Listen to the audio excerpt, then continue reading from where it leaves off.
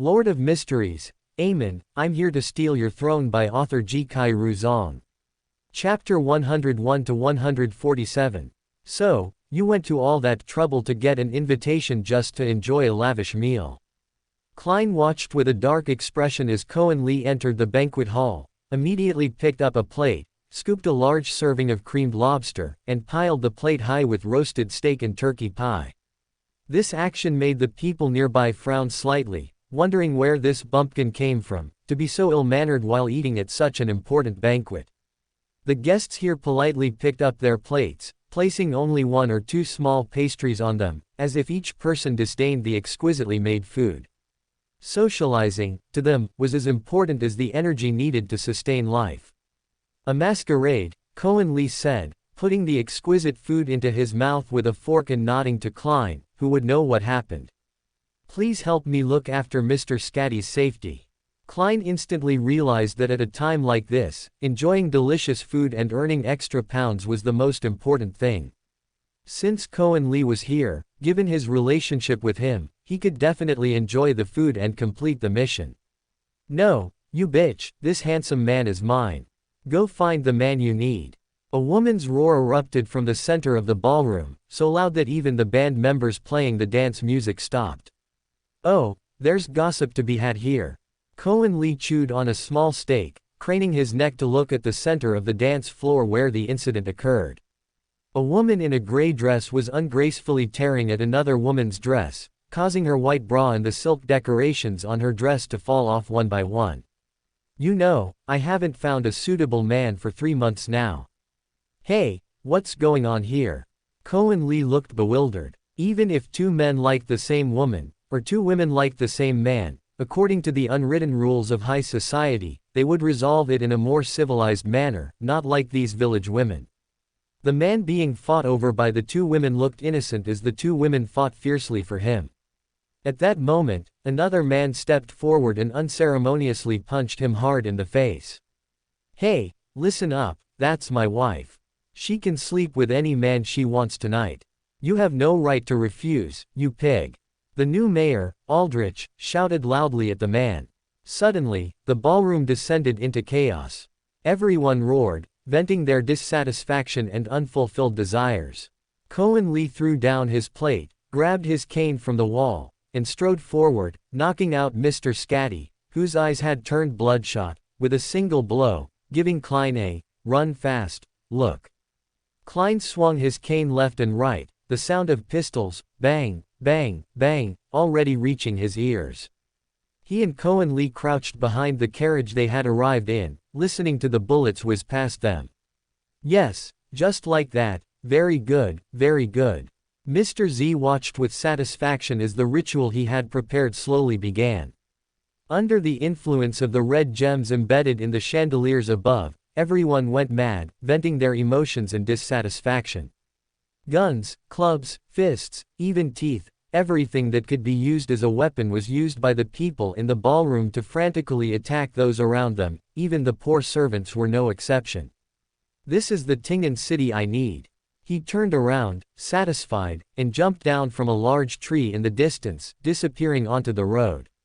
What now? Kornli did not speak. Some people's eyes had turned bloodshot from killing, and blood flowed freely in the ballroom, like an abstract painting. Neatly dressed men and women lay in pools of blood. A few minutes ago, they had been dancing elegant Loan court dances in the middle of the dance floor, but now they were completely breathless. This must be a curse, or a ritual. It's spreading very fast. I hope we have enough time to notify the major churches. Kornli sighed. Let me guess, Mr. Scatty believes in the Storm Lord Church. Klein nodded. We'll first take Mr. Scatty to the Church of the Storm's Peak in the city center, and along the way, we also need to notify the Tingen City Police. Kornli tucked Mr. Scatty under his right armpit, led Klein to a carriage parked furthest out in a small garden, threw Mr. Scatty into the carriage, and the 2 of them first went to the nearby police station. I am Kornli White, detective, and all personnel present are hereby requisitioned by me. Kornli and Klein pulled out their detective badges. A minute later, all personnel present at the police station stood in 2 neat rows, awaiting Kornli's orders. Now, all of you will take carriages to the mayor's mansion. Use your batons to knock out all the guards, coachmen, and personnel present. Tie them up one by one, with one person responsible for two. You, and you, go to the police station next door and call everyone. Kornli estimated the number of guests present, their coachmen, and servants. The dozens of people in front of him were simply not enough. Yes. 9 carriages streamed out of the police station. Kornli took Klein to the Church of the Storm's Peak again, placed Mr. Scatty's body on a seat in the chapel, and Kornli skillfully gave him another blow to the back of the head, then nodded in satisfaction. Klein, hiss, that looks like it hurts a lot. Please notify the Punisher's squad and have all of them go to the mayor's mansion. A large-scale curse or evil ritual has occurred there. Kornli reached out to stop the priest who was about to approach. We too might also be infected, please do not come close. 2 Beander squad identification cards were thrown on the ground by Kornli and Klein. The priest raised a torch and carefully examined them, nodding to confirm their identities. Also, please send someone to Blackthorn Security Company at 36 Zudaland Street, 2nd floor, to notify Captain Dunsmith and ask him to send everyone over as soon as possible, Kornli said. Good. The priest nodded and instructed a servant to bring over 3 large wooden barrels filled with seawater. Kornli and Klein stripped down to their underwear and jumped into the icy seawater. As expected of the Storm Lord Church, to use seawater to make holy water. Half an hour later, Captain Dunn, who had rushed over upon hearing the news, along with Leonard and Ziga, looked at Kornli, who was smoking while leaning on the edge of the water barrel, with a wry smile. It's you two again. Have you recently divined whether you've provoked anything? Captain Dunn took 2 steps forward, and Klein quickly stopped him. Captain, for safety, it's better if you stay away from the 3 of us, Klein said. We just came out of the mayor's mansion, and we're not sure if we've been infected by that damn thing. Captain Dunn nodded, took 2 steps back, and sat on a nearby bench. Old Neil is on his way back to the team to get the testing medicine and equipment. I'm sure he'll be here soon. This is the first time I've wished he'd hurry up, Klein said, reaching down to his thigh and grabbing twice, pulling out a 5-centimeter long small fish from the water and throwing it outside the wooden barrel. The Storm Lord Church's holy water is too fresh. This is a gift from our Lord, the priest of the Storm Lord Church said, striking his right fist against his left chest. May the storm be with you. Praise the goddess, I'm finally here. Old Neil pushed open the small door, carrying a huge black leather case, and walked over to Kornli and Klein, breathing slightly heavily. The priest, are you here to cause trouble, praising the Evernight goddess in the Storm Lord Church's cathedral? Sorry, Old Neil chuckled, reaching for a bright gas lamp. He mercilessly pulled back Kornli's and Klein's eyelids, felt their hands, and then felt the back of Mr. Scatty's head, which already had 3 bumps and was still unconscious, prying open his eyelids.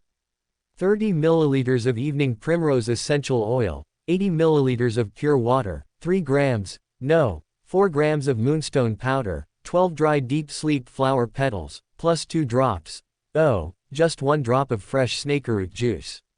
Old Neil muttered, taking out enough herbs, powders, and liquids from the leather case. He prepared 3 bottles of pink potion, pried open Mr. Scatty's mouth, and poured 1 bottle down.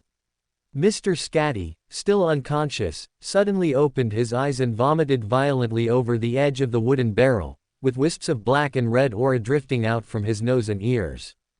You two should be fine, but for safety, each of you should also take a bottle of Goddess's Gaze. Old Neil walked over and handed 2 bottles of potion to Klein and Kornli.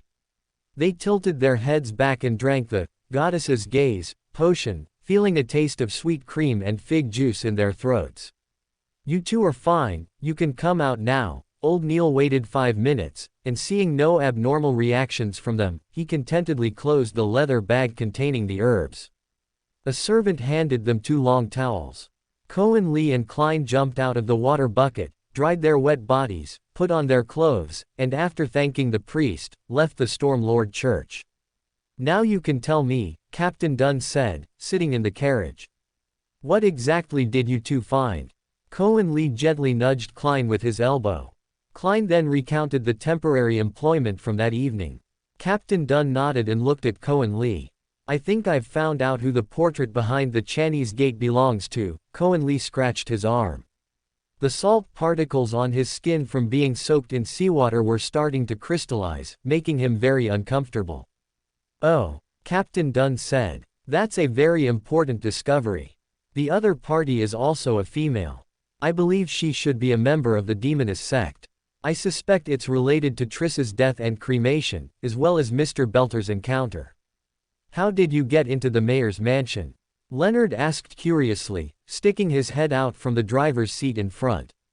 I bought an unwanted invitation from a relevant person. It cost a little over 2 gold pounds. Kornli nodded. Captain Dunn nodded. Unfortunately, the clue you found with such difficulty has been cut off. No, Captain, Kornli smiled, revealing his left sleeve, which showed the positions of 7 crossbow bolts, with one position empty. The remaining crossbow bolt is on that demonist sect's carriage. Captain Dunn nodded. In that case, I think we can act. Captain, I strongly request to change clothes before resuming the mission. Kornli rubbed his back against the carriage door. I already feel like a brown bear that only scratches itself on trees. Klein, on the other side, gave him a gloomy look, forcefully suppressing the urge to imitate Kornli's actions. Old Neil chuckled twice and took out 2 bottles of blue potion from his leather case, handing them to the 2 of them. Use these when you shower later, they work very quickly. Leonard, let's head back to the base. Captain Dunn suppressed a laugh. Old Neil, you've worked hard for several hours, go back and rest first. With the 4 of us, plus a sealed artifact, we should be able to inflict enough damage on her. Giddy up. Leonard quickly drove the carriage back to the base. Klein was the first to rush into the washroom in the captain's office, while Kornli quickly returned to his home, not far from the base, took a shower, changed into a dark gray hunting suit, and returned to the base 20 minutes later.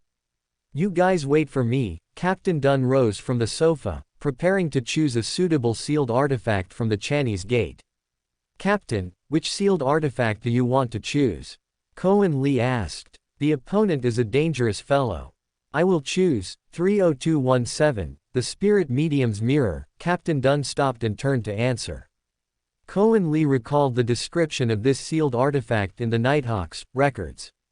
Name: Spirit Medium's Mirror. Danger level: 3 feet, moderately dangerous, requires careful use. Only operations with 3 or more people can apply. Confidentiality level: Nighthawk's formal members and above. Sealing method: placed in complete darkness. Description: the back of this mirror is silver-plated, and there are 3 small cracks on the front. When the initial investigators looked into this mirror, they saw a long-haired, weeping woman inside. Then, they found that the woman climbed out of the mirror. According to multiple experiments, the images reflected by the mirror are mostly different. Even if the same person looks at it repeatedly, they will encounter different things, with varying danger levels, but they will prioritize dealing with the person looking into the mirror. Among them, the most dangerous situation is seeing oneself. Appendix: this mirror originally belonged to a spirit medium. It was a very ordinary mirror until one day, this spirit medium looked into it and mysteriously committed suicide. A strange fear filled Kornli's heart, and his right hand trembled slightly. In his memory, the original owner of his body died for no reason because he accidentally looked into this mirror. No, I can't let the captain use this mirror tonight, otherwise I will die. I will definitely die. Captain, can we change to another sealed artifact? Kornli asked. We have a large number of people tonight, and Klein, Leonard, and I are all beyonders of sequence 8, which should be enough to deal with her, Kornli said. Even in the worst-case scenario, Klein and I are enough to distract her, and Leonard should be able to succeed if he is the main attacker. But if any one of us accidentally sees the spirit medium's mirror, then, Kornli spread his hands. In comparison, the blood vessel thief is more suited to my abilities. That's fine, but after wearing the blood vessel thief for half an hour, your life force will drain, and even if we drive a carriage there, the time required should exceed half an hour, Captain Dunn said with some hesitation. Is the box that sealed the Antigonus family's notes still behind the Chinese gate? The safe box. Captain Dunn's brows relaxed. That's right, it's still there. Your suggestion is good. As Captain Dunn nodded in approval, the strong spiritual tremor in Kornli's heart slowly disappeared, and he secretly breathed a sigh of relief. His danger seemed to have been lifted. Well done, Kornli said to himself. You really are a cautious person, Leonard suddenly said from the side. You know, as a Beander, you can never be too careful at any time, Kornli turned and said seriously. Any single mistake means the loss of a precious life from the team.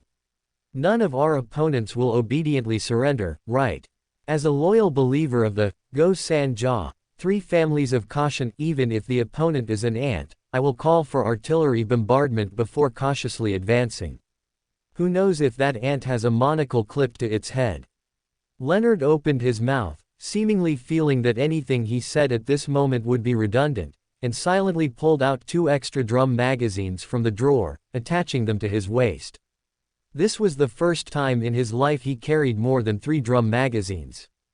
All right, Captain Dunn walked up from downstairs, holding the safe box in his hand, and handed it to Kornli.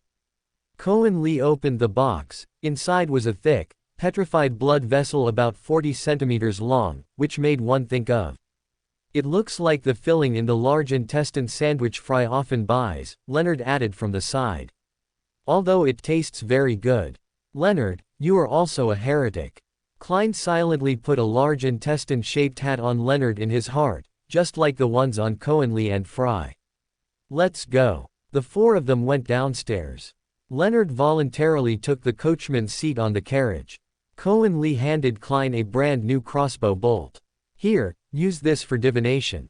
Klein nodded, put his cane aside, suspended the citrine in his left hand above the crossbow bolt, and recited the divination words he had thought about many times. The direction of the usual crossbow bolt Kornli sticks on the carriage. The direction of the usual crossbow bolt Kornli sticks on the carriage. The direction of the usual crossbow bolt Kornli sticks on the carriage. Comma. After 7 consecutive times, Klein opened his eyes, and the citrine slowly rotated 3 times, pointing directly northeast in a completely unscientific manner. Depart. Ha. Ha. Leonard drove the carriage out of the station at a rapid speed, galloping all the way towards the northeast of Tingen City. Klein guided Leonard all the way, and the latter, according to Klein's instructions, either went straight or turned, until they reached the entrance of 15 Orsna Street. The citrine pointed directly at the door, and Kornli, who had just jumped from the carriage compartment to the coachman's seat, also lightly tapped the back panel of the carriage twice with his right fist, signaling that this was the place. His eyes saw the mark he had made on that carriage, a tiny bit of black metal scraped off the back of the carriage with a boot. Although this tiny bit of metal would not attract the attention of others, in the eyes of a Beander, this bit under the moonlight was already clear enough for them to see. Leonard took the carriage in a wide circle and finally parked it steadily on Akana Street, 1 street away. There was a small path here, only for pedestrians, leading directly to the entrance of 15 Orsna Street. Klein took a deep breath, gripped the citrine in his right hand, removed the spirituality from it, and let the citrine gently hover above the carriage floor. There's danger inside 15 Orsna Street. There's danger inside 15 Orsna Street. There's danger inside 15 Orsna Street. Comma. After divining again, Klein saw the citrine pendant rotate slightly clockwise, with a not very large amplitude, and breathed a sigh of relief. There's danger, but it's not very great. I believe Mrs. Sharon inside hasn't discovered us yet. I will try to pull her into a dream. Leonard will approach from the front. If there are any problems, Captain Dunn paused for a few seconds. The safety of the team members is paramount. Don't worry, Captain, I won't let such a dangerous fellow leave her bedroom alive. You follow me, Kornli said to Klein. I will ensure your safety. Me. Klein was momentarily stunned, then realized that he was already Sequence 8. I'm no longer support staff. Okay, Klein nodded, secretly feeling the brand new, open deck of playing cards in his outer coat pocket, and the revolver at his waist. Kornli seemed to notice Klein's small movement and slightly lifted his outer coat. The 20 loaded drum magazines inside immediately put Klein at ease. That's right, what am I afraid of? My teammate beside me is a man carrying over 100 bullets. I always feel like you're thinking about some messy things, Kornli said softly as he followed Klein out of the carriage. Captain Dunn revealed an inexpressible smile at the corner of his mouth and was the first to walk ahead, arriving at the corner of Orsna Street. Leonard pretended to be heading home and walked forward. Between two houses, his figure subtly shifted, already hidden deep in the shadows of the fence. Unless one looked carefully, his movements were completely invisible. In his right hand, the slender-barreled revolver hung slightly, clearly fully prepared for battle. Captain Dunn pressed his left hand to his glabella, and a silent black ripple emanated from his body, slowly spreading outwards. Kornli and Klein both trembled, and the scenery before their eyes seemed to change. Captain Dunn's voice sounded in their ears, "We can't act now." Captain Dunn, this ability to speak directly in someone's mind without opening your mouth is truly amazing. The scenery before their eyes shattered into pieces. Kornli and Klein exchanged glances, then tiptoed through Oskana Street. Kornli held the safety box in his mouth, feeling a tingling sensation like an electric current from the patterns on the box's surface. He lightly propped his hands on the wall, easily flipped over it, and quickly tucked the box under his armpit. Klein's body landed beside him, his right hand gently patting Kornli's shoulder. 15 Orlsner Street wasn't a very large residence, but from the outside, looking through the glass, there were at least 6 rooms on the second floor. This meant that the first floor would also have maids and cooks living there, so directly opening the front door to enter was definitely not the best choice. Klein is now a clown, so his skills should be good. Kornli gave Klein a look to follow, then quickly scurried, crouching low, to the right side of the house. Based on his understanding of the former Tingen city mayor Ea's Connery's home, people of this era tended to build the master bedroom on the westernmost or easternmost side, mainly depending on whether the residents wanted to sleep in late every day under the big sun. Most of them built the master bedroom on the west side, aside from some council members who needed to attend meetings at the parliament a few fixed days a week. Most people preferred to get up after noon, finding the morning sunlight too harsh for them. The two easily climbed up to a second-floor window using the drainpipe running down the side of the roof. Kornli tilted his head and cautiously peeked inside. It was a long corridor with 6 gas lamps hanging from the ceiling. The floor was covered with a thick, handcrafted carpet in black, red, and gray, which looked quite expensive. Madame Sharon is quite wealthy after all. Kornli's eyes carefully scanned the surroundings, and he also gently pushed down Klein's head, which was peeking out beside him. He drew a dagger from his waist, gently opened the window latch, then looked at Klein, pointed to himself with his right index finger, then pointed inside, then pointed at Klein, and pressed his index finger down firmly. His meaning was clear: he would go in first to scout the situation, and his dear Klein would wait for him here, okay? Klein nodded in agreement. Kornli let out a soft breath, silently thinking, disappear. His body vanished into thin air before Klein, and the familiar black and white colors appeared in his eyes. He took a light step forward with his right foot, directly passing through the room's wall and entering the second floor. Everything is very quiet here. Kornli took a step forward, just passing the door of the room on the left.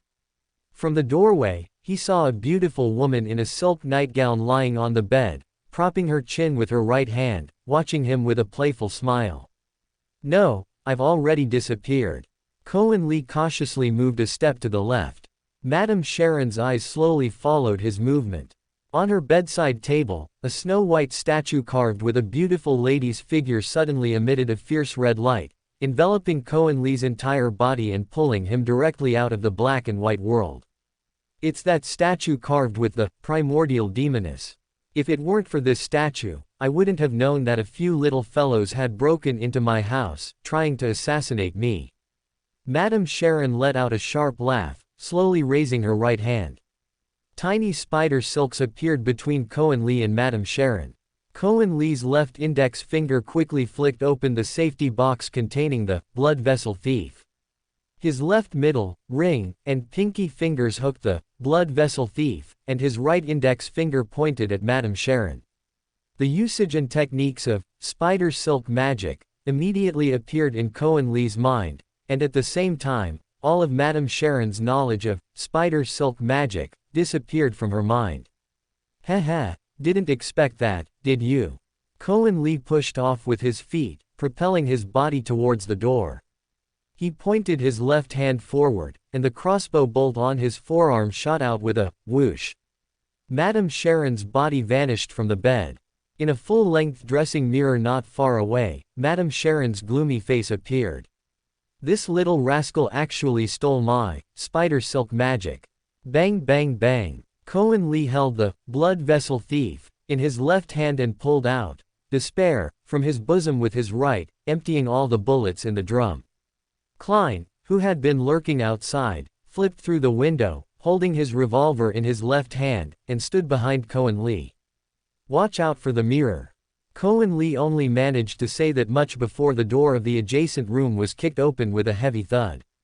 Wood and debris scattered. A thick ice cone extended forward, directly piercing towards Klein, who was not far away. Damn it, come at me if you dare. Kornli dropped the despair in his hand. He extended his right hand, and a thin but strong spider silk swung Klein out the window he had entered through, delivering him right in front of Leonard, who had just arrived at the window. Hey, follow me. Leonard had already heard Kornli's gunshots in his ear. He glanced at Captain Dunn, who was 10 meters behind him, and both of them opened their mouths at the same time. Evernight caresses your shoulders. The weariness of the soul appears in your mind. The fragrance of the forget-me-not flows before your nose. Your exhaustion makes you forget everything in the world, returning to a silent, mysterious dreamland. Waves of singing entered Madame Sharon's ears. The red light from the primordial demoness statue covered her body again, making her immune to Leonard and Captain Dunn's singing once more. She angrily waved her right hand, releasing 7 flower-like black flames downstairs towards Leonard and Klein. Leonard pushed Klein, and the two of them dodged the 7 flames, one to the left and one to the right, then quickly got up and rushed towards the stairs to the first floor. Crimson. Kornli swung 2 triangular, drowsiness amulet, from behind with his right hand. These were drowsiness amulet made by Klein. He uttered Klein's specific activation incantation. A black light burst forth in the opponent's room.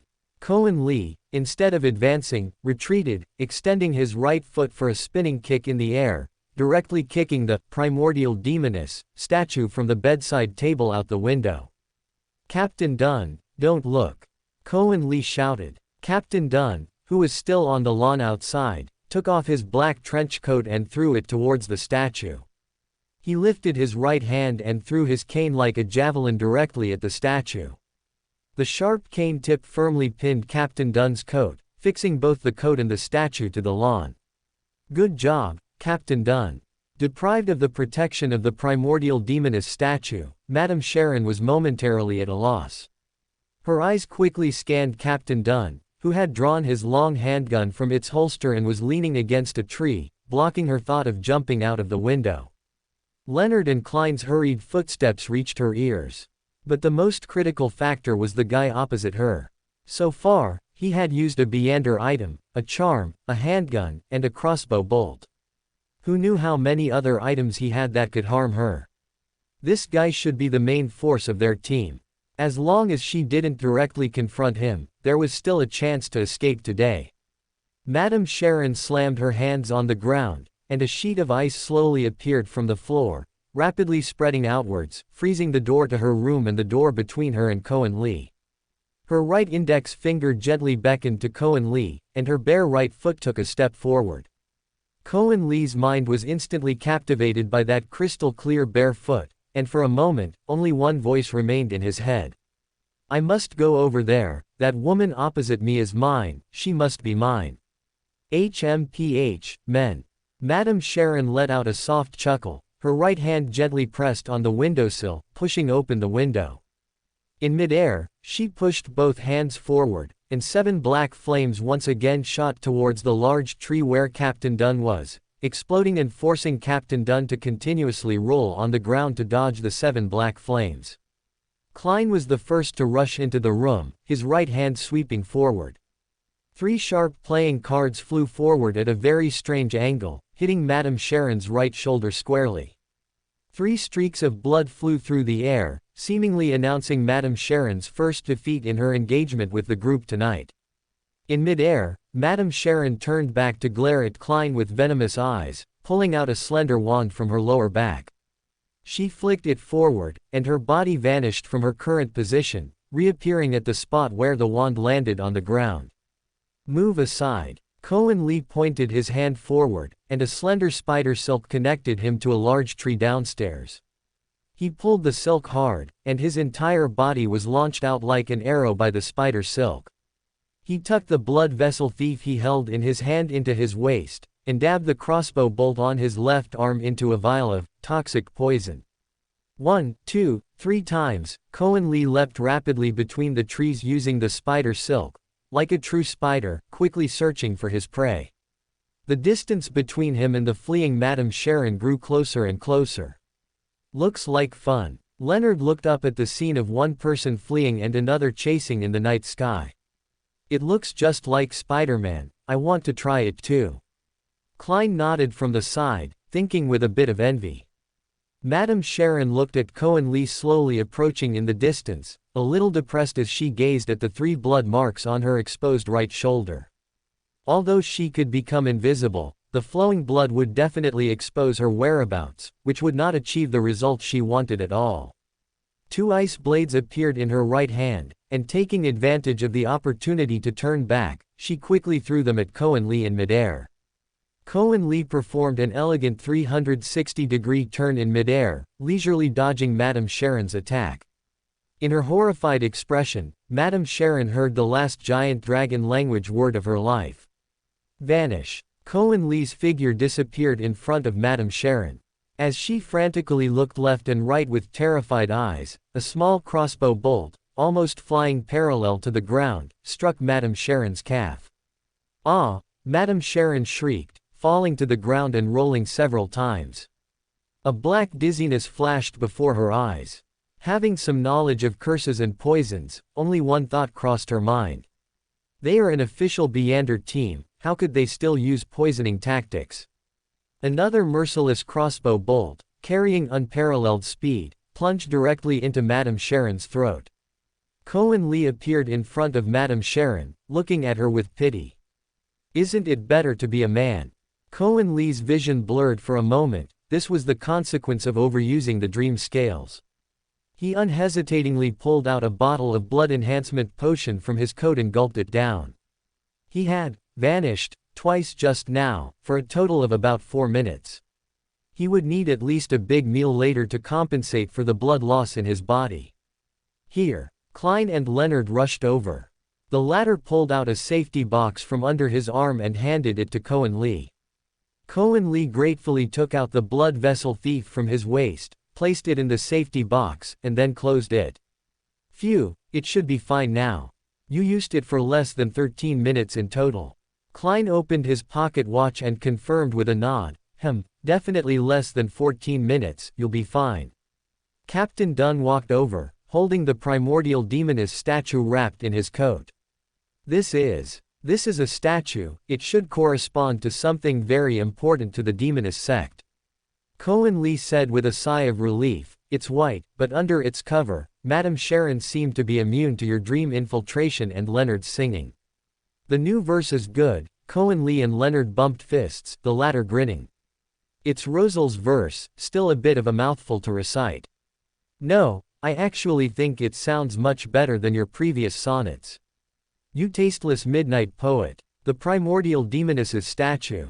Captain Dunn pondered, but he didn't impulsively open his clothes to take a look, which made Kornli breathe a sigh of relief. I'll leave this to you. Kornli sat down leaning against a nearby large tree. The blood loss earlier still made him feel a little dizzy, and he didn't want to move at all. Leonard looked at the two maids and a butler who had been awakened by the commotion in the distance. He greeted Captain Dunn and walked over, pulling out his detective badge from the police station. "Well done." Captain Dunn sat down next to him. Kornli took out a box and handed it to him. The two patiently waited for Madame Sharon's potion to precipitate. Klein took out a citrine, suspending it above Madame Sharon's head, muttering incantations. Kornli and Captain Dunn chatted idly until a pink gemstone slowly dropped out of Madame Sharon's ear. Captain Dunn picked up the gemstone. Under the crimson moonlight, countless fine threads moved incessantly within the gemstone. These threads constantly wriggled, tangled, gathered, and then separated, looking very much like octopus tentacles. Welcome to Fanfic Audiobook, your go-to place for immersive audiobooks. If you enjoy the content, don't forget to like the video and subscribe to our channel for more amazing stories. And please support the author by link in description. I'll go help Leonard handle the aftermath. You look pale. Is it a side effect of using the blood vessel thief? Captain Dunn asked with concern. It wasn't the blood vessel thief, but something even more deadly. I'm fine, Captain. Kornli grinned. I just need a hearty supper, and then you'll see a punctual Kornli tomorrow. Klein showed a slight smile from the side. Kornli knew that he had probably already gotten the divination result he wanted. Captain, my spirit medium and divination have yielded results. The other party is a sequence 6 demoness of pleasure, and she has many connections with the upper-class counselors in Tingen City, Klein told Captain Dunn without any reservation about his divination results. Indeed, there were many. He had just watched many short films, all of which were key segments. Very good. Captain Dunn got up and walked towards Leonard, who leaned over and whispered a few words into the captain's ear. Captain Dunn nodded in confirmation. How did it feel just now? Klein asked. Jumping through the trees must have felt great. Like a monkey looking for food. It felt very unpleasant, Kornli frowned. No, I didn't feel any joy. Sigh, next time, give me this chance to play. I also want to experience what it's like to be Spider-Man. I'm going to get the revolver that fell on the second floor, Kornli greeted Klein. He stood up and went back into the room on the second floor, finding Kornli's revolver, despair, and a crossbow bolt stuck in the headboard. His eyes glowed red, and behind a shelf in the study, he saw a box, and a strong red light within the box. Kornli reinserted the revolver and crossbow bolt into his waist and arm, then picked up a pen from the table and carefully pried open the lid of the box. The box wasn't too big. The first layer contained some women's jewelry, which Kornli estimated to be worth around 200 to 300 gold pounds. He opened the second layer, which held some 5 gold pound, 1 gold pound, and 10 gold pound banknotes. Beneath the gold pounds was a thick diary. It looked like something from the demoness sect. Who knows if there are any traps on it? It's better to be careful. Kornli put the gold pounds and jewelry into a small bag, tucked it into his jacket pocket, and gently opened the first page of the notebook with his pen, waiting for 2 minutes. No movement. There should be no traps on this notebook. Kornli activated his spirit vision, again, observing the entire room, from the study to the bedroom, from the ceiling to the floor. No other hidden compartments, mechanisms, or concealed items appeared. Kornli wasn't entirely sure about the contents of that notebook, but he believed it should contain some information about the demoness sect. Should he give it to the captain? Or keep it himself? If he gave it to the captain, it would mean that he could only read its contents after it was confirmed by the Holy Hall. And this might mean several months, or after he reached a certain level. If he kept it himself, what if there were traps in this diary? Kornli's mind was in a fierce struggle for a moment. Kornli, you're here. Klein walked in and immediately saw the notebook on the table in front of Kornli. Kornli didn't need to say anything. Klein already knew what Kornli wanted to do. Since Klein was here, he now had a third option. Read it, remember all the knowledge within, and then give the notebook to the captain. His memory could retain most of it in a short time, but if Klein utilized the abilities of Saphira Castle, the two of them complementing each other, he believed they could record all the contents. Kornli glanced at Klein, nodded towards the notebook on the table, and the other party tilted his head and nodded. Their unspoken understanding unified their opinions. The captain is looking for you. There isn't much time, Klein sighed. I'll help you divine the safety of this notebook first. Kornli nodded, walked to the window, and greeted the captain downstairs. I still need a little more time to check the bedroom and her study. All right. Captain Dunn nodded without any suspicion. I'm downstairs. Call me if you need anything. Kornli turned around and half-closed the curtains, blocking Klein's body. The latter pulled out a citrine pendant and hung it over the notebook, his eyes half-closed, muttering the divination words he had prepared. This notebook is safe, Klein whispered. In the divination, I saw Mrs. Sharon talking to her superior, and this notebook was among them. I believe this notebook contains a lot of hidden knowledge of the demonist sect. Your memory and learning ability are much faster than mine, Kornli also whispered. The meaning of this sentence was also very clear. You should hurry up and learn. This notebook will need to be given to the captain later. Kornli went to the window, took out his pocket watch, and watched the time. Klein was frantically flipping through the notebook. The text in the notebook was written in Hermes. Both Kornli and Klein had mastered this language to a scholarly level, reading it effortlessly. 4 minutes later, Kornli's peripheral vision saw the captain pull out his pipe from his pocket and light his second pipe. The sound of carriage wheels on the cobblestone road came from far to near. This was the signal that Leonard was back. Kornli looked at Klein and reminded him, time is running out. I've written it all down. Klein closed the notebook and whispered, I need 2 days to organize the contents into text. See you at the club. Kornli asked. These servants of Mrs. Sharon have no connection with their mistress at all, but if everything you said is true, then Tingen City's political scene is about to undergo a complete change, Captain Dunn said with a smile as he watched Kornli and Klein walk out of the house. Tonight, Klein, please work hard and organize everything you saw for me.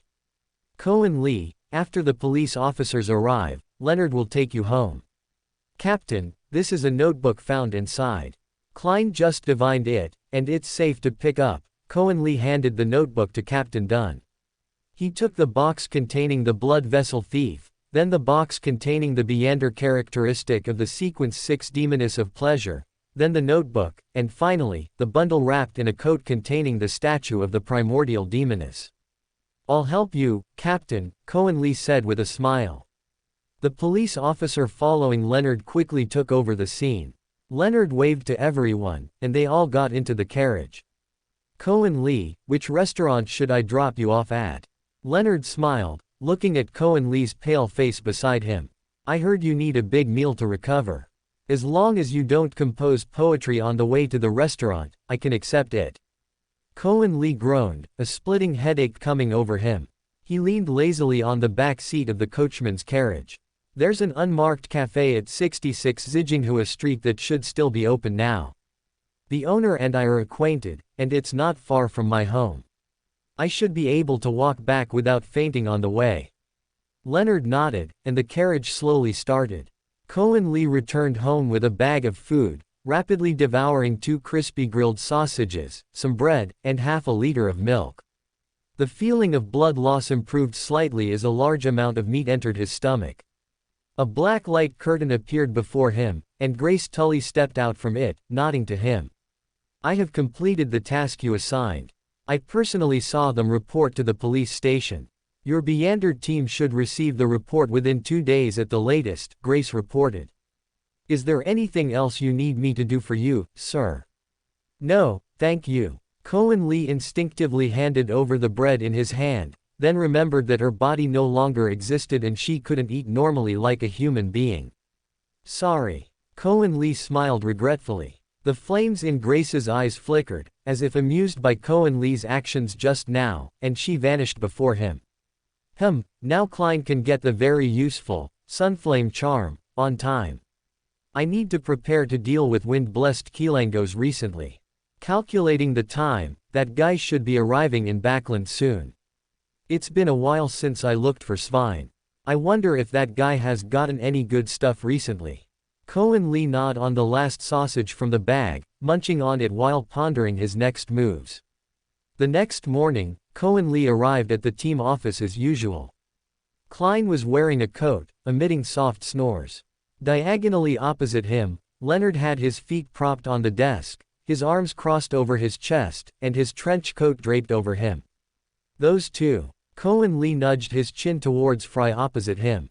Sleeping so soundly. Klein saw too many things during his divination yesterday. Leonard mumbled, half awake.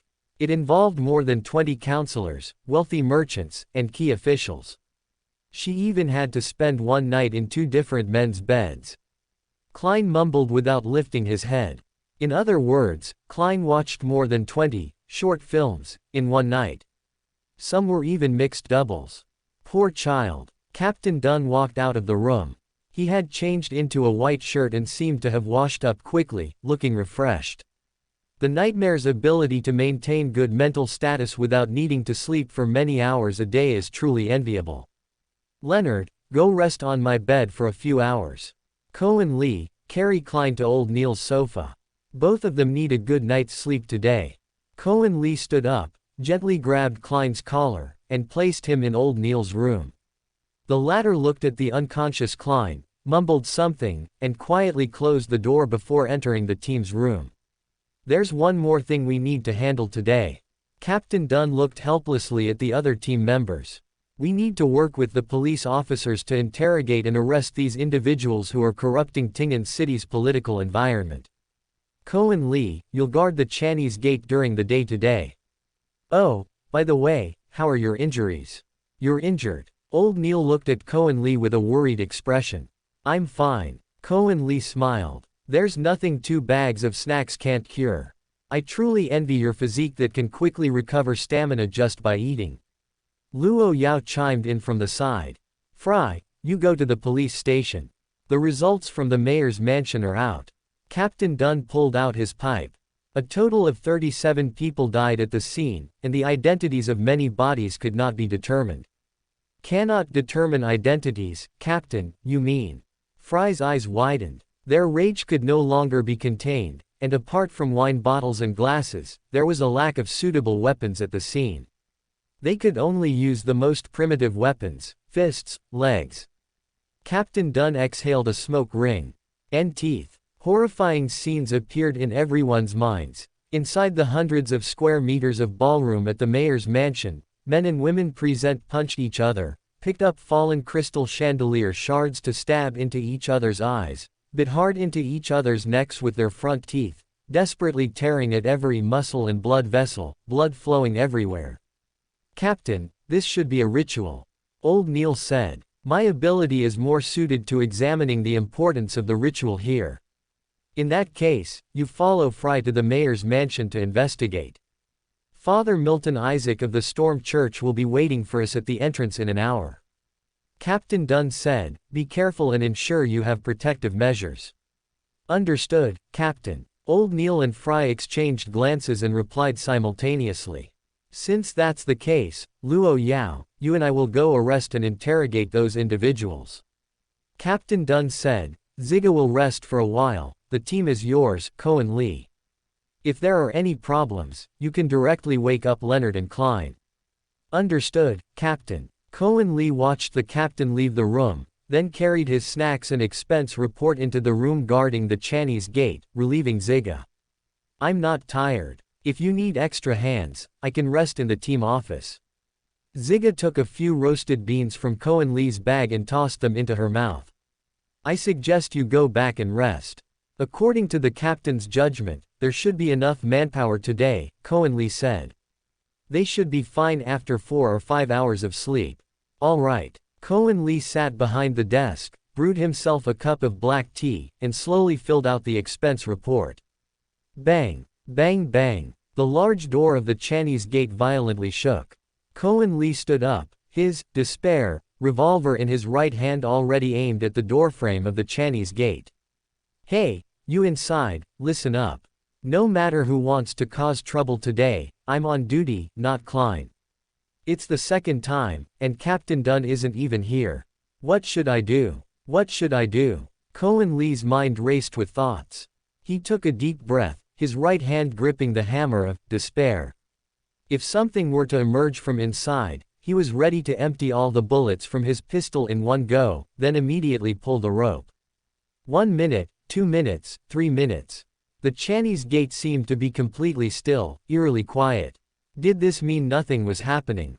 Kornli slowly lowered the hammer with his right hand, sat back down, and looked at the snacks beside him and the half-filled reimbursement form. Still no movement. What was that just now? Click. The doorknob slowly moved downwards. If the first time was a misjudgment, the second time absolutely couldn't be. Kornli no longer hesitated. He immediately pulled the alarm rope on the upper left of the desk, his right hand aiming the revolver steadily at the door. "Don't shoot, it's me," an old voice came from inside. "I am Earl Kelly, the priest responsible for guarding the Chinese gate."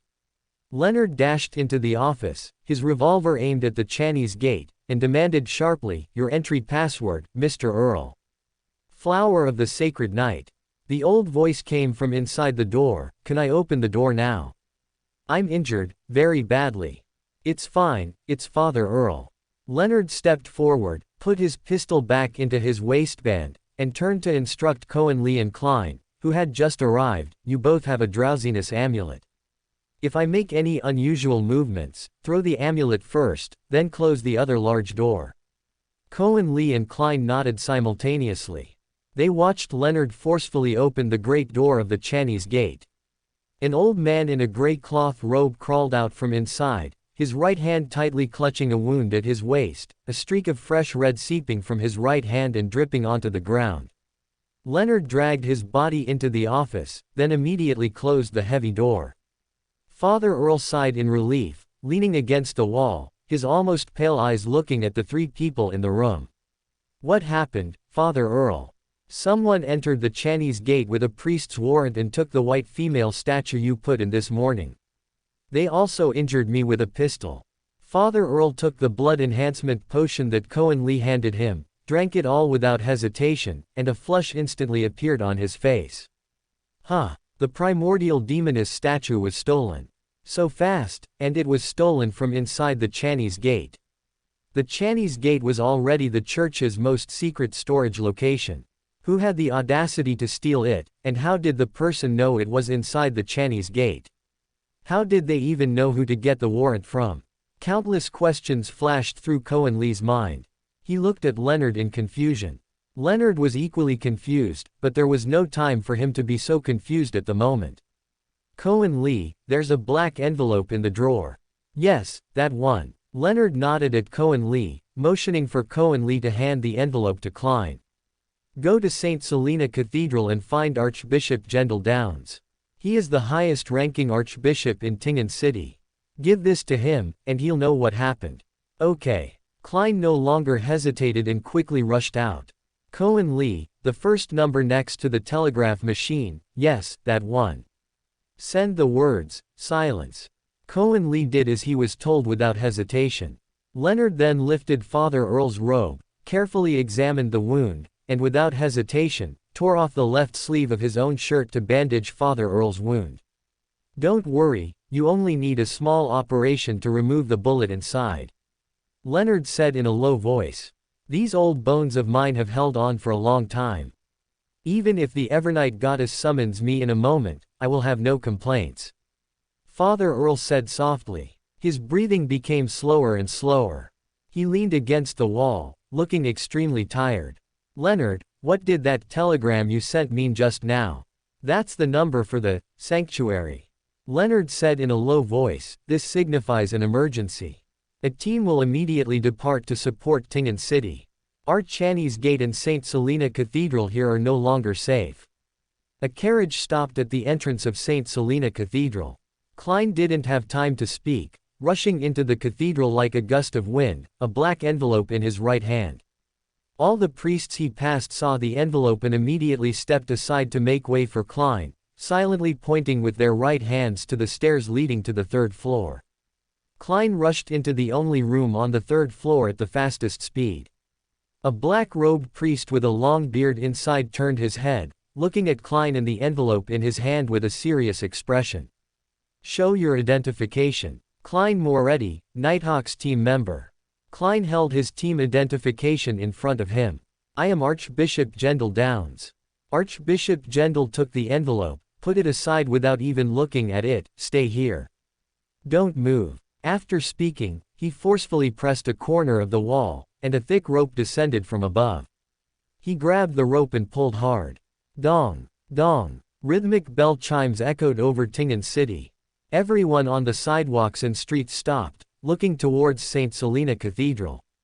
The bells chimed 9 times in a row, then stopped. All followers of the Night Goddess Church knelt on one knee, drew the symbol of the goddess on their chests, and then quickly led their families and friends home. 9 times. The meaning of these 9 bell chimes resonated in Klein's heart. Chapter 4, Section 1 of the Holy Scripture of the Night Goddess. When the warning bells chime 9 times, blood and slaughter shall again descend upon this land. All believers shall return home and recite my name until the chime of release sounds again. Quote, 9 times. Captain Dunn's face was ashen. He stood up, looked in the direction of the team, and without turning back, instructed Luo Yao, let's go.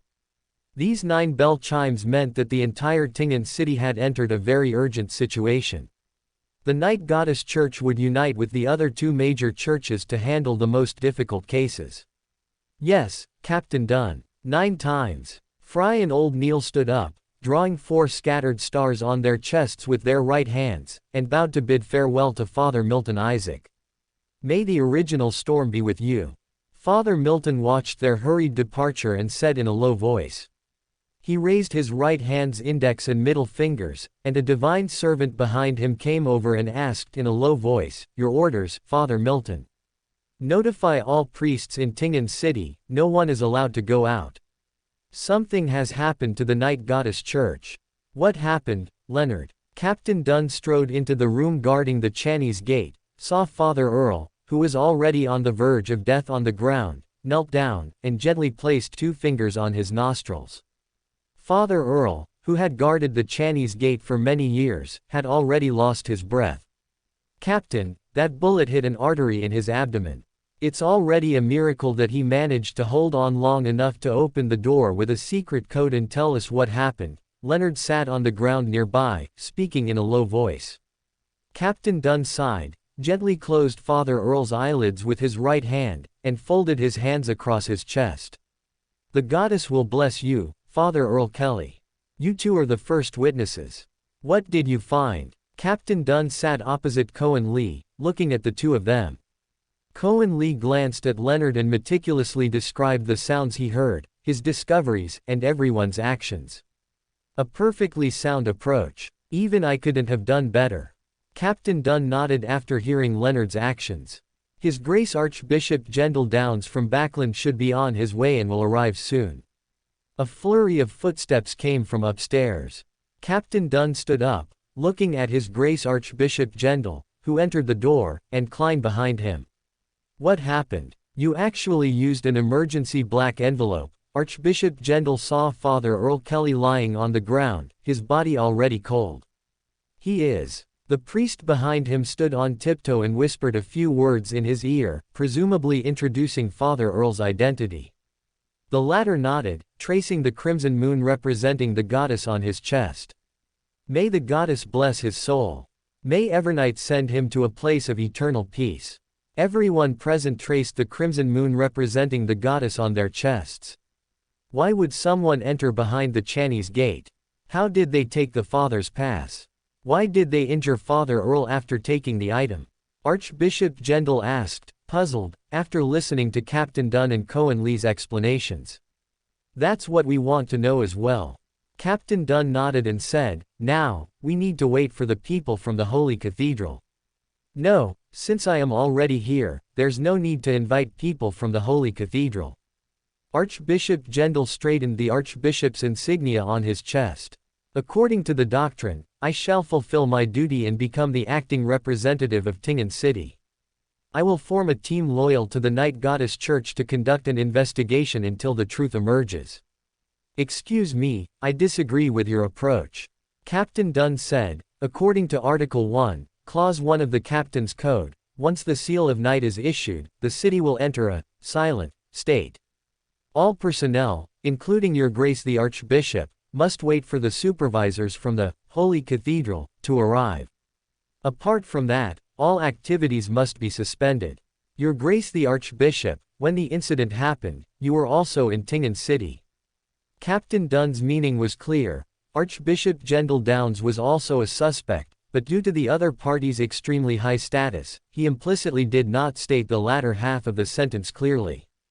But the people present were either Nighthawk's team members or priests who made a living with their words. How could they not understand the hidden meaning in Captain Dunn's words? Dunn Smith, captain of the Tingen City Nighthawks team, do you want to rebel? Archbishop Gendel's pupils slightly contracted, revealing the terrifying, normally high and mighty gaze in his eyes. You are merely a Beander under the goddess. Do you intend to disregard a direct order from an archbishop? Praise the goddess. Captain Dunn pulled out his pipe, and under everyone's gaze, took out tobacco from his pocket, calmly stuffed a handful into it, and gently pressed it down with his thumb. Kornli took out a match, calmly lit it, and moved it closer to the captain to light his pipe. Kornli, this is clearly taking a side. Klein gave Kornli a thumbs up in his heart. I believe that every order from the church has a profound meaning, and for the members of the Beander team, every order is followed by one or more lives. Captain Dunn patiently explained, once the people from the Holy Cathedral arrive, I am willing to accept any punishment, but for now, please accept my temporary discourtesy, you and your 4 subordinates. Kornli's eyes scanned the 4 cardinals behind Archbishop Gendel, and one of the cardinals subtly tried to avoid Kornli's gaze. Is it you? Presumptuous. You few, seize Dunn Smith for me. I suspect he is the one who injured Father Earl. Archbishop Gendel pointed at Captain Dunn in a fit of rage. Whoever captures him will become the next captain of this team. Wow, what a great excuse. Kornli licked his tongue, receiving angry glares from Leonard, Fry, and Klein.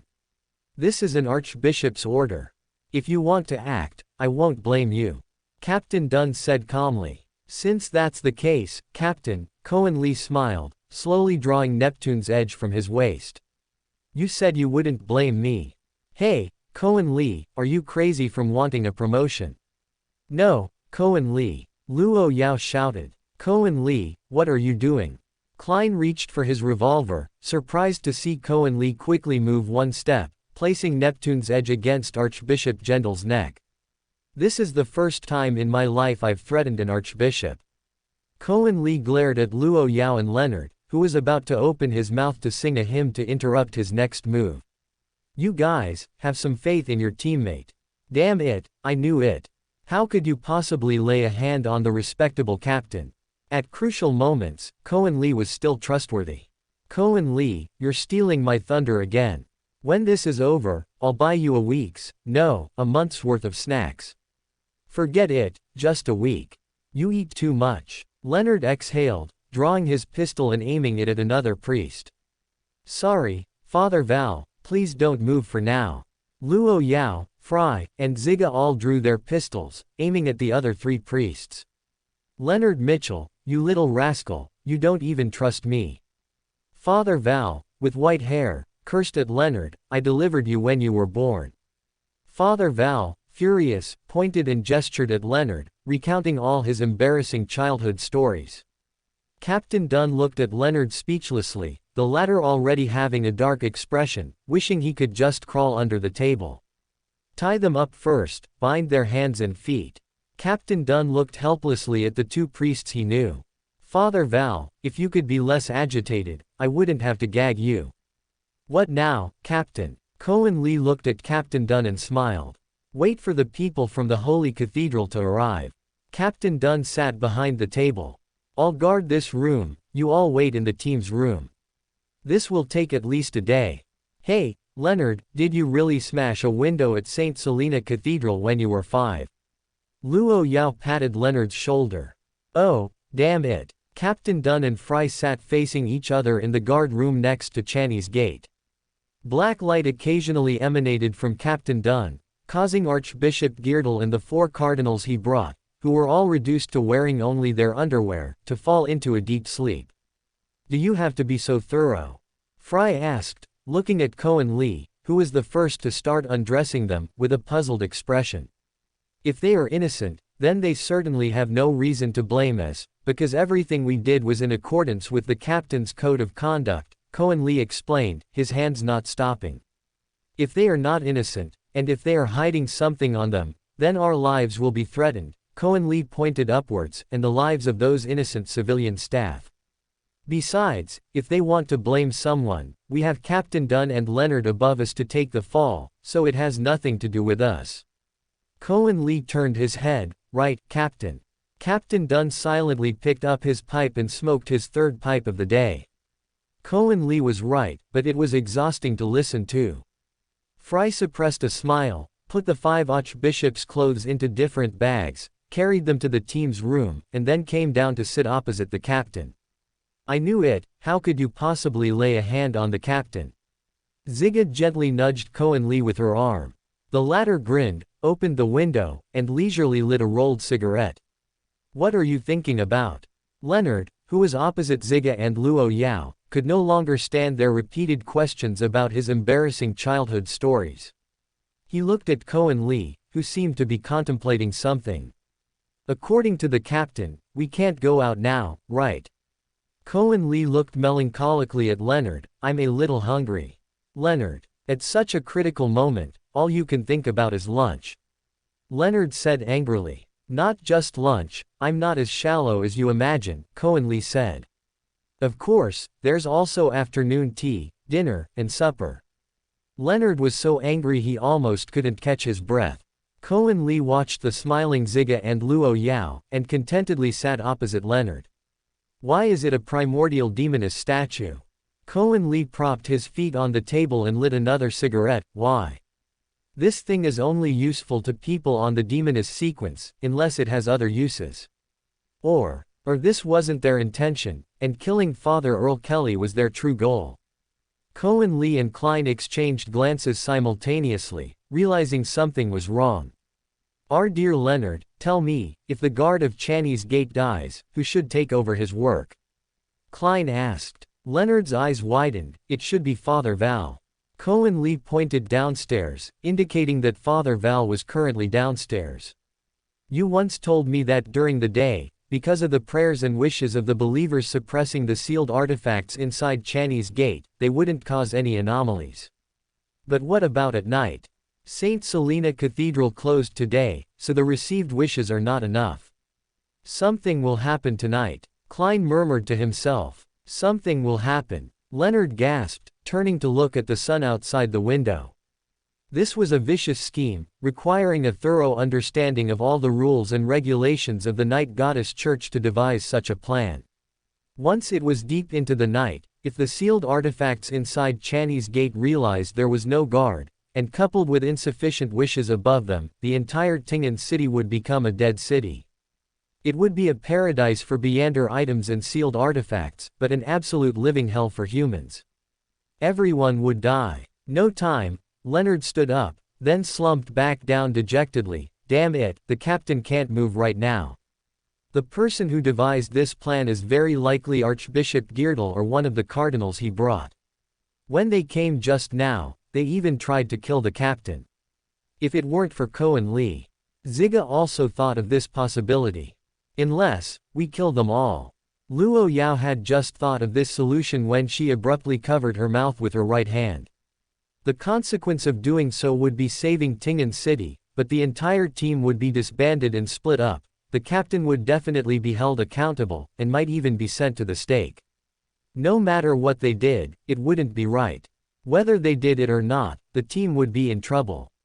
Leonard frustratingly pounded his head, then still stood up, went downstairs, and told the captain about the situation. Captain Dunn remained silent, silently lighting his fourth pipe of the day.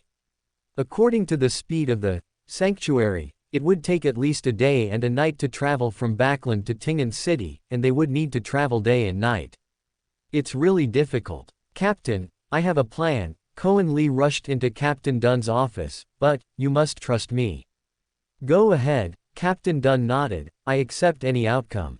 You have full use of team members and resources. What needs to be done? Leonard turned to look at Kornli. If there's a need for sacrifice. He didn't finish his sentence, but everyone knew what he wanted to say. No one will be sacrificed, I will guarantee that with my life. Kornli took a deep breath. I need to take Klein with me. You all wait for me here. Kornli and Klein rushed down the stairs amidst the astonished gazes of all the civilian staff, kicked open the door, and, to everyone's surprise, drove a two-wheeled carriage to Tingen City's Leverage Church. Amidst everyone's astonished gazes, he waved to Father Chris, who was presiding over the afternoon prayers. Ah, it's you, young man, I remember your name, Kornli White. Father Chris stroked his thinning hair. I suppose you two bursting in like this must mean something urgent. Good afternoon, Father, Kornli said with a smile. Can we find a convenient place to talk? There are too many people here. Father Chris saw the beads of sweat on their faces, nodded, and motioned for them to enter the small chapel behind. After they entered, he closed the door. Kornli and Klein looked at the bronze symbol of the god of steam and machinery hanging on the wall. The latter couldn't help but tilt his head. He had already guessed what Kornli was going to do. Borrowing people. Father Chris stroked his chin, and you also need to borrow 4 high-pressure steam rifles. Preferably with 1,000 rounds of ammunition, and a fully armed machinery hive-mind squad, Kornli said. We will pay sufficient compensation, Kornli pointed to Klein beside him. How about this compensation? Father Chris looked at Kornli in surprise. We are a church, we don't traffic people. Klein looked at Kornli with resentment. Shouldn't you have said hello to me before selling me out? Sorry, I wasn't clear. Kornli smiled. You know, yesterday we defeated a demoness of pleasure, who should have been a sequence 6. In her home, we found a thick notebook containing a lot of hidden knowledge related to the demoness sect. I want to exchange this hidden knowledge with the Church of the God of Steam and Machinery for 2 days and 2 nights of protection for Chinese Gate and St. Selena Cathedral. The 3 major churches share knowledge of Grade 1 and Grade 0 sealed artifacts. The existence of Chinese Gate is not a secret to you. Father Chris's eyes lit up slightly. For the 3 major churches, those sufficiently safe hidden knowledge are absolutely essential. In comparison, some material things are not worth much to them. Klein nodded in admiration. Kornli's idea was indeed very good. By only giving up some relatively hidden knowledge, he could gain the help of the Church of the God of Steam and Machinery. You've thought it through, but how do I know that what you provide is correct? Father Chris frowned. I can swear in the name of the Evernight Goddess, Kornli said. This is the advantage of a world with gods. As long as something is related to faith in gods, if the other party doesn't trust it, it's a great insult to them. And, Kornli leaned close to Father Chris's ear and whispered a few words. You mean that several old fellows from the Night Goddess Church have all been tied up by you? Father Chris grinned happily. I will definitely go join in the fun. Damn it, I should have said this first. I accept your proposal, and at the same time, your colleague here. Klein Moretti, Kornli added. All right, Mr. Klein Moretti will act as a hostage here. While we guard your Chinese Gate, he will transcribe all the knowledge here in exchange for our help. In the name of the God of Steam and Machinery, this exchange is equal, and I certify this transaction is valid. In the name of the Evernight Goddess, I certify this transaction is valid. Kornli extended his right hand and high-fived Father Chris in the air. A rumbling thunder echoed in the sky, as if the representatives of 2 gods had reached some agreement in an instant. From now on, I can't casually swear in the name of a god, or I'll really get struck by lightning. Father Chris stood up and clapped his hands. 2 divine servants opened the door, drawing the triangular holy emblem of the God of Steam and Machinery on their chests. Steam above, your command, Father Chris. Have the machinery hive-mind squad deploy, bring high-pressure steam rifles, 600 rounds of ammunition, and 2 of the 4 priests guarding the Mithril Cavern underground need to come out and leave with us. And enough, Kornli calculated, food and water for 15 people for 2 days and 2 nights, as well as sleeping mats. Father Chris eyed him sideways. You really know how to plan for your own people. You know, we are a small squad after all, and there are clerical staff. Afterwards, your subordinates will also need to send a message to their families. Kornli pointed at Klein next to him. He has a lovely younger sister at home who will worry if her brother doesn't come home. Klein nodded, beside him. A rampaging Melissa isn't that fun. That's it. 2 people go with Mr. Klein Moretti, give him paper and pen, and fulfill all his requests, but don't let him leave. Father Chris looked at Klein. Please abide by the promise your colleague made. I will, thank you and the Church of the God of Steam and Machinery for your help. Klein originally wanted to draw the crimson moon on his chest, but seeing the giant bronze symbol in front of him, he abandoned the idea. Carriages emblazoned with the symbol of the God of Steam and Machinery stopped in the squad's courtyard.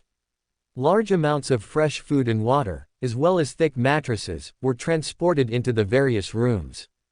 Father Chris, with a high-pressure steam rifle slung across his chest, led the way into the guard room of Channy's Gate, where Captain Dunn was on duty. You're here, Captain Dunn smiled. Thank you for your help. You're welcome, for the people of Tingen City. Father Chris patted Kornli's shoulder beside him. You have a competent subordinate. If you don't want him, please inform me. Hee, that's difficult, old man. Where's Klein? Captain Dunn shook his head, not seeing Klein. Sold for a good price, Kornli said. Captain Dunn. I'll tell you later, Captain, Kornli said. Is Channy's Gate below here? Father Chris pulled open the room's large door forcefully. A chilling coldness emanated from within, making Kornli's hairs stand on end. Down and to the left is Channy's Gate. The path to the right leads to St. Selena Cathedral, Captain Dunn said. This is the first time I've seen these guys so disheveled. Father Chris waved outside. A divine servant carrying a camera walked in and took more than a dozen photos of Father Chris and the unconscious archbishop until the film ran out. Coming this time was worth it, Father Chris said with a wide grin. Develop them and classify them as a church second-level classified document. Captain Dunn sighed. Too exhausted to be more exhausted. You two form a group, rotating every 8 hours. One group guards Channy's Gate, and the other guards the passage to St. Selena Cathedral. Whatever tries to come out, kill it first. Yes, Father. Father Chris looked at Kornli. Our people won't take things casually, but for the friendship between the churches, I need one of you to be inside with our people, watching Channy's Gate. I'll go for the first 8 hours, Fry volunteered. Personnel and supplies were all distributed.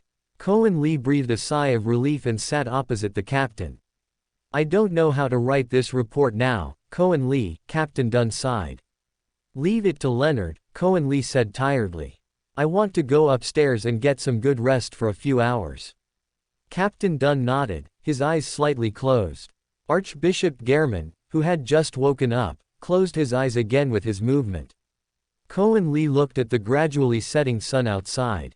Seeking external aid had given him enough buffer time.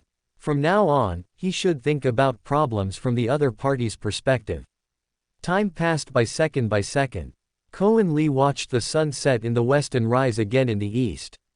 The person guarding below had changed from Fry to Leonard. The former nodded at Kornli as he walked back to the team.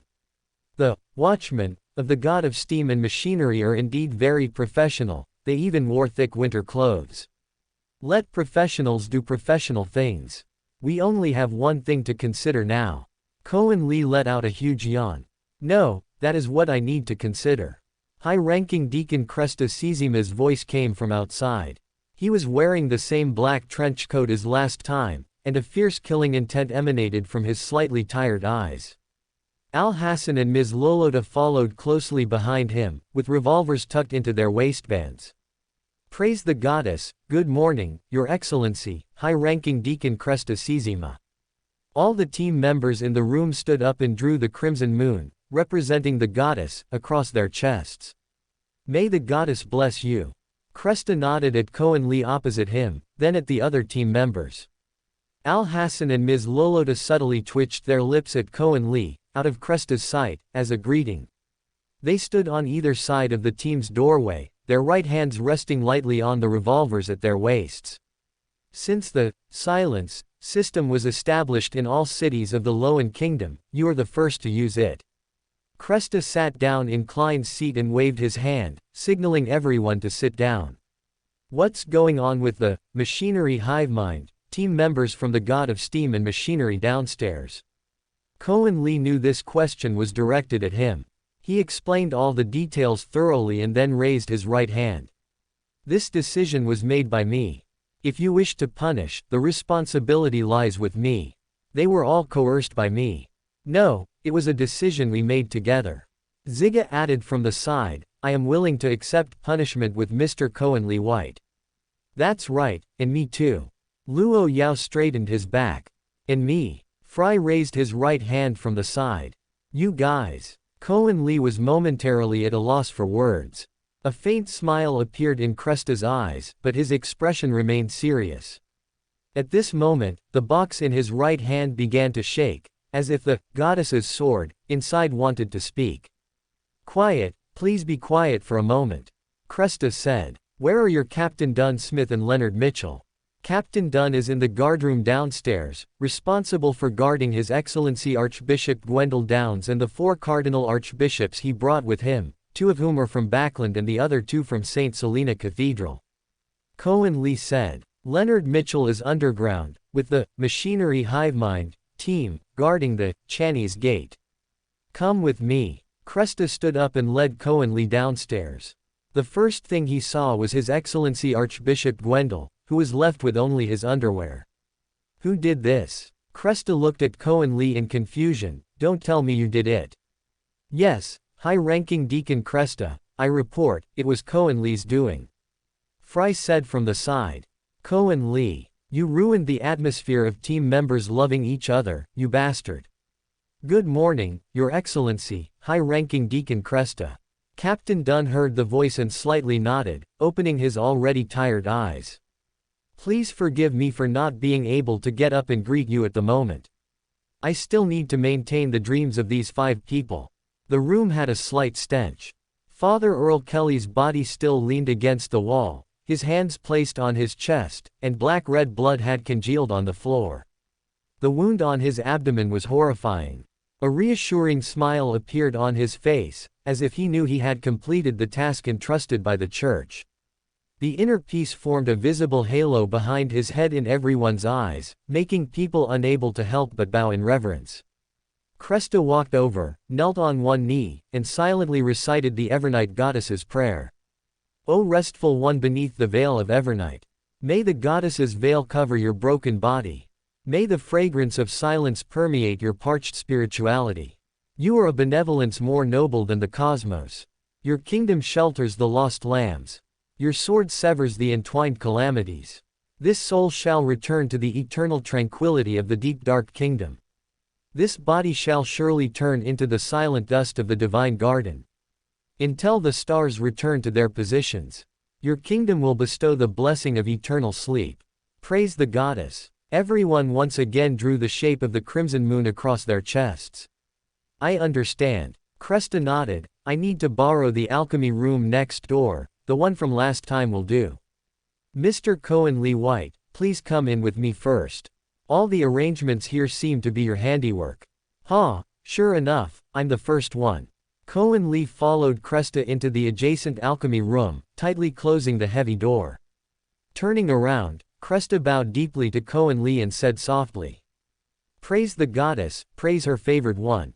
Praise the goddess. You and I are both servants serving the goddess, there's no need to be so polite. Kornli also said softly. The black box by Cresta's hand was suddenly broken free by the goddess's sword. The latter swiftly flew into Kornli's hand, its blade humming softly, as if complaining that Kornli had suffered inhuman treatment. No, I'm fine, really fine. Kornli smiled as he stroked the hilt, his right index and middle fingers gently brushing the blade, really fine. The two sat facing each other, and Cresta asked in a low voice, Who do you think is suspicious, Your Excellency Archbishop Gwendol Downs? I have known him for over 15 years, and I believe he would not do such a thing.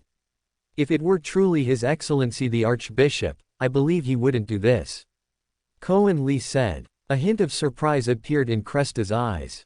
Your information is very dangerous, extremely dangerous.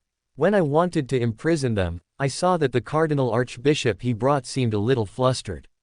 You can use this as a breakthrough. Kornli said, I hope my idea is an error. However, when the incident happened, the side of the Chinese gate leading to the team was not opened. I understand. Cresta nodded. White Tingen City. Kornli shook his head, lowered it slightly, then raised it again, and spoke a few words in a low voice. Good. Cresta nodded. Since that's the case, you go out first and call the team members in one by one. Kornli stood up, and just as he was about to leave, Cresta called out to him again. I still need to use the goddess's sword. Cresta awkwardly pointed at the goddess's sword in Kornli's hand. Roseanne, Brett, Mrs. Oriana, and 2 newcomers transferred from the police department to serve as clerical staff, one by one, walked into the alchemy room, and then one by one, walked out with calm expressions. Following them were Ziga, Luo Yao, Fry, Old Neil, Leonard, and Captain Dunn. I knew nothing would happen to you, Al Hassan sighed in relief, and he and Ms. Lolota both lowered their right hands from the revolvers at their waists, shaking their hands vigorously. This posture is really tiring. Ms. Lolota crossed her hands, shaking them rapidly, as if doing a finger exercise, which made Kornli dizzy. What about the remaining people? They are church clergy. If they are to be interrogated, we must go to St. Selena Cathedral, Al Hassan said. I'll drive. Leonard looked exhausted, his eyes already bloodshot, and he kept pinching his left arm with his right hand, but he still kept his eyes open. Just chew it twice. Lolota took out a piece of black stuff from her bosom and put it into Leonard's mouth. Ooh, Leonard chewed a bite, making a sound like a hungry wolf, covering his cheek with his right hand, so sour. Dried lemon slices, absolutely effective. Lolota smiled. You look much better now, definitely able to drive. Thank you. Leonard took a deep breath. I do feel much better. Ms. Ziga and Ms. Luo Yao, please guard the team station. Cresta walked out of the alchemy room downstairs. The other members of the team, please move these cardinals onto the carriage and send them to St. Selena Cathedral. Oh, right, you still have one member. I remember his name is Mr. Klein Moretti. I haven't seen him today. Cresta looked around. According to regulations, he should be at the team station. Well, I can guarantee he's fine. Kornli said, he's in the church right now.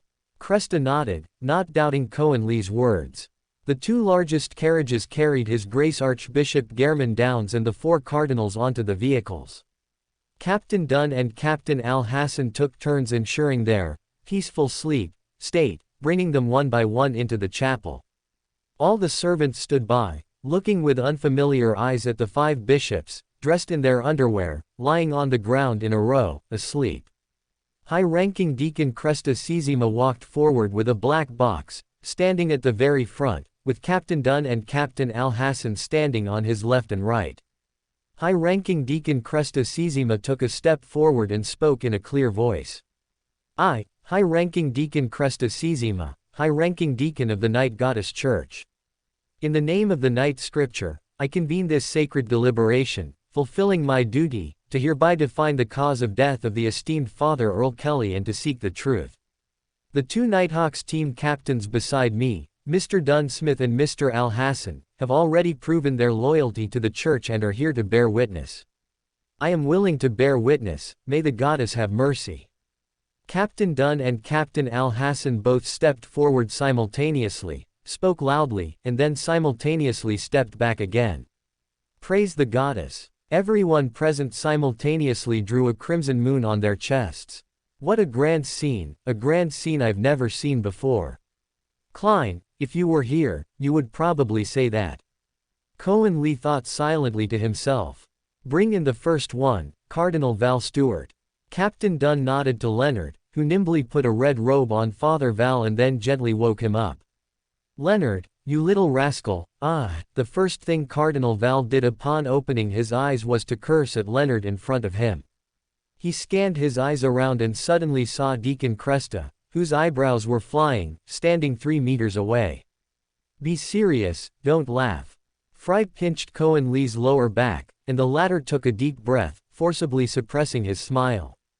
Cardinal Val Stewart, this is St. Selena Cathedral in Tingen City. According to the night scripture, we are conducting an interrogation. High-ranking Deacon Cresta forcibly pinched the second joint of his index finger with his left thumb, suppressing his smile. Praise the goddess, please give your command, high-ranking Deacon Cresta Sizima. Father Val stepped forward, knelt on one knee, and spread his hands. Captain Dunn stepped forward, placed a thick night scripture on his left hand, and then turned to take the goddess's sword handed by Cresta and placed it on his right hand. In the name of the Evernight Goddess, what I state is all true, Cardinal Val said in a low voice. The night scripture and the goddess's sword, is this the night goddess church's loyalty judgment? The smile in Kornli's heart slowly faded, and he watched Cresta's inquiry with extreme curiosity.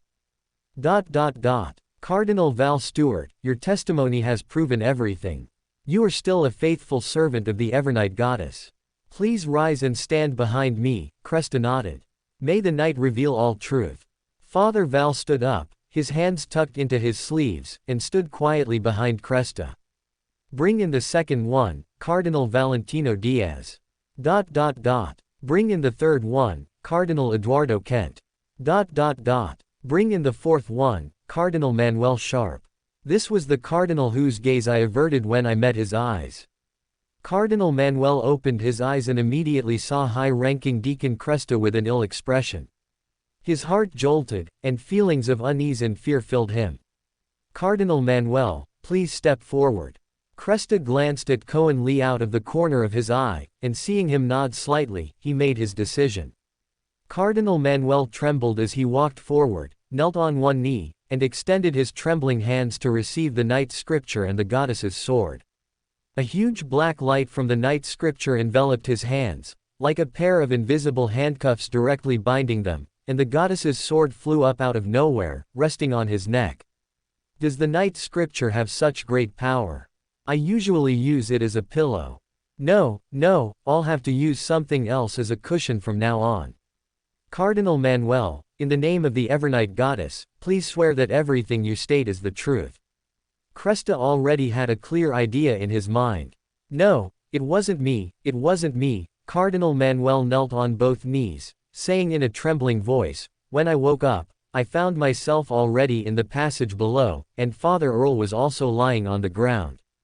As you said, you lost all your memories. How is that possible? High-ranking Deacon Cresta Sizima said sharply, do you take us all for children? You are a cardinal, an envoy who leads believers and ordinary priests out of confusion, a lighthouse that guides direction on the sea, a leader among the crowd, not to mention that the holy emblem on your body can resist the impact of evil forces.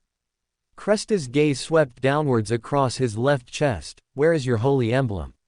My holy emblem. Cardinal Manuel looked at his chest, his eyes blank. Where is my holy emblem? Cresta turned to look at the other 3 cardinals. Their chests were also missing the Evernight Goddess's holy emblem. Where are your holy emblems? Cresta asked. It was, Archbishop Gendel Downs, Your Grace, he said we needed to change the shape of the holy emblem, and he personally removed our holy emblems. Cardinal Wall pointed with a trembling hand at Archbishop Gendel Downs, who was still unconscious. It's you after all. It was him, not me. Cardinal Manuel turned back and pointed at Archbishop Gendel Downs. He seduced me, everything was done by him, it was all him. Wait a moment. Cresta gently rotated his right hand, and Goddess's sword retreated 2 meters, moving away from Cardinal Manuel's neck. I need to know everything that happened, Cardinal Manuel, this matter is very important, every detail is crucial. Cardinal Manuel held the night scripture with both hands and took a deep breath. It was 11 at night, and I was performing my daily evening prayer when Archbishop Gendel suddenly walked into the small prayer room. He said that we were about to change the shape of the holy emblem, from a crimson moon to 4 points of stars, and that this was the Evernight Goddess's will. Our holy emblems and prayer gestures would also change. He said he would change them for us tonight, and then he took our holy emblems. The next second, all I remember is waking up in the passage leading to Channy's gate, with a fired pistol still in my hand. Where's the pistol? I hid it in an inconspicuous brick crack. That place is very high, and the passage is very dark. Generally, no one would know. Cardinal Manuel's hands trembled as he stared fixedly at the night scripture in his hands. The night scripture did not emit light, which meant he was telling the truth. I killed Father Earl, it was I. Cardinal Manuel looked up at the holy emblem representing the Evernight goddess on the opposite wall. Evernight goddess, I have failed your expectations. I am guilty. The night scripture in his hands slowly dropped. He spread his hands and stood up, then forcefully gripped the hilt of Goddess's sword with both hands, thrusting it towards his own chest. Thump! Kornli stepped forward at this moment, flying out a kick that sent Cardinal Manuel flying 2 meters onto the ground. He grabbed Goddess's sword with his right hand and casually inserted it into his waist. If what you say is true, your only crime is covering up Father Earl's death, but it's not a capital offense, Kornli said frankly. What you need is repentance, not atonement through death. Cough, cough. Captain Dunn coughed twice, and only then did Kornli remember that high-ranking Deacon Cresta Sizima was presiding over this deliberation, not himself. Sorry, it's a habit. Kornli awkwardly took 2 steps back, looking at Cresta's strange gaze, and then he reacted. Goddess's sword was still at his waist.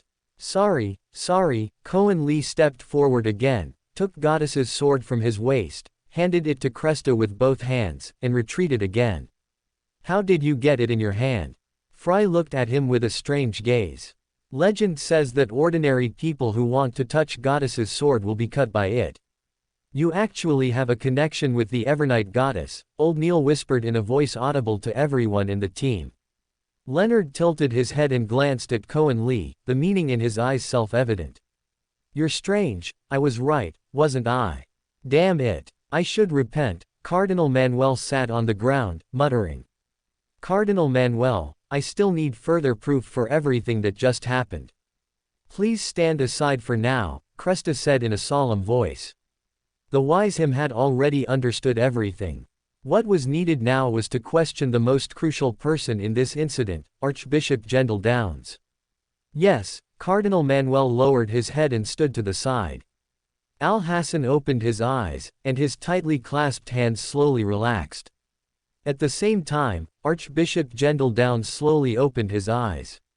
He glanced at the underwear he was still wearing, looked at the Evernight goddess's holy emblem on the opposite wall, and then at Cresta, Captain Dunn, and Captain Al standing beneath the Evernight goddess's holy emblem. His mouth twitched, and he burst into laughter, standing up brazenly, completely disregarding that he was still wearing only white underwear. Congratulations, you caught me, not bad. A voice not belonging to Gendel came from his mouth. A black shadow suddenly appeared beneath him, slowly escaping towards the door. This guy can use shadows. Go. Cresta pointed with his right hand. Goddess's sword flew out of his hand out of thin air, directly piercing the center of the shadow. A streak of red blood slowly flowed from the pierced spot. The black shadow stood upright out of thin air, like a human figure, standing behind Gendel, as if his shadow had gained life in an instant. This is the Evernight goddess's church, a sacred place, ha ha ha ha. How ridiculous. The shadow suddenly merged with Gendel. His mouth involuntarily split open to his ears, and black marks appeared on his arms. In the astonished gazes of the crowd, he opened his right hand and forcefully plunged it into his own heart. Streams of black and red blood gushed from his heart. He knelt on the ground, desperately holding up the still beating heart, muttering words. Ancient Hermes, with a special charm, came from his lips, echoing in everyone's ears. The creator of all. This guy is from the Aurora Order. A thought flashed through Kornli's mind. He quickly drew Neptune's edge from his back and, in the horrified gazes of the crowd, stabbed it into Archbishop Gendel Downs's throat. He wants to desecrate this sacred place. He absolutely cannot be allowed to succeed, otherwise this place will no longer be favored by the Evernight goddess and will become a temple of the true creator. In the most prosperous city center of Tingen City, a temple of the true creator stands, which is simply a great insult to the Evernight goddess, and even to the entire Seven Gods Church. He must not be allowed to complete this evil ritual. This truly is the style of the Aurora Order. From their perspective, this truly was a profitable business venture with no risk of loss. Firstly, they found a way to kill Father Earl, who guarded the Chinese gate, forcing the Night Goddess Church in Tingen City into a state of silence. This caused all church activities to halt. Because of Father Earl's death, the Chinese gate lacked a guardian in the middle of the night, and all sealed artifacts, lacking the spiritual infusion from believers' prayers during the day, would either escape or rebel at night. Secondly, if this plan succeeded, as the highest-ranking cardinal of the Night Goddess Church in Tingen City, he could completely take over the entire Night Goddess Church in Tingen City, and even pin the blame on a few individuals he disliked. For example, dear Captain Dunn. Thirdly, given a little time, or in a secluded place, when Tingen City was already in chaos, he could safely leave the cardinal's body. This was a very convenient escape method. Fourthly, when he left, he could also eliminate a cardinal of the Night Goddess Church. This was an absolute high-ranking official of the Night Goddess Church. Whether he was killed or sacrificed, the true creator would definitely be satisfied. Fifthly, if he escaped or eliminated the cardinal, he could also frame another subordinate cardinal, which would also be a huge merit. Sixthly, if he were captured, sacrificing himself and the cardinal to the true creator would also be an important event worthy of being recorded in the Aurora Order's annals. 6 benefits with one action, a no-loss situation no matter how you look at it. How did this fellow from the Aurora Order find such a scheme? At the same time, this fellow's identity was already clear in Kornli's mind. Such a good thing, apart from the 22 divine envoys of the Aurora Order, they would not let anyone else have it. However, they encountered him, and the old man who insisted on restraining his actions with rules and regulations, Captain Dunn. Go to hell, Mr. Z. Kornli's Neptune's edge deeply pierced Archbishop Gendel's throat. The latter suddenly lunged, using his shoulder and body muscles to tightly clamp the blade of Neptune's edge. His muscles were like countless tiny gears, each muscle biting down on Neptune's edge, preventing Kornli from pulling Neptune's edge out again for the next attack. A mocking, ferocious grin appeared on his face, and the ancient Hermes in his mouth continued without pause. The master behind the curtain of shadows. This bastard, he absolutely cannot be allowed to finish chanting the true creator's honorific name. Kornli's left hand pulled out the small bottle containing poison potion, his thumb forcefully flicked open the cork, his right hand punched Archbishop Gendel hard on the chin, and his left hand, bottle and all, directly jammed it into his chin. The fall of all holy spirits, a muffled voice came from Gendel's corroded mouth. Shut up. A fierce uppercut directly forced Archbishop Gendel's chanting mouth shut. The fierce and highly toxic potion rapidly permeated and invaded every muscle and blood vessel of his face, throat, and trachea. Sizzling, corrosive sounds slowly emanated from his face. Leonard, quick-witted, threw the red robe that originally belonged to Archbishop Gendel in front of Kornli. The latter deftly wrapped the robe around his head and tied a dead knot. Anyway, the original Archbishop Gendel definitely wouldn't survive. Kornli thought, resigning himself. A foul odor emanated from the remaining corpse of Archbishop Gendel. Cresta's right hand pointed repeatedly in the air, and the latches on the windows on both sides of St. Selena Cathedral sprang open. Gusts of strong cross winds blew through, dispersing much of the foul odor. The poison I concocted seems to work well, old Neil said in a muffled voice, pinching his nose. Hey, Kornli, you still need a reimbursement form.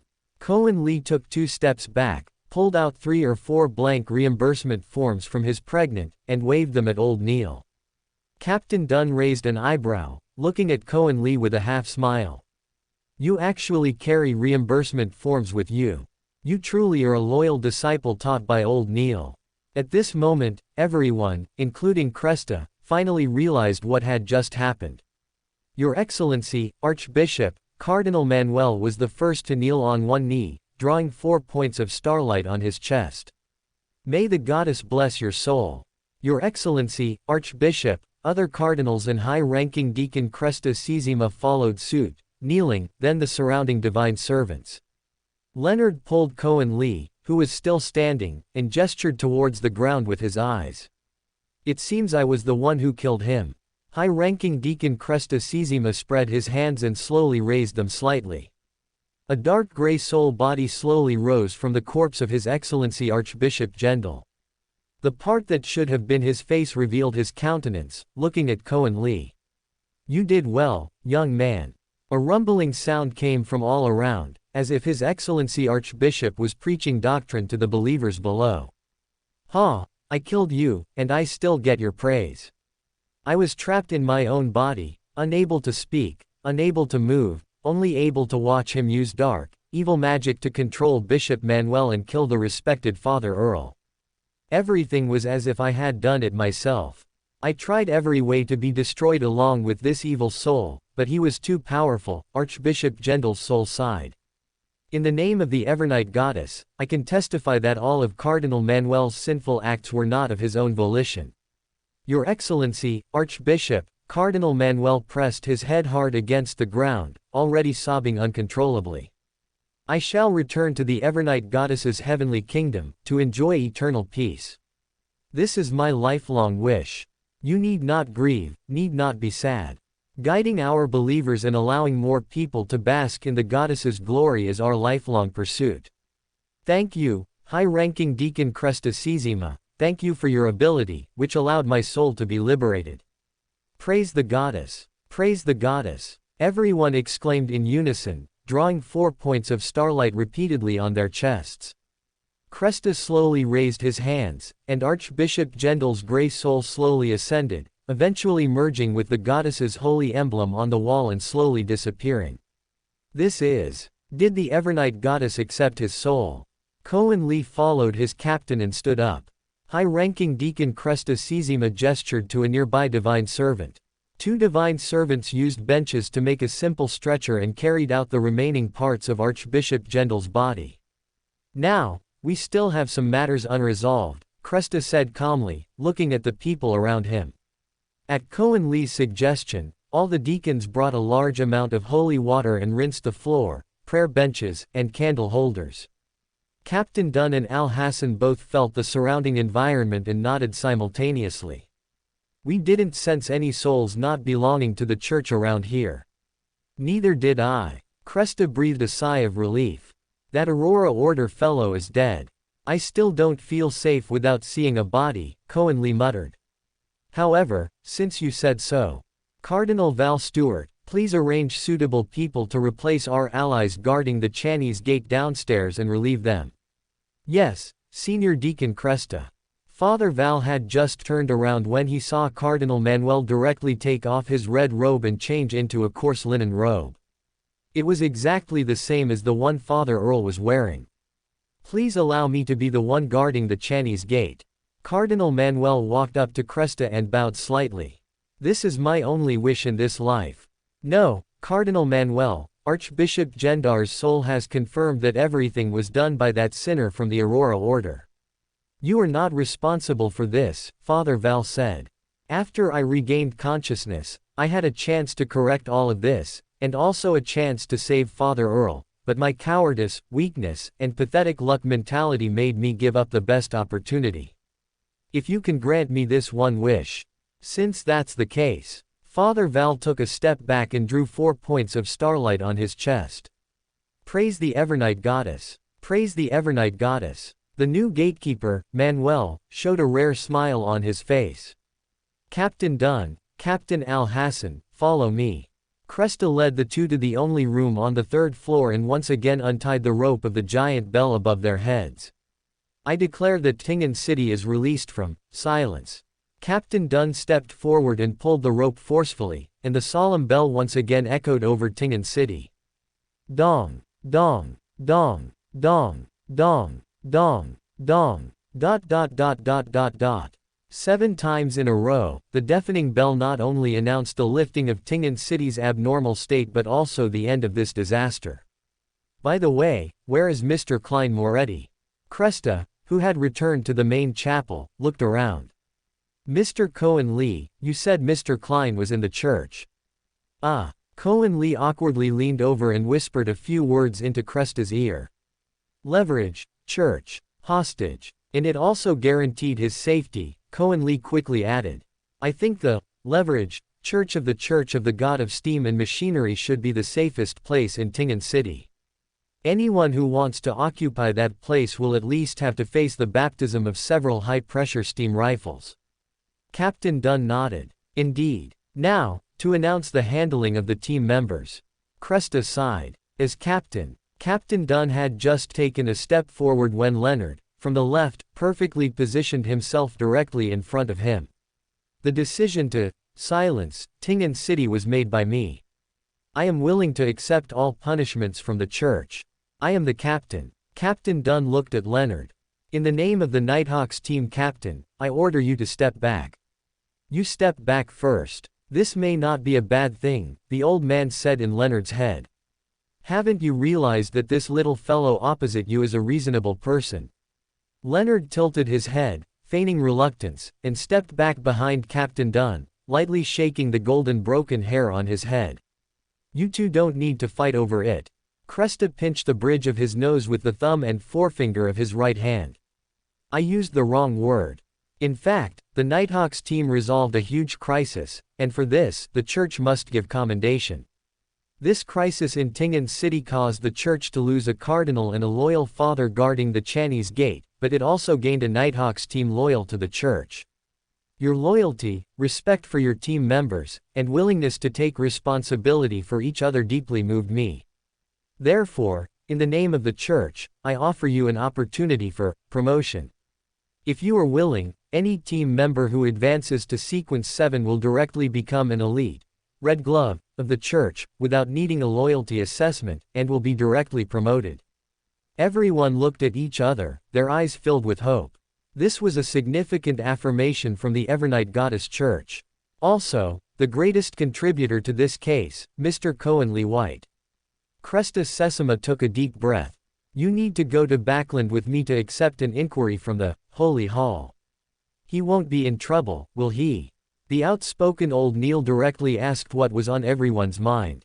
Of course not. Recently, cases have been frequent in Tingen City, and we want to inquire about some details of this case, and, Kresta Sesama said, your spirituality can withstand the test of the goddess's sword. The Holy Hall is also very interested in this. Captain Dunn nodded slightly. This was what the Holy Hall was most interested in. When are we leaving? Kornli raised his hand. Do I still have time to go to the leverage church to redeem Klein? Everyone burst into laughter. Tonight, the last steam train. Kresta Sesama pulled out a golden pocket watch and checked the time. You still have 5 hours. As for the rest of you, you will have 3 days of vacation. You only need to have someone on duty to guard the Chinese gate each day.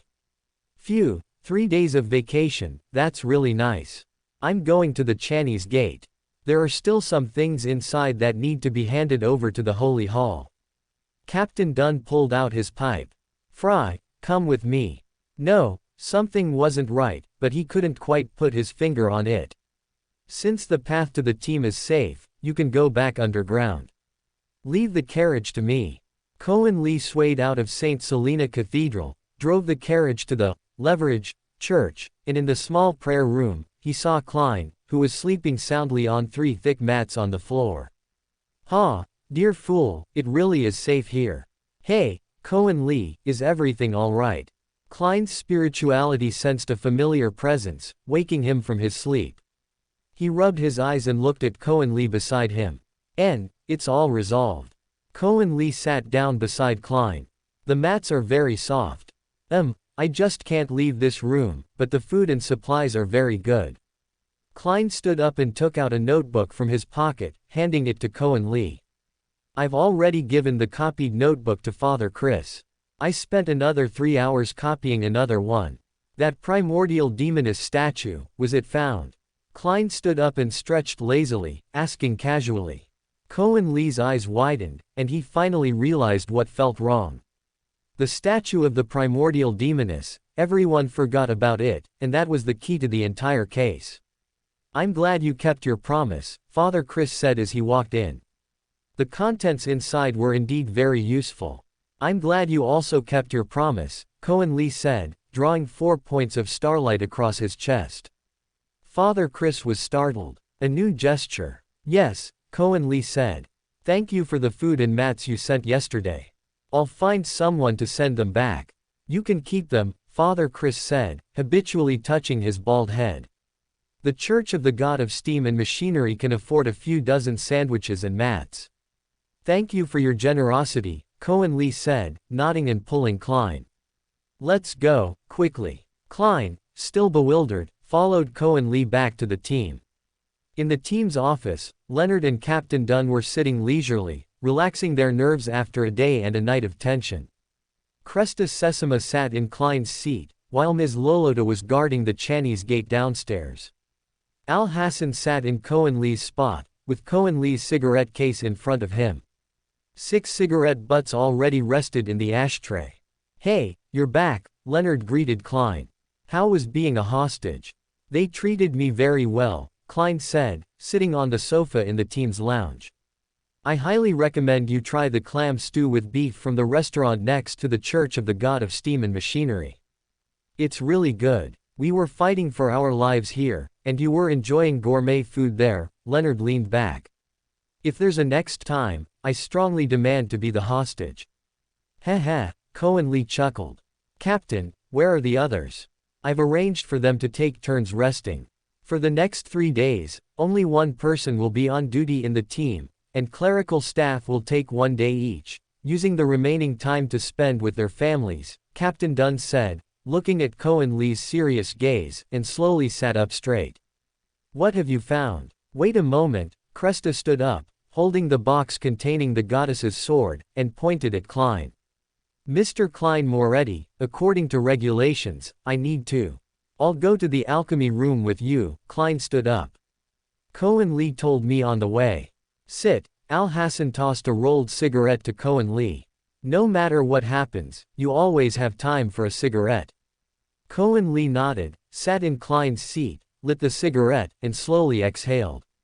20 minutes later, Klein and Cresta Sesama walked back into the team's office.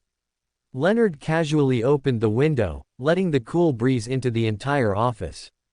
All members of the team are safe, Cresta said, sitting on the sofa. Kornli, what have you found?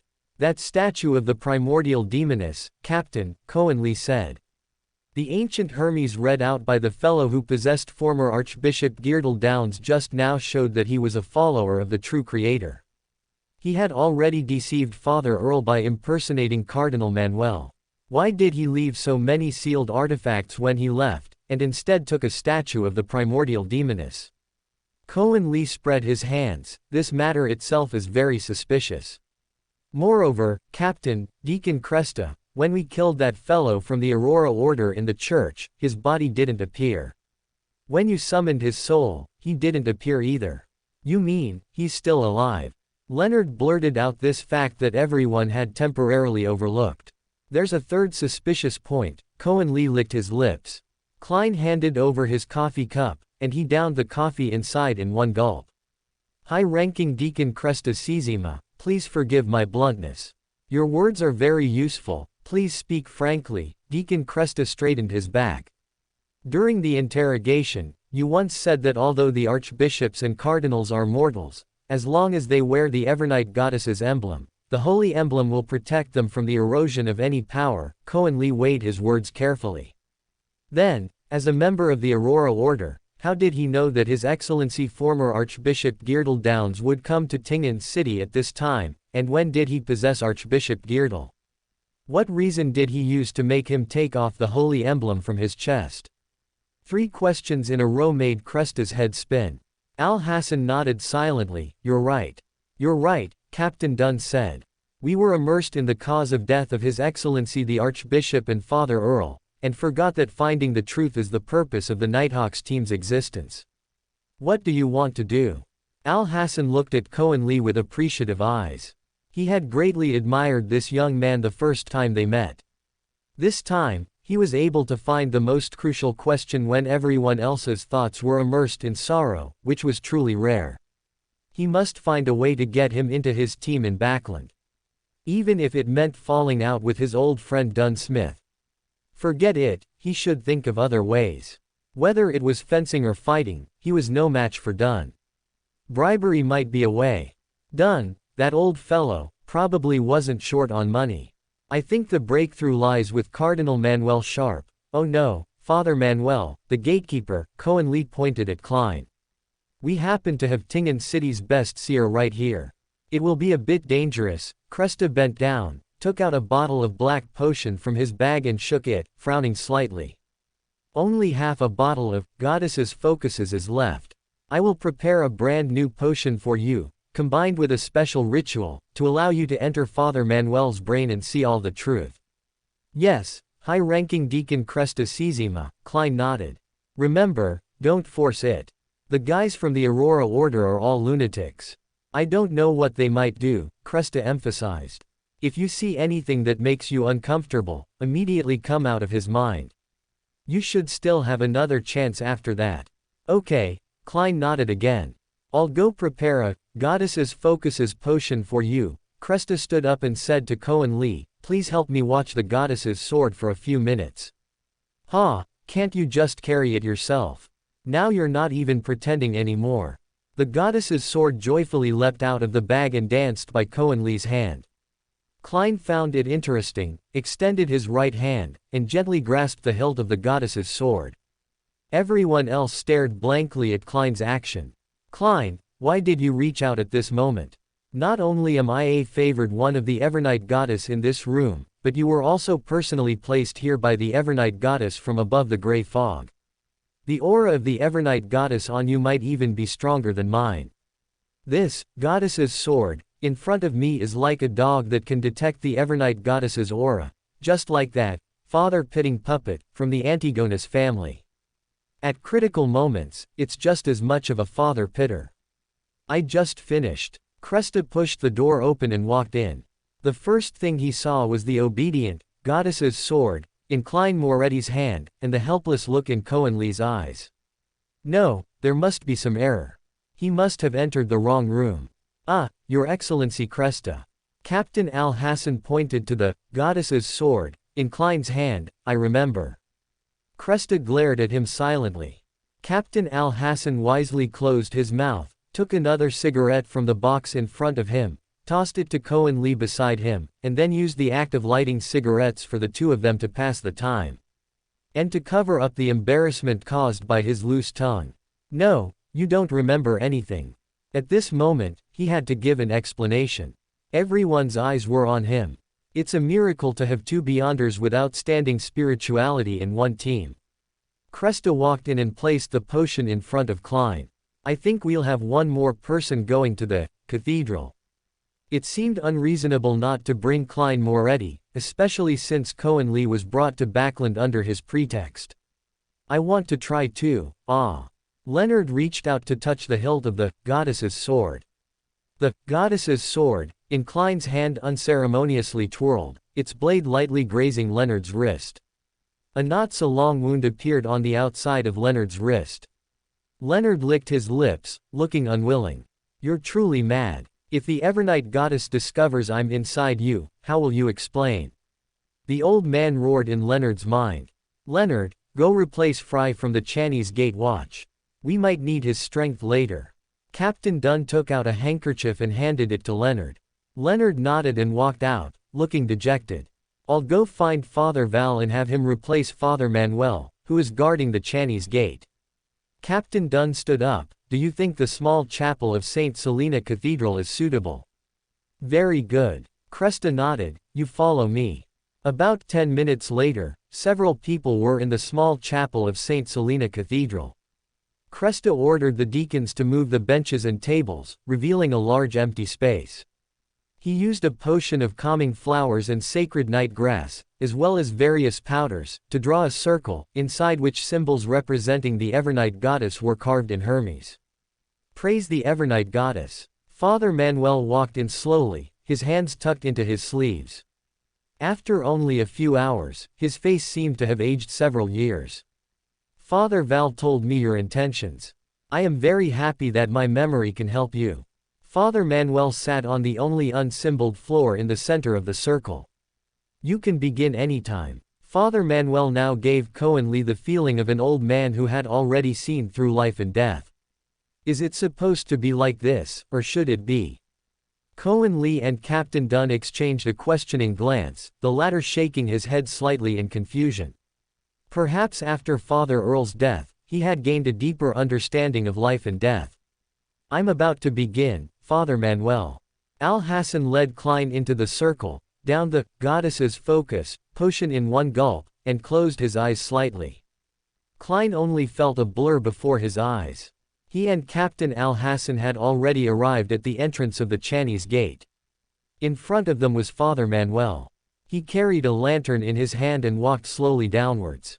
The slender, narrow staircase was very difficult to navigate, which made Klein, who was walking here for the second time, still feel extremely uncomfortable. Take your time, don't rush.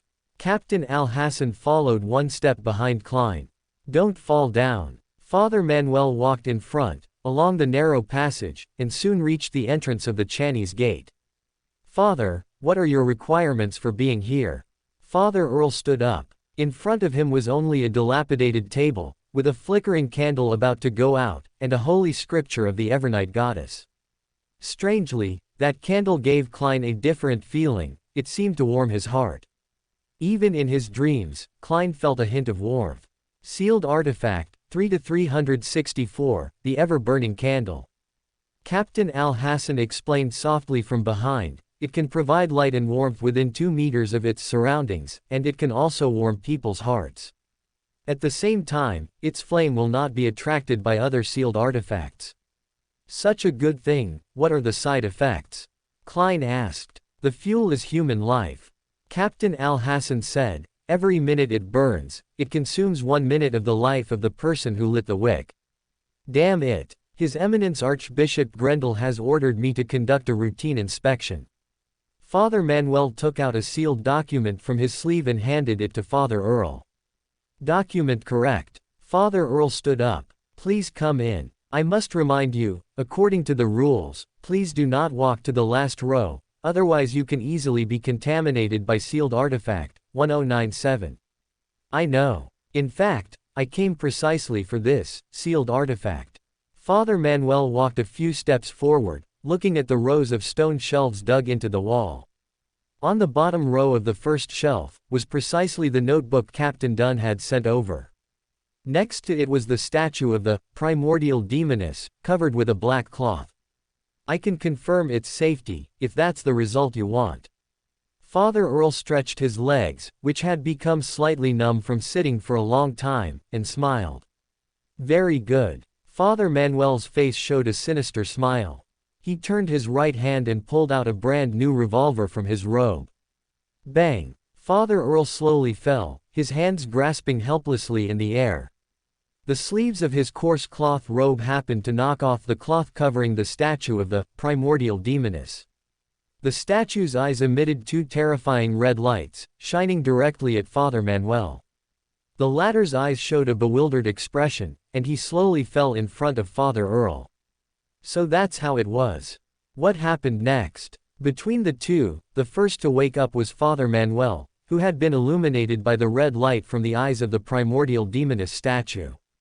He got up and looked at the revolver in his hand with surprise, seemingly realizing what had happened. He quickly stood up, embraced the statue, and dashed towards the St. Selena Cathedral, stuffing the revolver, which had only fired 1 shot, into a large crack in the wall along the way. We'll follow him. Captain Al pulled Klein and quickly followed Father Manuel's steps. Father Manuel's pace was not slow, and the surrounding images gradually became blurred. Father, please run a little slower, the frames are dropping, Klein silently screamed in his heart.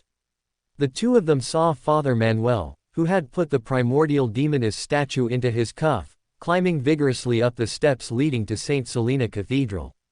They followed him to the rooms on the 2nd floor where several priests lived. Inside St. Selena Cathedral, all priests resided on the second floor. The rooms on the third floor were reserved for those with the highest status, which included the room where the former Cardinal Archbishop Gyundal Downs resided. Knock, knock, knock. Father Manuel knocked on the door of the second room to the right of the staircase. The door opened, revealing Cardinal Eduardo Kent, who had just finished his prayers. Is this matter related to him as well? Captain Al and Klein exchanged glances, both seeing a hint of surprise in the other's eyes. So that's how it is. Klein muttered to himself. Al Hassan snapped his fingers, and the surrounding scene abruptly froze.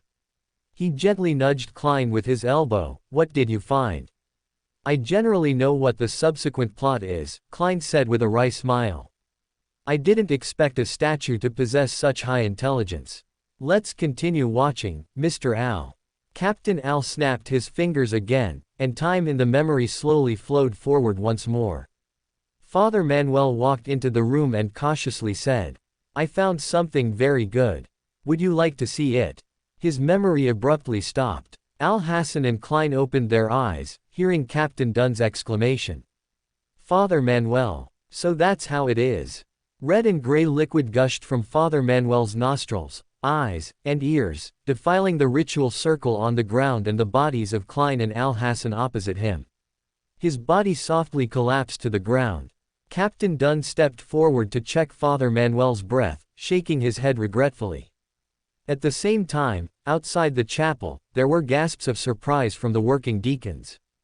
Cardinal Eduardo Kent, who had been devoutly praying before the Evernight goddess statue, slowly collapsed to the side, his brain matter and blood spurting from the corners of his eyes and ears, polluting the surrounding ground.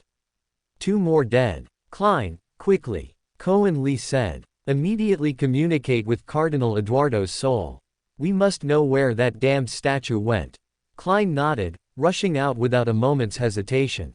Kresta followed closely behind him, waving his hands to signal the other deacons to move away.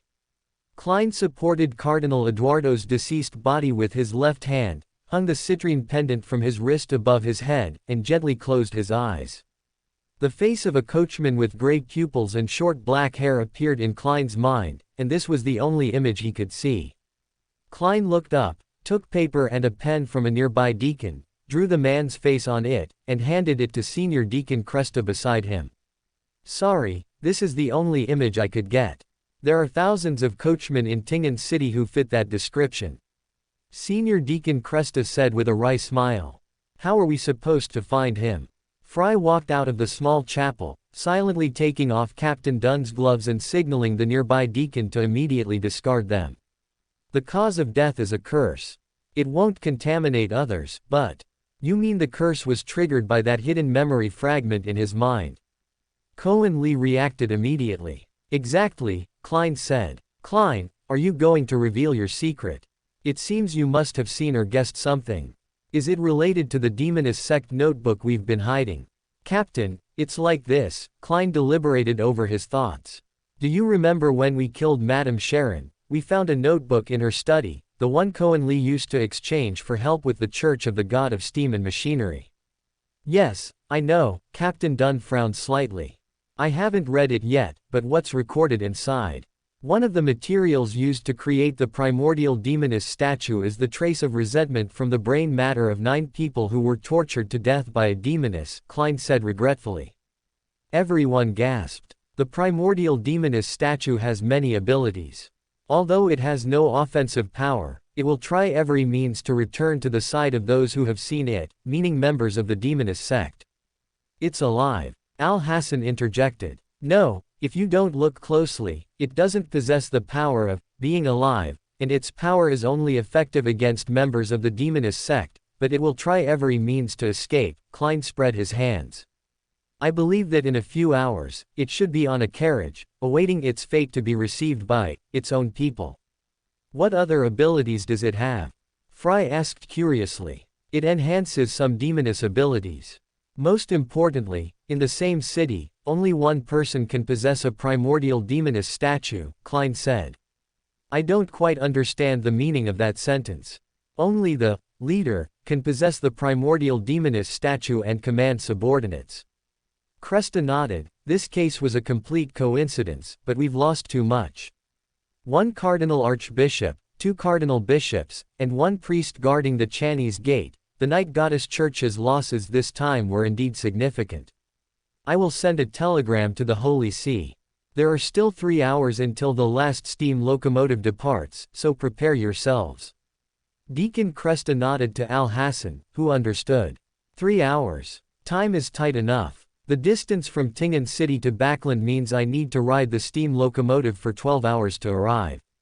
2 hours later, Klein bid farewell to Melissa and Benson, who were waving at him at the door, changed into a brand new tailcoat, and carrying his cane and a suitcase, boarded the carriage sent by the company to take him to the steam locomotive station.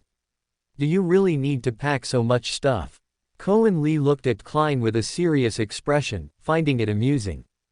Going to Backlund was his own idea. Klein's trip this time was merely a company-paid vacation. Moreover, he also had a bit of a selfish motive this time. After all, we're going to the Holy Cathedral, Klein said, looking at Kornli's nonchalant expression. This is my first time leaving Tingen city, my first time riding a steam locomotive, my first time. Al-Hassan and Ms. Lolota smiled as they watched Klein's excited expression, exchanging glances, their eyes filled with helplessness. Let's go. Cresta knocked on the carriage, and the carriage slowly started, quickly taking them to the station platform in Tingen city. This is the compartment for our esteemed guests. The polite conductress led the 5 people into their compartment. Inside the compartment were 2 rows of face-to-face seats, and on the walls were 2 long boards that could be lowered to form 2 single beds that didn't look very comfortable but were still suitable for rest, covered with a thick blanket, and another blanket was available for warmth. You 2 will share one, Al-Hassan and I will share one, and Ms. Lolota will have one to herself, Cresta calmly instructed. The ticket includes today's dinner and tomorrow's breakfast, as well as the cost of all refreshments and drinks. You can help yourselves. Cresta turned and went back into the compartment, sighing. Time was too tight. He had rushed onto the steam locomotive without receiving a reply from the Holy Cathedral, and he was also unsure if bringing Mr. Klein Moretti this time would disrupt Mr. Kornli White's plan. After all, Mr. Kornli had originally asked him to come to Backlund. Is this all the luggage you brought? Klein's eye twitched as he watched Kornli skillfully pull snacks and fruit from his bag, diligently sending them to the other 2 compartments. The long table opposite the 2 of them was piled high with smoked meat, sandwiches, 2 roasted pheasants, roasted fish, and other lavish foods. It really felt like being back in modern times, taking a long-distance green-skin train. Kornli, are you really not a transmigrator? With that question in mind, Klein picked up the knife and fork in front of him and pulled a portion of smoked meat towards himself. The steam train slowly started, and in the night, the 2 of them ate snacks face to face, drinking the hot black tea brought by the conductress, and chatting leisurely. It was a rare moment of relaxation. It has been really busy lately, Kornli said, holding a bag of pine nuts, peeling one open and slowly putting it into his mouth. The pine nuts of this era had a rich, fresh aroma, and they were roasted for precisely the right amount of time, tasting much better than those of later generations. Are you 2 squirrels? Al-Hassan angrily knocked on the carriage wall. It's past midnight and you're still not sleeping. Kornli then remembered that the walls between the carriages in this era were not thick, and the sounds of their conversation could be fully heard in the adjacent compartments. A faint laugh from Ms. Lolota came from the farthest compartment.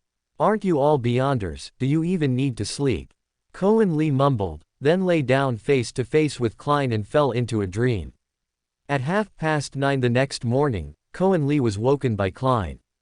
The 2 of them packed their suitcases and got off the carriage. This is Backlund. On the platform, which was twice as wide as Tingen city's, more than a dozen steam locomotives bound for various parts of LotM were parked. People hurried with their luggage onto the overpass, leaving or heading to their next destination. Mateen welcomes you to visit anytime.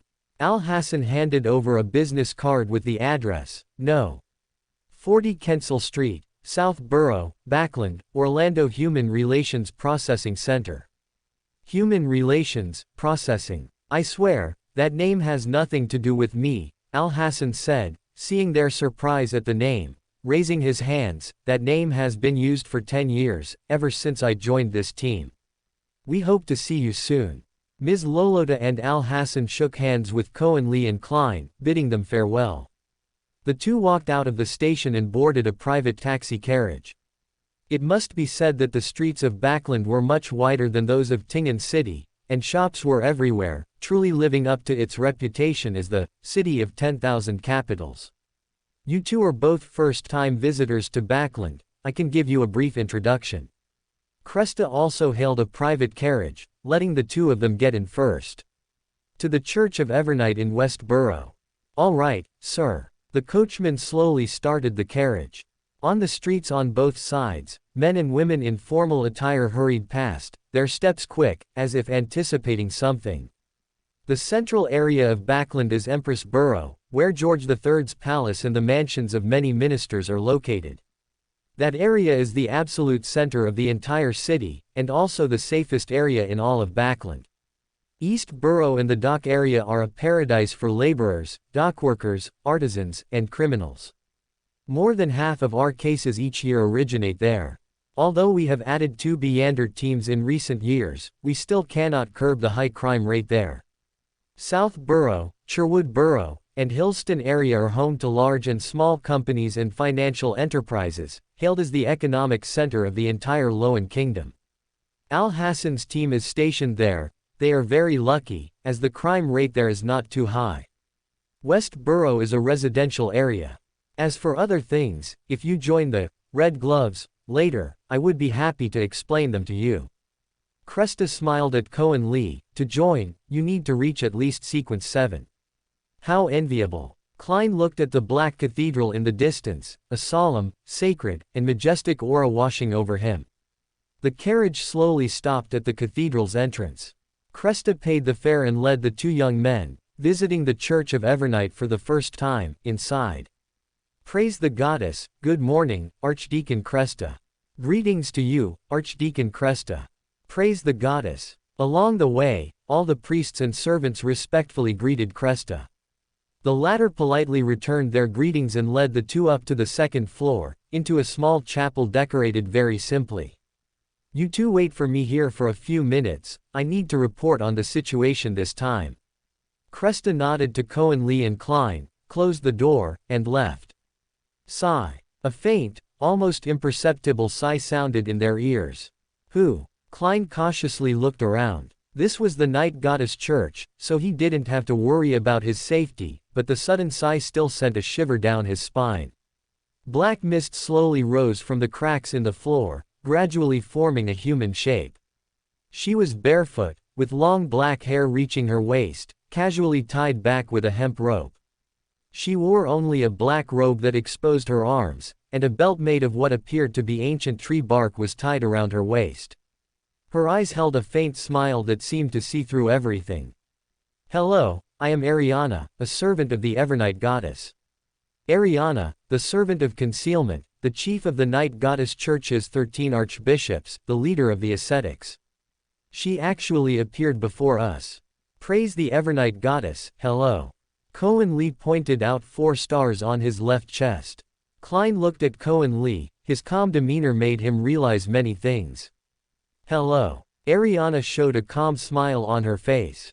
You don't seem surprised. You, Madam Ariana used an honorific for Kornli. An honorific? How is this possible? I must have misread it. She agreed. Yes, but because of the existence of darkness, you cannot reveal too much. Madam Ariana nodded. Actually, Cresta, the senior deacon, could have explained this directly, but your appearance, I think, signifies a lot. Kornli nodded. I understand. Ariana spread her hands, and the goddess's sword appeared in her hand. She handed it to Kornli with both hands. This weapon is yours. Use it carefully. Ah, that's a bit fast, but since it's the Evernight goddess's will. Klein looked at Kornli. The two of them seemed to be speaking in riddles. He seemed to understand some parts, but not entirely. It's not just me alone. Kornli tilted his head and nodded towards Klein. His danger is also very great. I know. Ariana nodded, her hair automatically floating forward. Ariana's right hand gently stroked her hair, and an exquisite magical ring floated into Klein's hand. The still night ring can block some intentional prying. Thank you for your gift. Klein took the ring, and it automatically wrapped around his left wrist, becoming a thin line that was completely unnoticeable unless one looked closely. Well then, my task is complete. Ariana stood up. I once promised to give Cresta an item similar to the goddess's sword as compensation for him. Kornli smiled. This matter. The Evernight goddess has already given him a similar gift. Ariana nodded slightly. Please be careful, honored attendant. She stepped back, her body falling to the ground like a water-filled balloon, and immediately vanished. What are you two talking about? Also, how do you know Madame Ariana? She's the church's. Klein grabbed Kornli's shoulder and pointed upwards with his finger. You need to give me a proper explanation today. Otherwise. Kornli looked at Klein amusedly. Go on a hunger strike. Or complain to the captain. Or have a duel between men. Don't think that just because you've received combat training from Gawain and have now advanced to clown, you'd necessarily win against me if we really fought. Klein pondered for a long time, frustrated to find that he couldn't gain an advantage in any of these three options. All right, I'll give you an explanation. Kornli pulled out his pocket watch and checked the time. It was already 11 in the morning. Follow me. The goddess's sword spun in the air, flying in front of Kornli and rotating continuously, as if reminding him that it seemed to have been forgotten. I need you to be a bit longer, or softer, or, Kornli adopted a negotiating stance with it. You know, I can't carry you like that guy Cresta, it's very inconvenient. Haha, you're talking to a weapon, even though it's very spiritual, but. The goddess's sword spun dozens of times in the air. Its body elongated in Klein's incredulous gaze, finally transforming into a white belt that directly wrapped around Kornli's body, completely replacing the original Marauder's belt and two daggers. I can accept that. Kornli nodded. I'll get you a belt that doesn't look so conspicuous. So, with this sealed artifact, everything can be negotiated. Klein felt as if he had found the key to unlocking certain things. Kornli opened the door to the small chapel. Cresta, with his arms crossed over his chest, bowed slightly to Kornli. Everything as usual. Kornli said softly, Senior Deacon Cresta. May the Evernight goddess bless you. Cresta replied softly. Kornli and Klein walked out of the darkness church. The two descended the stairs and slowly walked forward along a path covered with pale yellow fallen leaves. Where exactly are we going? Klein couldn't help but ask. Right here. Kornli pointed to a restaurant in front of them that looked like it had a Finepotter flavor. Francesca Flavor Restaurant, have you been here before? Klein asked. No, first time. Kornli pushed the door open and walked in. With a smile from the restaurant owner, he walked directly into the largest private room in the restaurant. If there are only two of you, the face-to-face booth would also work, of course, if that's your preference. The restaurant owner looked at the £5 note slapped on his forehead, the portrait of George II on it looking so intoxicating. First, give me 2 cups of the best coffee. If you have Masic coffee, that would be best. Kornli took the menu, scanned the dishes, and secretly nodded. Wait for me here, Kornli said to Klein, I'm going out to buy some essentials. I'll be back in an hour at most. Wait for me here to eat together. You're acting strange today, Klein looked at Kornli. All right, well, we're colleagues. Kornli smiled, stood up, and followed the owner to the back kitchen. A £10 note was slapped on his head again. Close the shop. Everyone else has the day off today. Just you alone is fine. Yes, sir, as you wish. The restaurant owner nodded frantically. 50 minutes later, Kornli walked into Klein's private room, wiping his hands. The owner carried a thick tray with 6 dishes on it. Braised fish, scrambled eggs with tomatoes, twice-cooked pork, poached chicken, crispy pork, and stir-fried gailan. Put it down, you can leave. Kornli looked at Klein's stunned eyes and waved the owner away. The restaurant owner walked out of the room with the tray, looking bewildered. Customers who could cook were common, but this was the first time he'd seen a customer come to a restaurant and cook for themselves. Of course, rich people really do have all sorts of quirks. Dinner's ready, Klein, what are you waiting for? Kornli smiled at Klein. He spoke this sentence in perfectly articulated Chinese.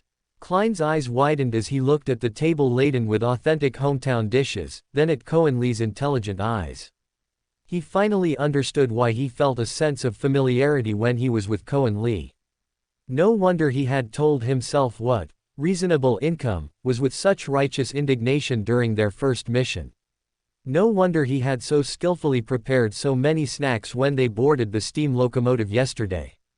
That was the unique bond between Chinese people that had been forged over thousands of years, a kinship engraved in their DNA that could not be changed. You are also. Klein stammered in Chinese, his eyes widening again. He pointed his index finger at the ceiling, him. Kornli picked up a knife and fork, then put them down again. He devoutly drew 4 points of stars on his chest with his right hand, crossed his hands over his chest, and prayed in a low voice. Evernight goddess, more exalted than the cosmos, more ancient than eternity. You are the Lord of Crimson, the Mother of Secrecy. You are the Empress of Calamity and Fear. You are the Lord of Slumber and Silence. The meal is ready, are you interested in tasting it? Damn, what kind of weird prayer is this? 3 black lines appeared on Klein's forehead. It sounded so proper at the beginning, but so awkward at the end, as if the Evernight goddess also needed to eat 3 meals a day. A wisp of black aura slowly rose from under the table, enveloping the table. Kornli and Klein watched as the 6 plates on the table, along with the dishes inside, instantly vanished. The two of them looked at each other. Kornli, I just said it, who knew the Evernight goddess would really? Praise the goddess, may you have a good appetite. Kornli and Klein simultaneously drew the 4 points of stars representing the goddess on their left chests, exchanged glances, and then burst into laughter, tears streaming down their faces. The two embraced tightly like brothers. Klein punched Kornli's back twice with force. Damn it, why didn't you tell me earlier? You're the kind of guy who always divines which leg to step out with first before leaving the house. If I had told you when we first met in the team, hey, Klein, I'm also a transmigrator, wouldn't you have thought I was here to hunt you down? Kornli raised an eyebrow. Klein pondered for a long time, then nodded silently. I probably would have run away on the first day. How much do you know about this place? Klein took a sip of coffee. Is there anything I don't know? I know a lot, but it's not convenient to talk about it here. Let's eat first, then talk. Klein pointed at the table, which was now empty, showing no sign that 6 dishes not belonging to this era had appeared on it just over 10 minutes ago. These are minor matters. Kornli stood up. Before I came here, I was a chef who owned my own restaurant. Klein's eyes lit up. An hour and a half later, a more sumptuous spread than before was brought out by Kornli. Kornli had also found some rice and made a pot of rice. Although the taste of the rice from Finepotter was like chewing wax, under the blessing of the 8 hometown dishes on the table, the 2 foodies from the great food-loving nation ate until their bellies were round. That braised eggplant was excessively delicious. Klein looked at the 8 empty plates on the table and the rice cooker with not a single grain of rice left, and sighed. Have some tea. Kornli waved and called the restaurant owner, who was waiting outside, to diligently bring a pot of Intis High Mountain black tea. The two drank tea for a while before they felt they had the ability to move. The way I cooked those dishes is a unique court cooking method of Finepotter. I believe that as a fellow family member from Finepotter, you wouldn't reveal these things, right? My dear boss. A hint of red light gleamed in Kornli's eyes as he warmly shook the restaurant owner's hand. You can trust me. The owner proudly puffed out his chest. I swear by the Earth Mother. Mental interference, from a swindler. The two walked out, and Klein asked. Not just mental interference, but also a hint of thought misdirection. These two powers need to be used in combination. In fact, I often call it interference. Kornli walked 2 blocks ahead and found a relatively clean-looking hotel nearby. I need 2 rooms, adjacent and quiet. 3rd floor, The two innermost rooms, absolutely quiet, no one will disturb you. The owner was a middle-aged woman wearing a headscarf. She winked at Kornli, you can pay by the hour here. We are not what you imagine. Backlund is a very inclusive city. We bless every couple. The owner smiled and handed over 2 keys. Kornli led Klein up the narrow staircase to the innermost room on the 3rd floor. Kornli pushed open the room's only window. From here, they could overlook the distant Backlund bridge. If they listened carefully, they could even hear the sound of the ocean water hitting the bridge and the rolling sound of carriage wheels crossing the bridge. The room is indeed good. Kornli breathed a sigh of relief, sat on the stool in the room, opened his leather bag, and pulled out 2 long white candles. What are you doing? An unusual feeling arose in Klein's heart. He seemed to know Kornli's next move, but he couldn't believe it. Some things can only be said upstairs. Kornli smiled, my dear Mr. Fool. Klein's body trembled violently. He stepped back 2 paces and sat directly on the bed, watching Kornli skillfully place the 2 candles in front of the mirror and light them, then kneel on one knee. The fool who does not belong to this era. The mysterious ruler above the gray fog. The king of yellow and black who controls good luck. 3 times in a row, he stood up and looked at Klein. I didn't misread it, did I? Klein exhaled. No, my dear Kornli, no. He pulled out his silver dagger, closed the window, glanced at Kornli, took the stool from under his bottom, locked the door, propped it with the stool, took a deep breath, and walked 4 steps counterclockwise in front of Kornli. Celestial worthy of heaven and earth for blessings. Celestial worthy of heaven and earth for blessings. God Almighty of heaven and earth for blessings. Celestial worthy of heaven and earth for blessings. After taking the last step, his body moved back a step, landing perfectly on the bed, caught by the soft pillow. It was perfect. Kornli looked at Klein, then moved to the other side of the bed and sat leaning against the headboard. Klein's body appeared above the bronze long table, and he exhaled.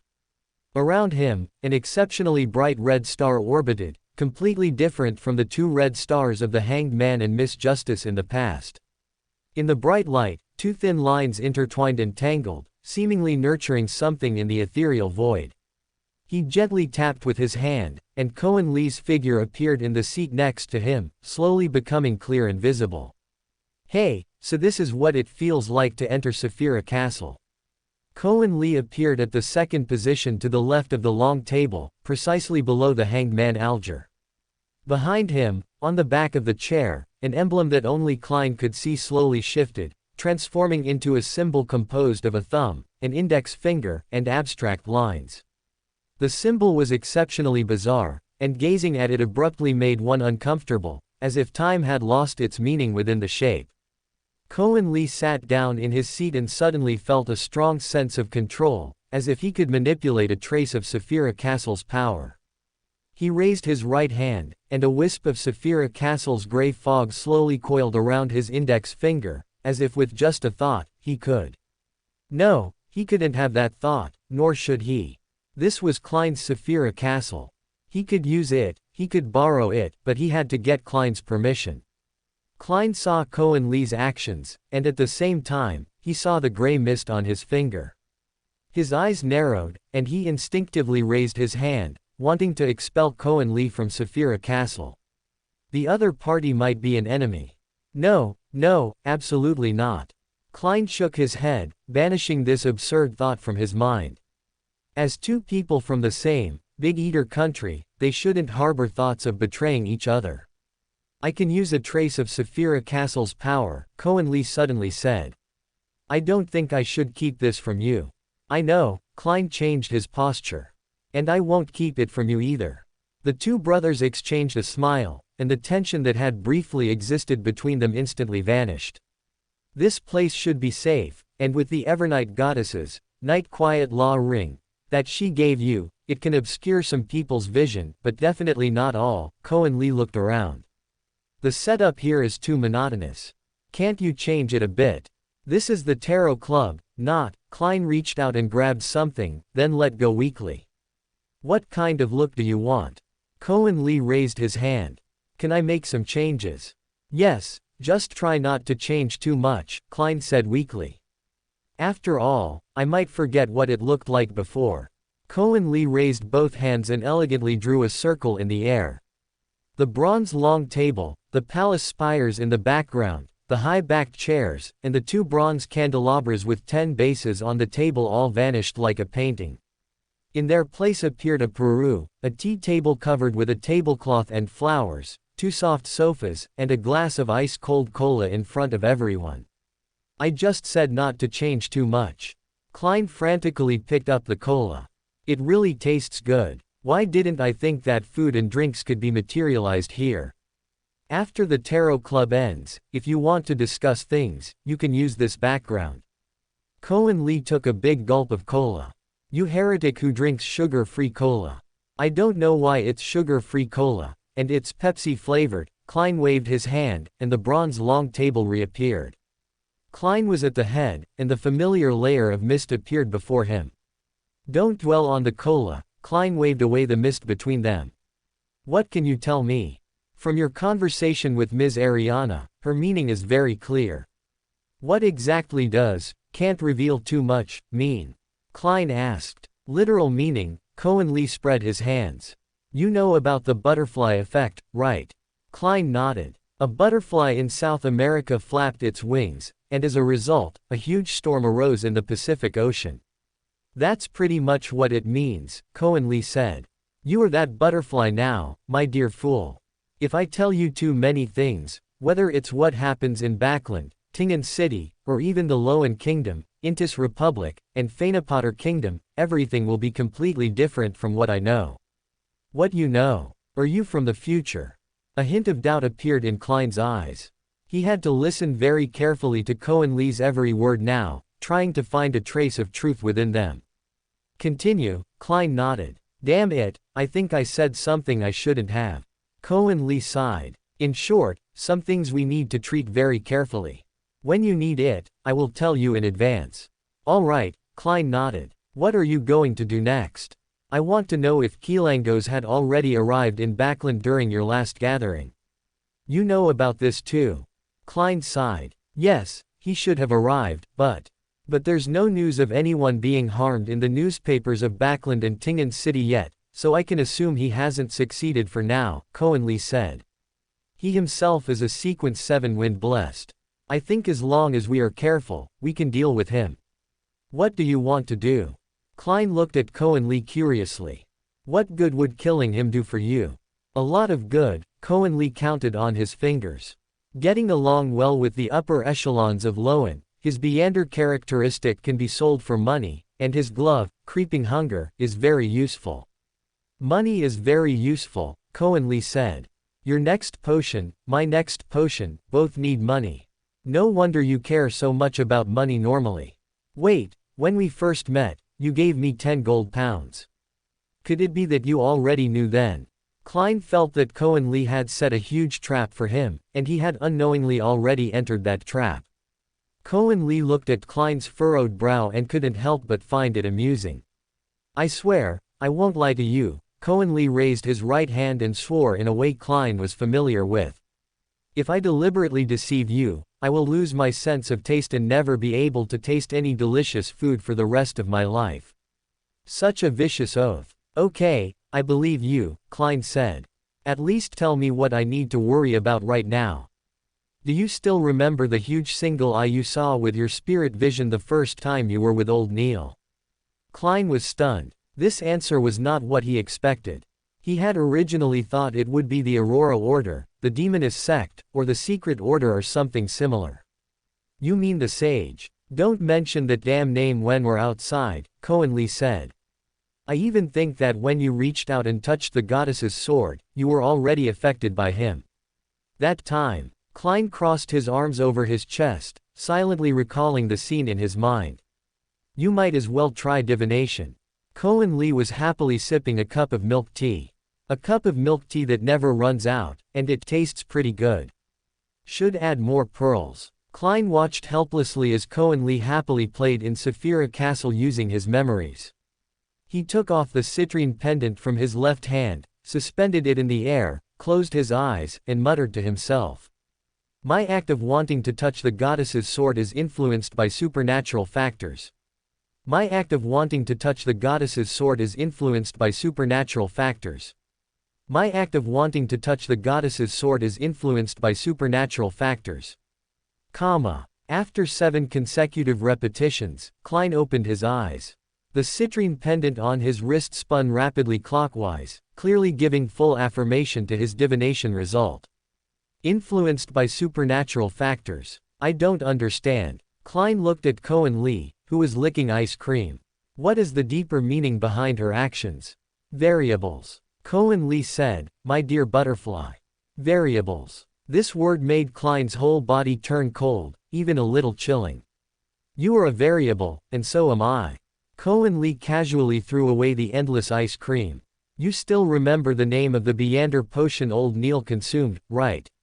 Sequence 9, Mystery Prior. Klein nodded. That guy, you know who I'm talking about, he's like a quantum-level computer, and he controls the domain of mystery. Kornli held up a finger. You know what I'm going to say. In other words, the more he knows, the more he can make judgments about future events, and what we plan to do in the future might pose a slight threat to him. Klein unconsciously rubbed his chin. So, this is why you insisted on me coming here to explain only a part of the matter, and insisted on telling me only before it happened. Kornli picked up a half-meter-long spicy strip and stuffed it into his mouth, speaking indistinctly. Besides Saphira Castle, I can't think of any other place where our conversation can be kept completely secret. I just said, you are a variable, and so am I. The variables generated by the two of us together are enough for that guy to think for a while. Besides, I vaguely have an idea of how to deal with it, and didn't Evernight Goddess also give you a way to hide yourself? Kornli pointed to Klein's wrist. Did you come here just to find those old flavors? Klein looked speechlessly at Kornli munching on spicy strips. No, these are the flavors from your and my memories. Kornli sighed. Besides Saphira Castle, it's hard to find a place like this where you can eat without getting fat. Klein. His inherited Saphira Castle had been researching the uses of the gray fog for the past few months, but he felt that Kornli was having more fun than him.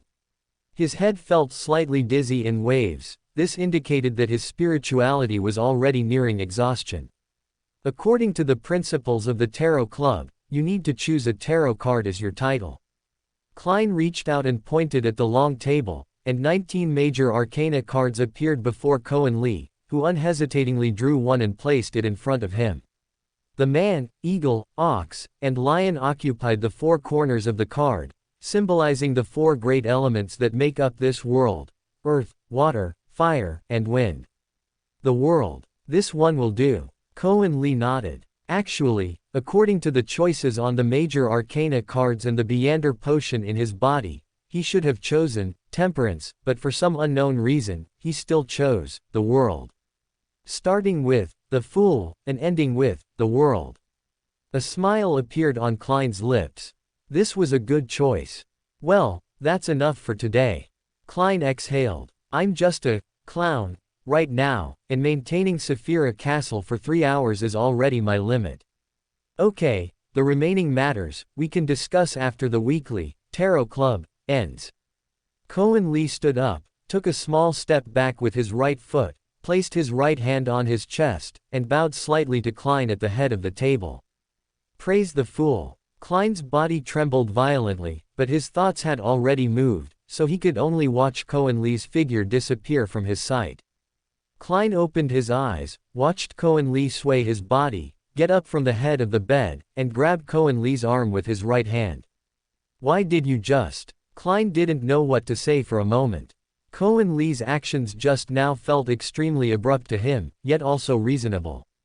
This strong contrast created a stark difference between his identity as a transmigrator from his previous life, his current identity as Klein Moretti, and his identity as the Fool, above the gray fog. Who am I, who should I be, and who has become me? Who exactly am I? Klein murmured to himself. His right hand that was gripping Kornli fell onto the bed, and his hands involuntarily covered his face. Kornli looked at Klein, gently placed his right hand on his shoulder, and remained silent. This was the psychological gap caused by the strong contrast of multiple identities, and the denial of his own identity. To describe it with a term that doesn't fit this era, this was the fool's inner demon. He had to overcome this hurdle himself. Kornli made no extra movements, his right hand on Klein's shoulder remained still, conveying his inner strength to Klein in a man's way. "You'll help me, right?" Klein's voice came from behind his hands covering his face, with a slight hint of uncertainty. "Too fake." Kornli sighed, "just as fake as the words you shouted from the doorway when we first met." "At that time, what did I shout?" "Kornli, you knew what I shouted was fake back then." Klein's left fist slammed Kornli's shoulder hard. Although it didn't hurt, Kornli still let out an exaggerated cry. Oh, what's next?" Klein looked up, pretending to casually rub his eyebrows with his right hand, secretly wiping away a tear that had just flowed from the corner of his eye. "Read the newspaper, collect important information, and summarize it in the evening." Kornli stood up. "That's your task. And you? Go shopping." Kornli looked at the sky outside the window, which was gradually darkening. The sun was about to set, but he should still have a few hours. Since he had come to Backlund and still had a few hours of free time, he absolutely couldn't waste this time. "Okay." Klein nodded, "I want to eat hot dry noodles tonight. Get rid of that damn thought." Kornli glared at Klein. "Where am I supposed to find luxurious things like sesame paste and pickled long beans?" Kornli put on his hat and walked down the stairs. The boss at the door glanced at him, heavily wiping the counter in front of him with a rag in his hand. 3 hours, huh? We really are just colleagues, Kornli explained weakly. "This is Backlund, dear sir," the boss said with a grin, "we don't need any explanations." "All right, is there a leather shop or a cane shop nearby?" "I need a brand new cane. Turn right when you go out, walk 2 blocks, 28 Kendrick Street, Dominic's handmade leather shop. Should have what you're looking for," the boss said. "Are you eating here tonight?" "Our shop offers free scones and pea soup." "No, thank you," Kornli said. "Young people, always so flashy." The boss watched Kornli walk out of the shop, muttering to himself. "Yes, sir, we offer custom services here." Inside Dominic's handmade leather shop, the boss, Dominic, pulled out several thick pieces of wood from under the table and showed them to Kornli. "This mahogany is most suitable for young gentlemen like yourself, while older people and more traditional gentlemen prefer blackthorn. Ebony is also a good choice, but the texture might be slightly lighter." "I like something heavier," Kornli said, "for self-defense." "For self-defense, I recommend you choose ebony," Boss Dominic said without hesitation. "It's heavy, and it can make the opponent's head burst open with one hit. Of course, it also requires some strength to wield." "Then, ebony it is." Kornli took out his Neptune's edge and handed it to the boss. "Embed it inside, make sure it can be easily pulled out, and the pommel needs to be made from a whole citrine." "Can you do that?" "You are a gentleman of taste," Dominic said, rubbing his hands. "Then, for such a perfect cane, its price will exceed 28 sol. I will probably need 3 days to complete it." Kornli took out his checkbook, tore off a 50 sol bearer check, and handed it to him. 2 hours. Dominic's eyes widened. He had only seen such a bearer check once in his life and, of course, knew what this gleaming check represented. Only people with a net worth of over 1,000 sol could use this Backlund bank bearer check. Every number on it represented the user's distinctiveness. The other party was a low-key wealthy man. "As you wish," Dominic said, trembling as he took the check. "I will make it for you as quickly as possible. Then, help me make a belt, using the best leather, nothing conspicuous." Kornli gently drew out the very soft goddess's sword. "You should understand what I mean. Do not touch it, it is very sharp." Dominic nodded, his eyes briefly sweeping over the length of the goddess's sword, immediately knowing the size and dimensions he needed to make. Kornli sat nearby, sipping the coffee handed to him by the shop assistant, casually playing with various canes in the shop.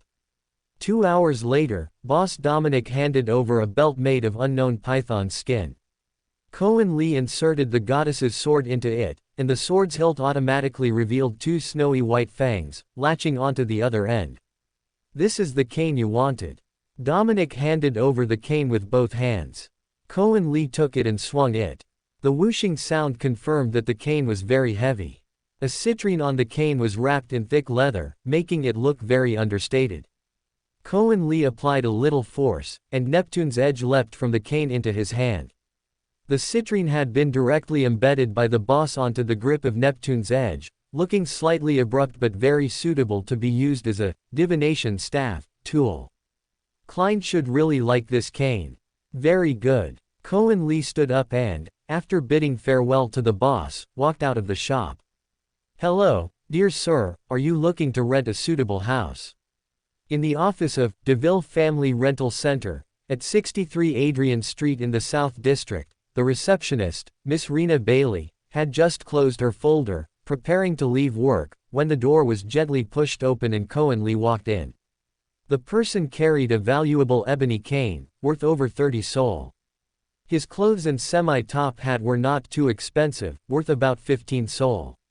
He had an extraordinary demeanor, and a sharp glint in his eyes, indicating he must have received a good education. This was a big fish, it looked like business could start today. Miss Rena showed a professional smile, gently opened the folder she had just closed with her right hand, and asked with a sweet, professional smile. All right, this one, and the one 2 streets behind it, the house at 42 Gilbert Street and this house on Chrysanthemum Street, I want to rent them both. Kornli glanced at these 2 houses. The house on Chrysanthemum Street was for himself. It was only a 5-minute walk from Al Hassan's, Orlando Interpersonal Relations Processing Center, on Kentshire Street. It was a 2-story house with 2 bedrooms, a huge washroom, and a south-facing living room.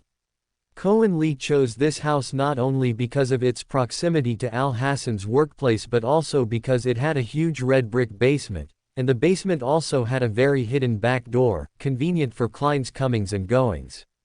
The house at 42 Gilbert Street was slightly smaller than the one on Chrysanthemum Street, but it backed onto a small hill, and the nearby streets were relatively complex. If Klein needed to, he could quickly leave without attracting attention, thanks to his agility. Let's sign a 1-year contract for both houses first, Kornli said. All right, Miss Rena nodded. The house at 42 Gilbert Street has a weekly rent of £3 and 5 sol, and the house at 10 Chrysanthemum Street has a weekly rent of £4. The combined weekly rent was £7 and 5 sol, which for 52 weeks a year, amounted to 377 sol. The total rent for 1 year is 377 sol. I can give you a small discount, making it 375 sol in total, Miss Rena quickly calculated on paper and looked up. 2 houses at once, she could earn at least 5% profit, which was 13 sol.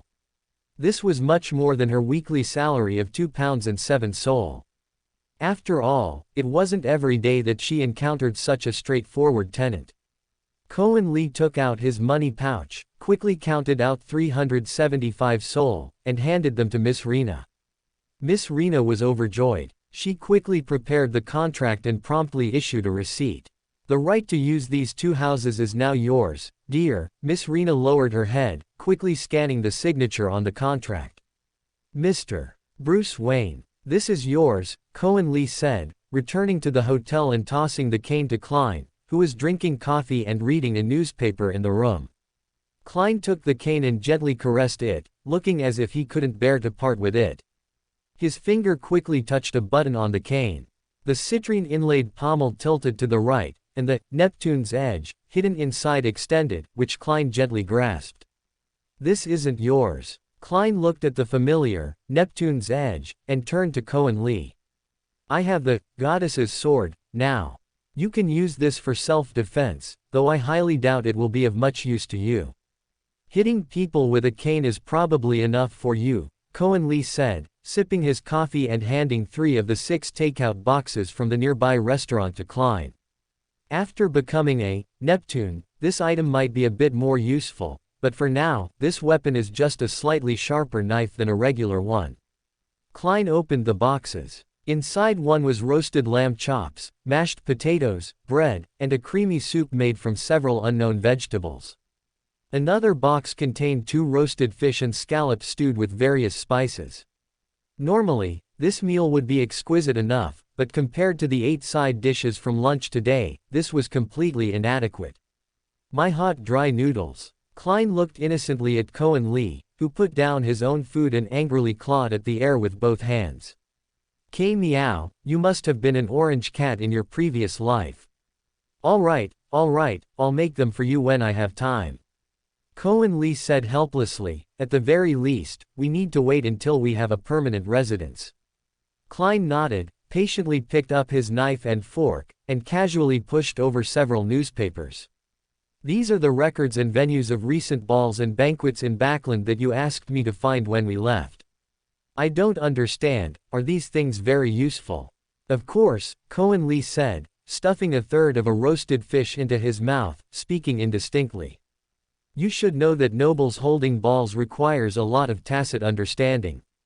Before hosting, they consider whether other nobles are holding similar balls at the same time, whether the invited guests overlap with their own, whether it will affect the guests' rest the next day, and the timing of high-level meetings. Even for small and medium-sized balls, it's the same. As long as we mark the times of these balls on the calendar one by one, we'll know the times of those hidden banquets. Especially those small balls held recently. Klein nodded, but in that case, we could just grab someone and ask, and then. He scratched his head. The subsequent actions made him unable to speak, and he understood Kornli's intention. And then kill them. Kornli finished the latter half of Klein's unspoken sentence.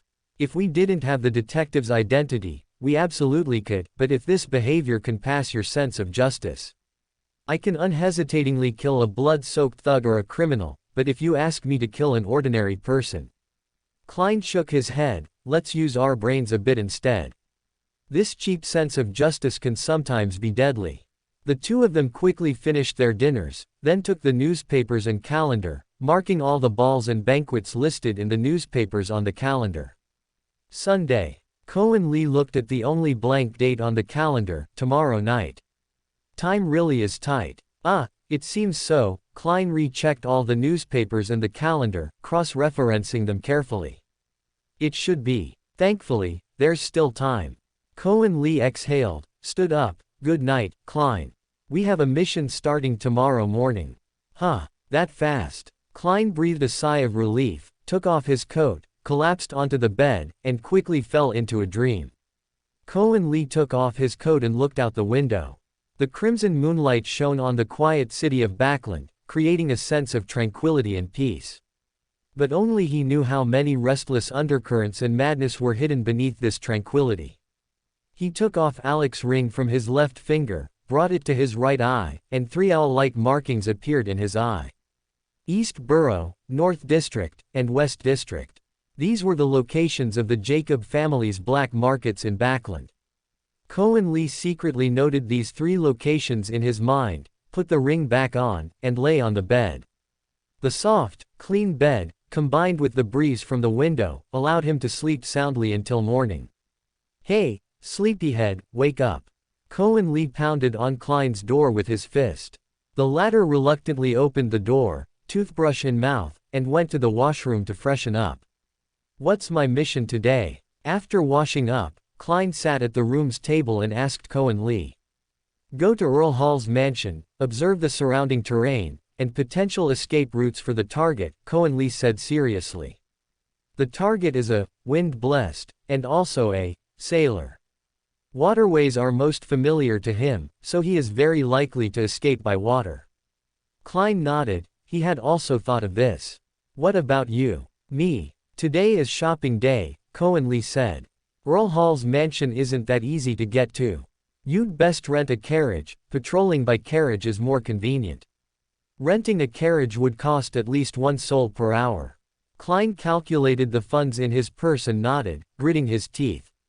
He had left a 5-pound note under his pillow when he left, and after paying for previous detective fees and expenses for Benson and Melissa, the money in his pocket should be enough to pay for today's carriage fare. If not, He could go to the bank later and withdraw a portion of the 300 gold pounds Miss Justice had given him. All expenses for this trip to Backlund had been paid by Kornli, so he should contribute a part now. A £5 note and 5 £1 notes were slipped into Klein's hand, and he was stunned. I can't take any more. I'm a marauder, making money is just a casual thing for me. Kornli stood up without further explanation. Remember to bring your cane and detective's badge. At 3 in the afternoon, find a restaurant on Lilac Street and wait for me. Oh. Klein looked at the gold pounds in his hand and sighed. He seemed to be the poorest, true god, in this world. Or, perhaps that, seemed, could be removed as well. Good morning, Kornli. Al Hassan had just entered the office when he saw Kornli waiting in the reception area. He lightly punched his shoulder with his right hand as a greeting. Is the test at the cathedral over? Kornli looked at him and brought his right thumb and forefinger together, sliding them across his lips to make a shush gesture.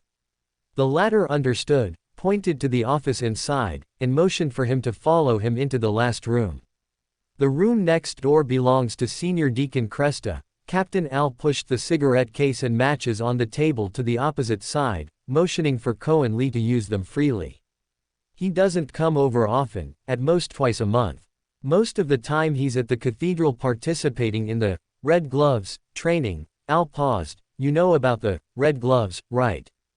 I probably know more than you do. Kornli nodded and lit a cigarette. I remember correctly. Al exhaled. The team currently only has Ms. Lolota, a Sequence 8 gravedigger.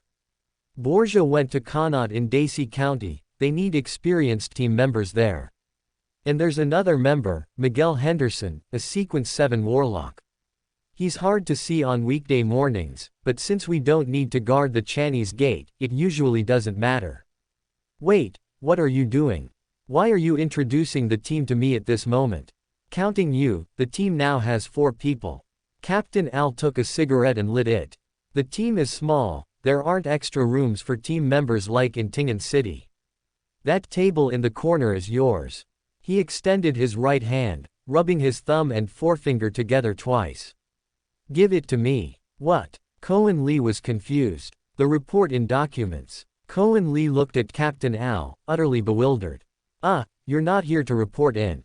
Captain Al looked at Kornli in confusion, and both of them burst into laughter. Damn it, I must have already traded you for 200 gold pounds from that old man done in my dream. So, what can I help you with today, Mr. Kornli? Call me Kornli, Captain Al, Kornli said. I want to know which herb store in Backlund has a more complete selection. It's difficult to find some special herbs in Tingen City, and we'll be returning to Tingen in 2 days at most. Oh, you need to ask Lolota about that. Hey, here she comes. Captain Al watched Ms. Lolota walk in carrying coffee, placing the other cup on Captain Al's desk. Oh, Kornli, you're here too. Lolota yawned, the 2 large dark circles under her eyes making it seem like she hadn't slept well last night. Herb store. A new one just opened in the South District. The owner is a fat guy. He looks kind of scummy, the kind of guy you inexplicably want to punch in the face. Lolota drained her coffee. What was his name again? A fat guy. Kornli's eyebrow twitched slightly. It couldn't be that coincidental, could it? Rosen Duckweed, that's right, that tongue-twisting name. Lolota said, 23 Co Street, South District. It really is that idiot. As soon as she finished speaking, she collapsed onto the table, exhausted, and fell asleep again. Why is she so sleepy? Kornli looked at Captain Al in confusion. The latter spread his hands. As long as they do their job, I never inquire about their private lives. Understood. Kornli said goodbye to Captain Al and got up to leave. As he reached the door, he bumped into another man wearing a white shirt, with blonde hair and a simple ponytail at the back of his head. Sorry. Kornli quickly apologized to the other person and hurried downstairs to leave, calling a private carriage to 23 Co Street in the South District. The familiar sign above the door read, Rosen's Folk Herb Store, and even the chipped paint on the words, folk, looked unusually familiar. Kornli pushed the door open and walked in. Welcome, the familiar large parrot saw Kornli enter, and its entire body trembled as if it had fallen into a pot of oil, its sparse feathers flying around the perch non-stop. Boss, hurry up and come out. Oh, no, run. The parrot shrieked in a sharp voice. You're so noisy, you fellow. I just heard the doorbell ring. There's a customer. The stout apothecary duckweed pushed open the inner door and walked out, bumping squarely into Kornli. Boss, I warned you. The parrot flapped its wings, like a martyr, took a final sip of water from a small cup nearby, and faced Kornli, closing its eyes. Strike, warrior, please enjoy my young flesh. This parrot really knows how to add drama. The life school of thought is indeed very good at escaping. Kornli touched the parrot's forehead with his index finger. I don't understand why you left Tingen City. Was it just to avoid me? I paid every time I bought something. No, it's not just you. Duckweed resignedly closed the door and walked over to stroke the parrot's head. He knew that with his skills alone, he couldn't possibly defeat Kornli, who was a meander. We didn't want to attract too much attention, but there were just too many wealthy merchants in Tingen City who needed mummy potion. Is that the only reason? Have you come to Backlund? Duckweed asked cautiously. No, just passing through. Kornli said. Phew, the stout shop owner Duckweed carefully exhaled. Since fate has brought us together, I need something, and I believe you have it. Kornli stroked the parrot's tail feathers beside him, and the comfortable stroking made it involuntarily close its small eyes. All right, I understand. Duckweed skillfully prepared 4 more blood enhancement potions for Kornli. I need something else. Kornli leaned close to Duckweed and whispered.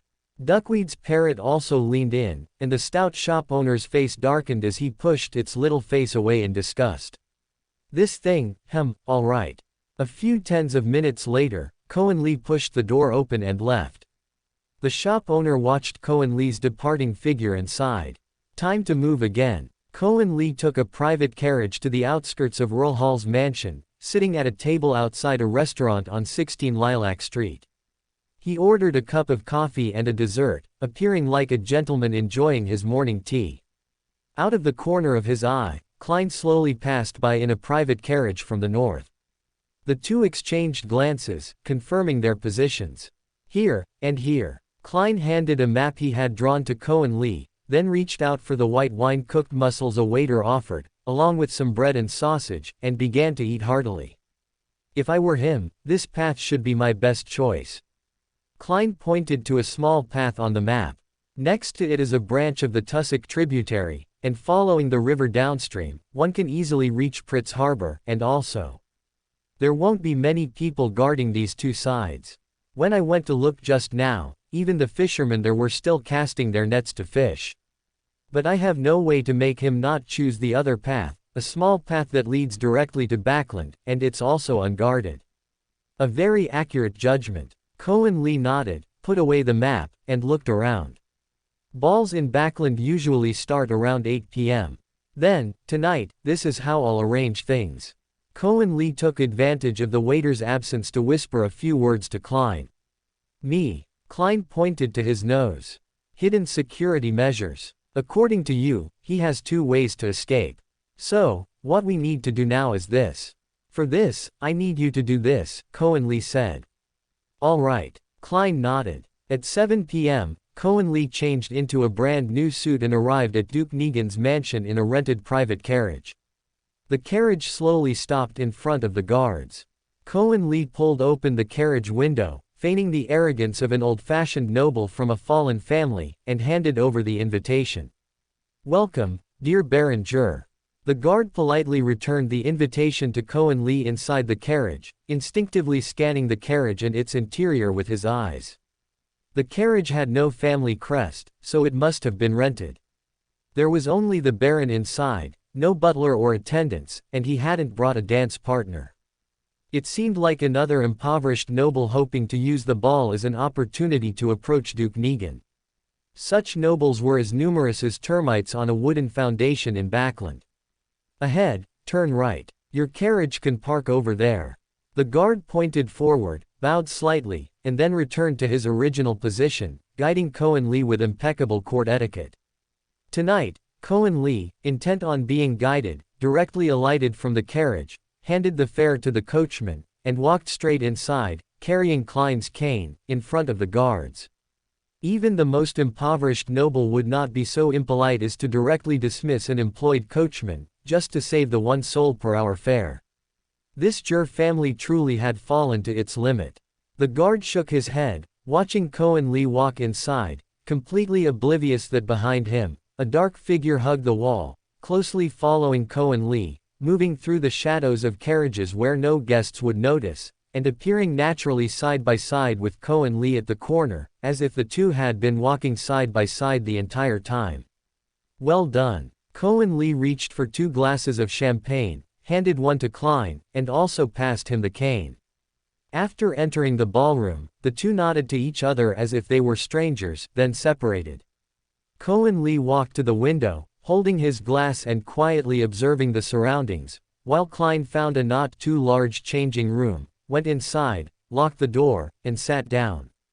Audrey Hall, who had just finished the opening dance, stood at the corner of the ballroom leading to the 2nd floor, holding a glass of non-alcoholic rose-flavored sparkling water, taking small sips occasionally. This was a very secluded spot. Heaven knew how far she had hidden to refuse those men who became restless at the sight of a young lady. After all, some old men still thought that even though they were over 70, they still had vitality. They might not act improperly out of respect for her father, but being taken advantage of was an unspeakable matter for young ladies like herself in aristocratic circles. Audrey was walking in a straight line around the corner, passing the boring time, when her eyes caught sight of Baron Grimir approaching. She quickly straightened her posture, slowed her steps, and transformed into the perfectly poised and graceful Miss Hall. "Good evening, Baron Grimir." "Good evening, Miss Hall." Baron Grimir stopped, his gaze lingering briefly on her dress. "Your attire is very appropriate, you are truly the most dazzling and charming jewel tonight." The two exchanged a brief greeting, and Baron Grimir, citing an urgent matter, quickly left and walked towards the ballroom. Something's not right, definitely not right. Although it was just a simple greeting, as an old lecher in aristocratic circles, he would always scan her face with an offensive gaze every time they met, but today he seemed particularly gentlemanly, which was completely unlike Baron Grimir's style. Also, his perfume scent today wasn't right. What she smelled was not the proud bass note of the amber perfume, that rich yet elegant scent, but rather the dense and heavy middle note. This was an unforgivable error among nobles known for their attention to detail. Baron Grimir is not himself. Recent events, and what she had heard at the Tarot Club, flashed through her mind. Her clear, emerald eyes suddenly solidified. Vice Admiral Hurricane, Kilangos, could it be him? Creeping hunger has the ability to transform people into different appearances. A hint of panic appeared in Audrey's heart. At this moment, her first thought was of her parents. She hurriedly went to one side of the ballroom and found her father, Earl Hall, who was chatting with several ministers. "Dear sirs, may I take Earl Hall away from you for a few minutes?" Audrey bent slightly, her hands resting on either side of her skirt, and performed a curtsy. "My apologies, esteemed sirs, this is a daughter's privilege." Earl Hall smiled apologetically at the councillors and ministers, then turned and led Audrey to a quiet corner. "What's wrong, my little angel? Is the environment here boring you?" Earl Hall laughed. "No, it's something else, dear father." Audrey Hall recounted her recent discovery. These facts, which could be explained by carefulness and patience, caused a subtle change in Earl Hall's expression. "I heard Viscount Glaint mention that Vice Admiral Hurricane Kilangos has the ability to transform into other people's appearances." Earl Hall listened quietly, his expression becoming extremely solemn. But he quickly smiled, comforting his slightly flustered daughter. "I will handle it. Go find your mother and stay with her. She is in the lounge in this hall." "Okay, dear father." Audrey nodded obediently. "This information must be conveyed to Mr. Fool as soon as possible. This matter must be told to the Fool now. He has at most a few minutes to spare." His father, mother, and brother were all in the main hall at this moment. He was already a Beander, he had the obligation to protect them. Audrey walked towards the small parlor beside the ballroom with steps as light and elegant as possible, quickly found the small prayer room in Duke Negan's mansion, looked around to make sure no one was there, quickly slipped in, and locked the door. She carefully glanced at the anchor, shell, and storm symbols decorating the wall, belonging to the Lord of Storms' church, then turned aside, clasped her hands in prayer, and softly chanted in Hermes. The fool that does not belong to this era. You are the mysterious master above the gray fog. You are the king of yellow and black who controls good luck. Klein sat in the small changing room, sipping champagne, when a buzzing whisper suddenly echoed in his ears, making his head dizzy for a few seconds. Kornli's words had come true. He quickly stood up, walked 4 steps counterclockwise in the small room, chanted the incantation, and arrived above the gray fog. Above the towering palace within the gray fog, his figure suddenly appeared at the head of the bronze long table, his eyes reflecting a constantly contracting and expanding crimson star. He extended his right hand, spiritual energy spreading over it, and gently tapped the crimson star that symbolized Miss Justice. Boom! A blurry scene appeared before his eyes, quickly becoming clear. Miss Justice was wearing a creamy white long dress, her hands clasped in front of her chest, her forehead gently resting on the slender knuckles of her hands. A slightly immature voice came from her lips, directly entering his ears. At the ball hosted by Duke Negan, I encountered someone suspected to be Keelangos. He is disguised as Baron Grimir, his purpose unknown. I noticed from some details that today's Baron Grimir was different from before, which made me think of Keelangos's mystical item that allows people to change their appearance, a Beander ability. Today he is wearing a charcoal gray tailcoat, the ends of his hair are habitually curled, and he is not holding a cane. Baron Grimir. Klein took a deep breath, crossed his hands over his chest on the back of the chair, and responded in his usual posture. I understand. After saying this, he casually threw this response into Miss Justice's red star and his body disappeared from above the gray fog. Miss Audrey repeated her prayer twice and rose uneasily. She wondered if her prayer would reach the fool in time. Just then, a mysterious mist appeared before her eyes, and above the mist, the fool's image appeared, still with his familiar hands crossed over his chest, as if he had never left his seat. I understand. As soon as the words fell, her eyes regained their clarity, and before her was still the familiar dim scene of the small prayer room. Audrey's eyes curved slightly, revealing a happy smile. The fool responds to his believers so quickly. Now it's time to find Mother and be with her. She opened the door of the small prayer room and walked forward quickly with steps as polite as possible. From a small changing room ahead, a man in a plain suit, wearing a semi-tall silk top hat, and holding an expensive cane that did not match his clothes, rushed out, almost bumping into her. Please forgive my rudeness, sir. Audrey stepped back, held her skirt, and curtsied to Klein. My apologies, it was my fault. Klein turned and met Audrey's deep green eyes, lightly tapping the brim of his hat in return. From the scene above the gray fog just now, he clearly recognized that the lady he almost collided with was Miss Justice, who had just prayed to him. They had just communicated online, and now they were meeting offline. This speed was a bit too fast. If he had revealed his identity just now, would that count as a meeting in person as death situation? Klein muttered to himself, then turned right ahead and quickly found Kornli drinking champagne by the bed. It's Baron Grimir, charcoal gray tailcoat, slightly gray curls in his hair, wearing perfume, Klein quickly and quietly described, his eyes suddenly stopping on a man 15 meters away. All the characteristics of that man matched his description. Between the two of them was Duke Negan, dressed in a sharp dark blue admiral's uniform, with red sashes connecting honor medals on his shoulders, and slightly graying hair. He was smiling and chatting with Earl Hall and another Earl, looking completely unhurried. Baron Grimir's right hand moved slightly, and he strode towards Duke Negan without the slightest hesitation. His target was actually Duke Negan, the host of this ball. Kornli, holding a half-empty glass of champagne in his right hand, lightly brushed past Klein's shoulder and walked faster towards the space between the two men, pretending to be slightly drunk.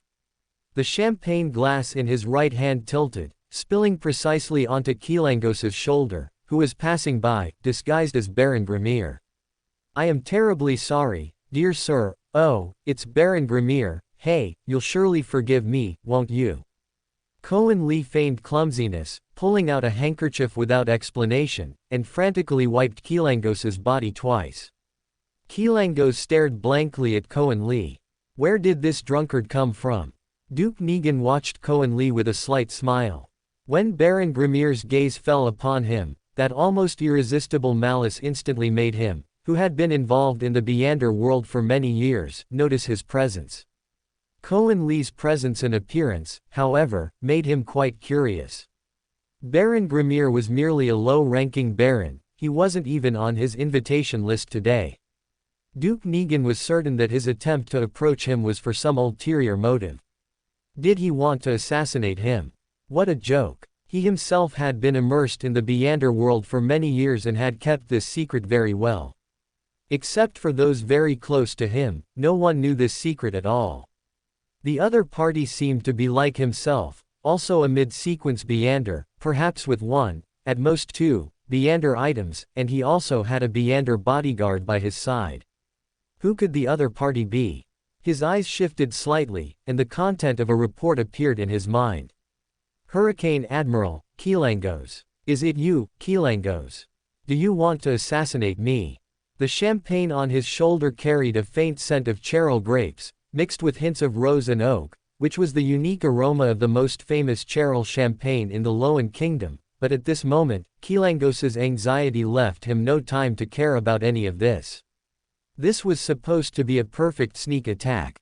He only needed to take one step forward, knock down the crystal chandelier on the ceiling, kill the bodyguard next to Duke Tingen who was staring around with a pair of triangular eyes in the chaos, take advantage of the confusion to kill Duke Tingen, and then escape using the Wind Blessed's floating wind ability. If the bodyguard next to Duke Tingen was foolish, then the 3 souls on the wriggling hunger on my left hand would surely make him taste. Wait, where is the wriggling hunger on my left hand? Keelangos subconsciously rubbed his left thumb and forefinger together, feeling the unhindered friction of muscle against muscle, completely lacking the obscure sensation of wearing a glove from before. You are a kind and generous gentleman. Kornli bowed slightly. Then, I won't delay your conversation with Duke Tingen. He strode away, leaving Keelangos still dazed in place. Kind, generous, what exactly did that last word mean? Oh, then, Baron Grimir, I happen to have a few minutes. Duke Tingen smiled as he looked at Keelangos. Do you have something? He moved his left hand slightly, stopping the bodyguard behind him from making a move. Lord of Storms above, what did he just see? A professional thief, right in front of him, the host of the banquet, stole a Beyonder item from an assassin who wanted to assassinate him, and seemed to have stolen some other unimportant things as well. That Beyonder item must be very crucial. If the other party was indeed Hurricane Admiral Keelangos, then it was highly likely that he stole his wriggling hunger glove. It is said that this glove can store 5 people's souls and use their abilities, making it an absolutely powerful Beyonder item. Interesting, truly interesting. He had already recorded his face and aura through the sheriff's ability. If he could see him again next time, he wouldn't mind giving this young fellow some benefits. He was almost 60 years old, there weren't many young fellows who could make him smile anymore. He didn't mind teasing the guy opposite him, who seemed to be Keelangos, again. It is my honor to meet you, Duke Tingen. Keelangos's ability to adapt to circumstances had naturally become his instinct, allowing him to become Hurricane Admiral. He had lost the wriggling hunger he could rely on, and the person he wanted to assassinate had also discovered him. This assassination attempt had failed beyond failure. Please allow me to express my respect for your decades of service in the Navy. Keelangos bowed slightly to Duke Tingen, then took 3 steps back as a sign of respect, turned, and strode away from there. Where was that guy just now? He had to find him and get his wriggling hunger back. Hey, You guys need to be careful. Klein changed into a patrol guard's jacket and, with a panicked expression, reprimanded a few guards. On that path to the east, send a few people to guard it. The Duke's personal guards are there, and you won't be able to bear the wrath of those adults. Excuse me, sir, are you? The guard looked bewildered. Klein stepped forward, revealing the half of his detective badge with the police emblem, and the guards immediately stood at attention and saluted. This person should be the agent sent by the Backlund Police Department to secretly protect the Duke. Hurry up, what are you waiting for? Klein shouted loudly, I heard there might be an assassin tonight. Load your pistols, stay vigilant, quick. A series of guards jogged past Kilangos, heading straight for the small path to the east. His operation was discovered. What happened? Kilangos repeatedly hit his head with his right fist, looking annoyed. From the moment he accepted this commission, all his actions were only in his mind. He had never told anyone. How did they know? This should have been an excellent opportunity. After being discovered, he wouldn't get a better opportunity than this for at least 6 months. Damn it, who discovered all of this? Calm down, Kilangos, calm down, Hurricane Admiral, what you need now is calm. Since one of his 2 planned escape routes was discovered, he would take the other path. In his plan, that path was near a canal, leading smoothly to Backlund's Hillston district, or he could simply go downstream directly to Pritz Harbor to go out to sea, and then blend in with a fishing boat. The latter was his second escape route designed for utter despair. Kilangos calmly walked through the Duke's front gate, arrived at the municipal park opposite, and sighed as he looked at the artificial lake not far away. First, return to the Hillston district and, before the charm on his face wears off, look for other ways out. Light. A deep Hermes word interrupted his thoughts. A pure, blazing light suddenly descended from the sky, illuminating everything around him. His figure appeared completely exposed in the middle of the trees, making him a huge target. Bang, bang, bang, bang. A series of 4 bullets hit Kilangos. One shot hit his left shoulder, and the other 3 directly hit his body. Kilangos's body swayed continuously, seemingly unable to believe the fact that he was ambushed. He was framed, and the other party knew his every move. Ah! Kilangos roared, his body's muscles rapidly expanding under the Folk of Rage's ability. 2 bullets embedded in his body popped out of his wounds like marbles. His body suddenly accelerated, preparing to rush into the nearby artificial lake at double the speed of an ordinary person. Although he was injured, the strength to move freely underwater still existed. Once he was in the water, those guys wouldn't be able to find him. Captain's orders. Sailors who act without receiving the captain's command will be severely punished. Kornli walked out from the side, pulled out the despair revolver from his waist, and calmly loaded it. His left hand held up the captain's oath. Under the crimson moonlight, the surface of the captain's oath emitted waves like the sea, rippling outwards. Damn it, this is another control-type Beander item.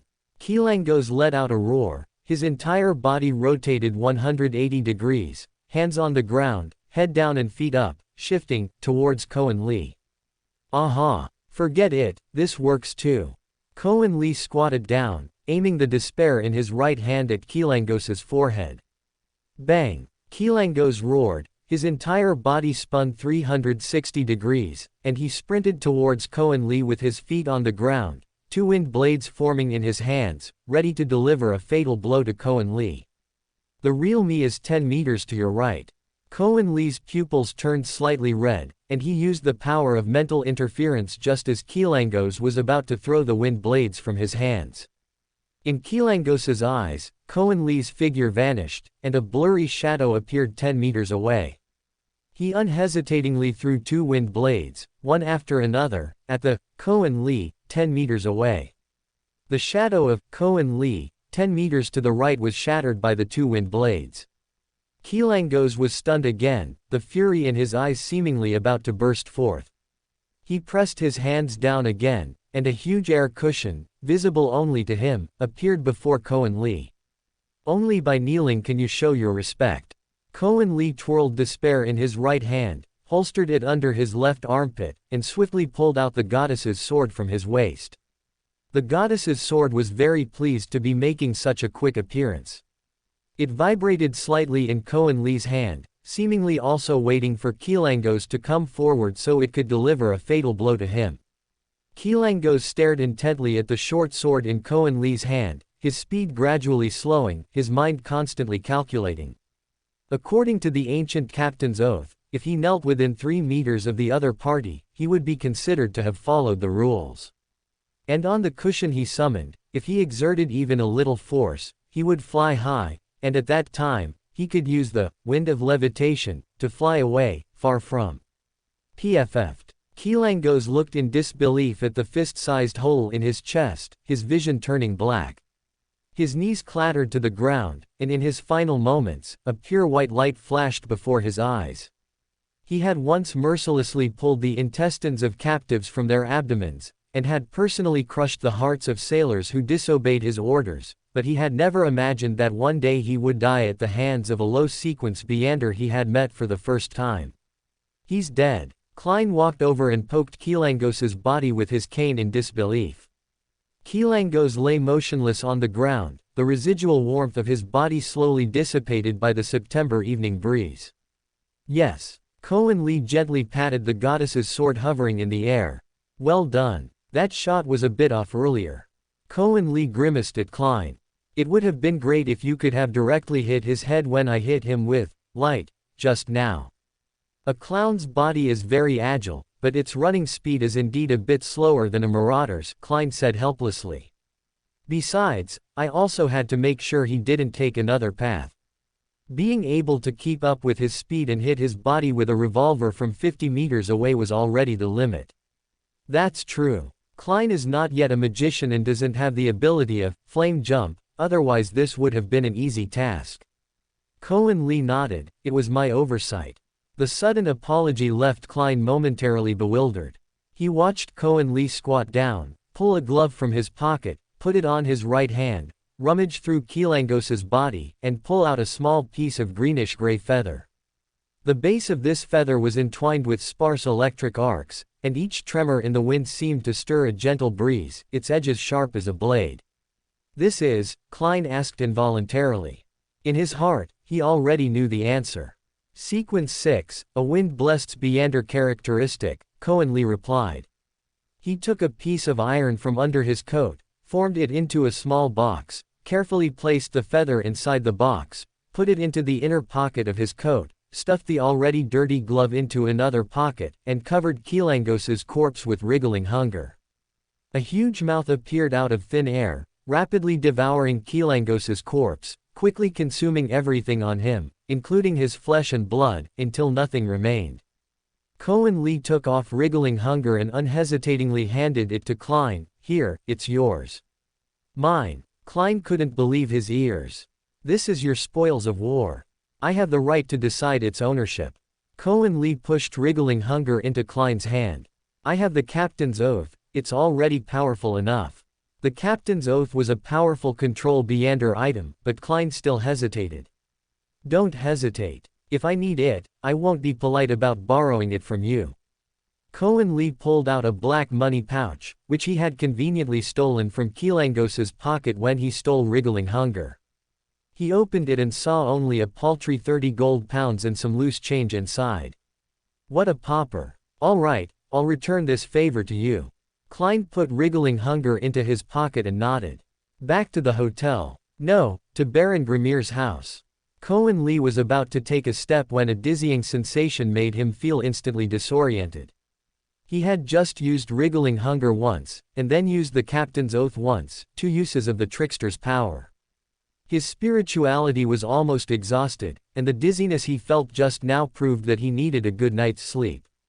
The time was very tight.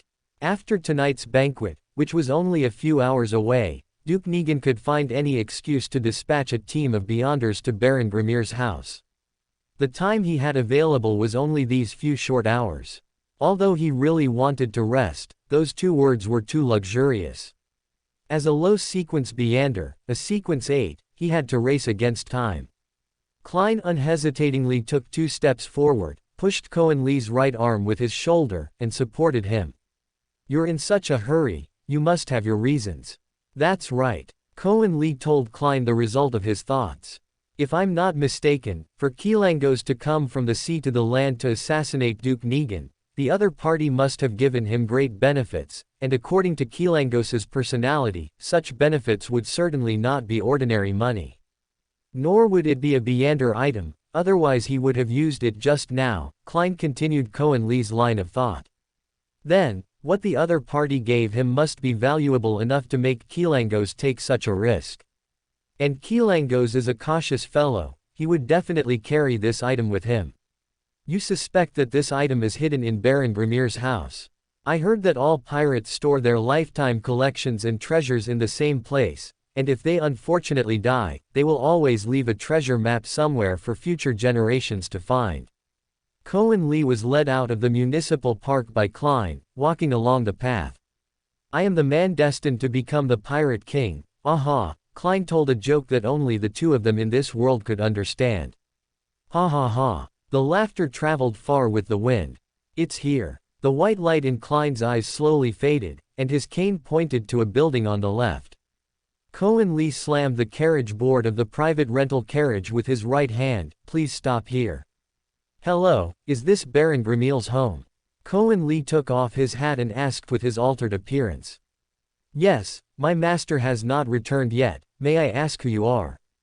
Baron Grimir's butler asked. "I am Detective Bruce Wayne, a second-class detective from the police department, and next to me is my colleague. I regret to inform you that your master has been brutally murdered by an assailant." Kornli pulled out his Tingen City Detective ID and flashed it in front of him, his eyes once again revealing the unique red pupils of a swindler. The people that these noble butlers come into contact with are of a higher caliber.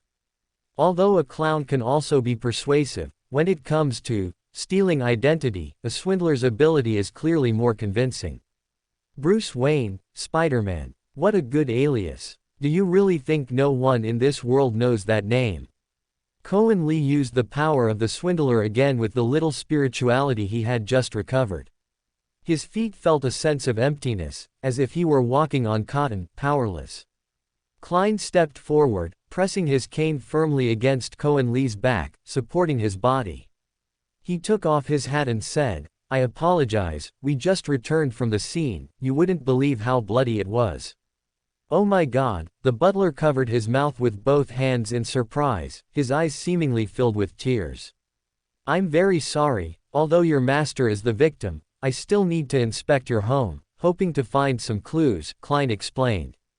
"The shorter the time from the crime, the more clues there are. This is the police department's motto for handling cases, and I'm sure you know that."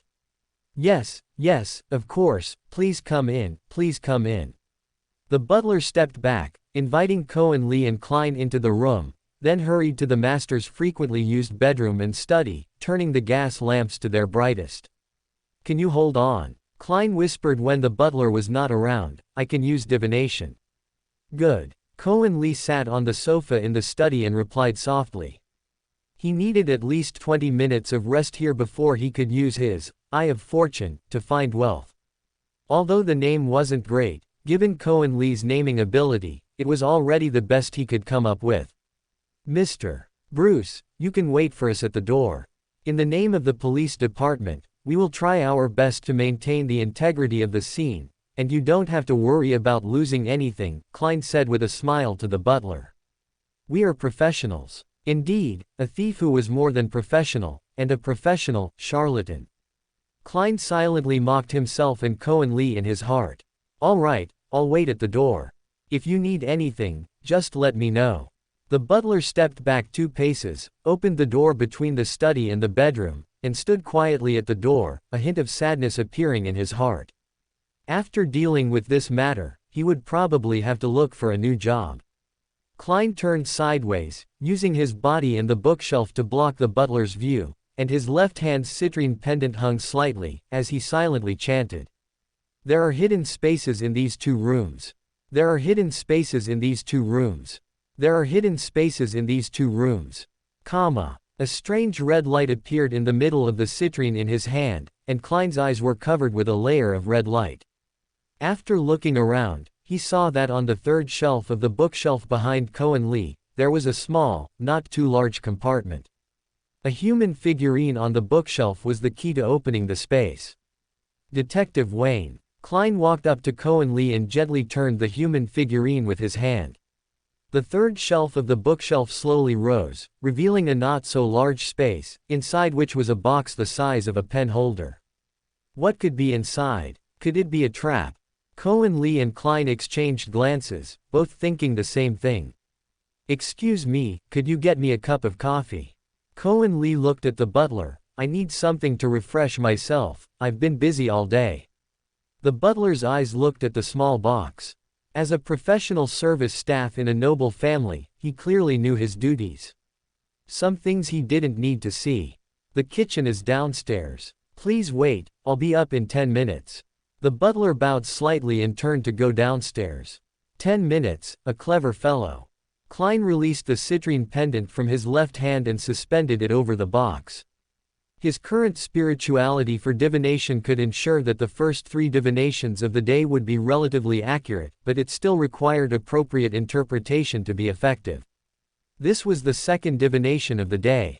"The contents of this box will cause harm to me and Kornli." Klein pondered for a few seconds, choosing a very cautious divination phrase. The citrine slowly rotated above the box, counterclockwise, with a small amplitude. Counterclockwise meant opposition, which meant that the contents of the box would not harm him or Kornli. Klein reached out and gently opened the box. Inside was a very antique-style silver earring. Another mystery to solve. Klein wanted to continue divining the whereabouts of the earring, but Kornli pressed his right hand and shook his head. The silver earring was covered in rust, clearly having a history, and in this era, historical items often meant hidden knowledge. And considerable danger. His spirituality was nearing exhaustion, and Klein had also divined twice, losing a third of his spirituality. Today was not suitable to continue. Klein understood Kornli's meaning. The two of them rummaged through the desk for anything with writing, but apart from 2 or 3 worn-out copies of Backlund Women and Fashion magazines, there was nothing noteworthy. "Mr. Bruce, here is coffee for you and your colleague." The butler came up and handed a cup of coffee to Kornli and Klein. "Have you seen your master wear this before?" Kornli held up the earring and asked. The butler stepped forward, carefully examining the silver earring under the gas lamp on the table, then returned it to Kornli's hand. "I can confirm this does not belong to my master, nor is it an ornament ever worn by any of the 14 women who had contact with my master." 14. As a butler, your memory is truly excellent. "My apologies, I spoke out of turn." The butler stepped back. As a butler, even though the master has returned to the embrace of the Lord, my professional ethics as a butler do not allow me to pay too much attention to his private life. "Which deity did Baron Grimir believe in?" Kornli asked. "The Lord of Storms." "Indeed, most politicians in LotM believe in this deity. I don't believe Baron Grimir had any problems. I found no trace of him having made enemies here." Kornli drank his coffee in one gulp. Under the strong caffeine stimulation, his spirits seemed to lift a little. "I'll take this earring for now, as evidence for further investigation." Kornli put the earring into the box, and the butler nodded silently in approval. "May I ask about the Baron's body?" As he escorted Kornli and Klein to the door, the butler mustered his courage and asked. "I served in Baron Grimir's household for 8 years. Baron Grimir never once withheld a day's weekly pay from the household servants, and he never cursed at us," the butler said in a low voice. "He was a very good master. His family no longer has any descendants to inherit. If possible, I hope to receive his body after the police complete their investigation and bury him in the Grigote Cemetery in the South District. This is the last thing I can do for him." Kornli and Klein exchanged glances. "How are we supposed to explain this to you? The real Baron Grimir had already died when he was impersonated, mercilessly killed by a glove, and that glove just so happens to be in my colleague's pocket." "Sorry, I cannot disclose too many details of the case," Kornli cleared his throat and said softly, but even professional forensic doctors would find it very difficult to piece Baron Grimir together from a pile of, at the scene. There should still be his clothes at home. You can build him a tomb and say what you wish to say before the tombstone. This is also a way to express your grief. Kornli mumbled a bit, intentionally omitting the words, flesh and blood, and body parts, but with the butler's intelligence, he should have understood what the detective wanted to convey. Good night. Kornli and Klein touched the brims of their hats with their right hands as a farewell, then hastily hailed a private carriage and left Baron Grimir's house. The butler watched the two detectives board the carriage, and a large, bitter tear suddenly streamed from the corner of his eye. Inside the private carriage, the two sat in silent contemplation until they returned to Klein's room at the inn. Kornli took off his hat and coat, hanging them casually on the coat rack. This lead seems to be dead, Klein sighed. I still maintain that we can now divine the whereabouts of this earring. No, I still have a way. Kornli sat in the chair. I need you to be mentally prepared. Me, mentally prepared, Klein chuckled. All right, I'm prepared to see a ghost. Kornli took out the bone whistle and blew it. Before Klein's widened eyes, a phosphorescent bone door appeared on the other side of the bed. Grace Tully emerged from it, carrying a two-handed greatsword on her back. Her right foot accidentally scraped the corner of the large bed as she stepped out, and with a crack, Klein's large bed tilted and collapsed to one side. Ah, this is really seeing a ghost. Hey, you two handsome men, keep it down. The female boss downstairs poked the ceiling a few times with a broom. You'll have to pay for any damaged furniture. Kornli. Damn it, this is even harder to explain now. Good evening, Mr. Kornli White. Good evening, Mr. Klein Moretti, Grace Tully greeted softly and politely. You know me. Klein pointed at his nose. His Excellency the Death Consul once mentioned your name and appearance, saying you were a very polite young man, just like my master, Mr. Kornli White. Your master is Mr. Kornli White. The Death Consul. Two huge question marks instantly appeared in Klein's mind. Those questions can wait. Kornli took out the box containing Keelangos's wind-blessed Beander characteristic from his in my arms and handed it to Grace.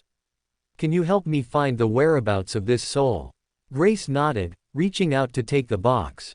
She gently caressed it with her right hand, and a wisp of grayish-black aura entanglement around her right index finger. Within the aura, tiny, pale blue specks of light intertwined. The other party is a believer of the Lord of Storms, and he has been dead for over 3 hours. This might take about a day, Grace said. All right, then tomorrow night, if you find it, please give me a signal first. I will summon you when it's convenient. Kornli rubbed his temples, looking exhausted. Your spirituality is almost depleted.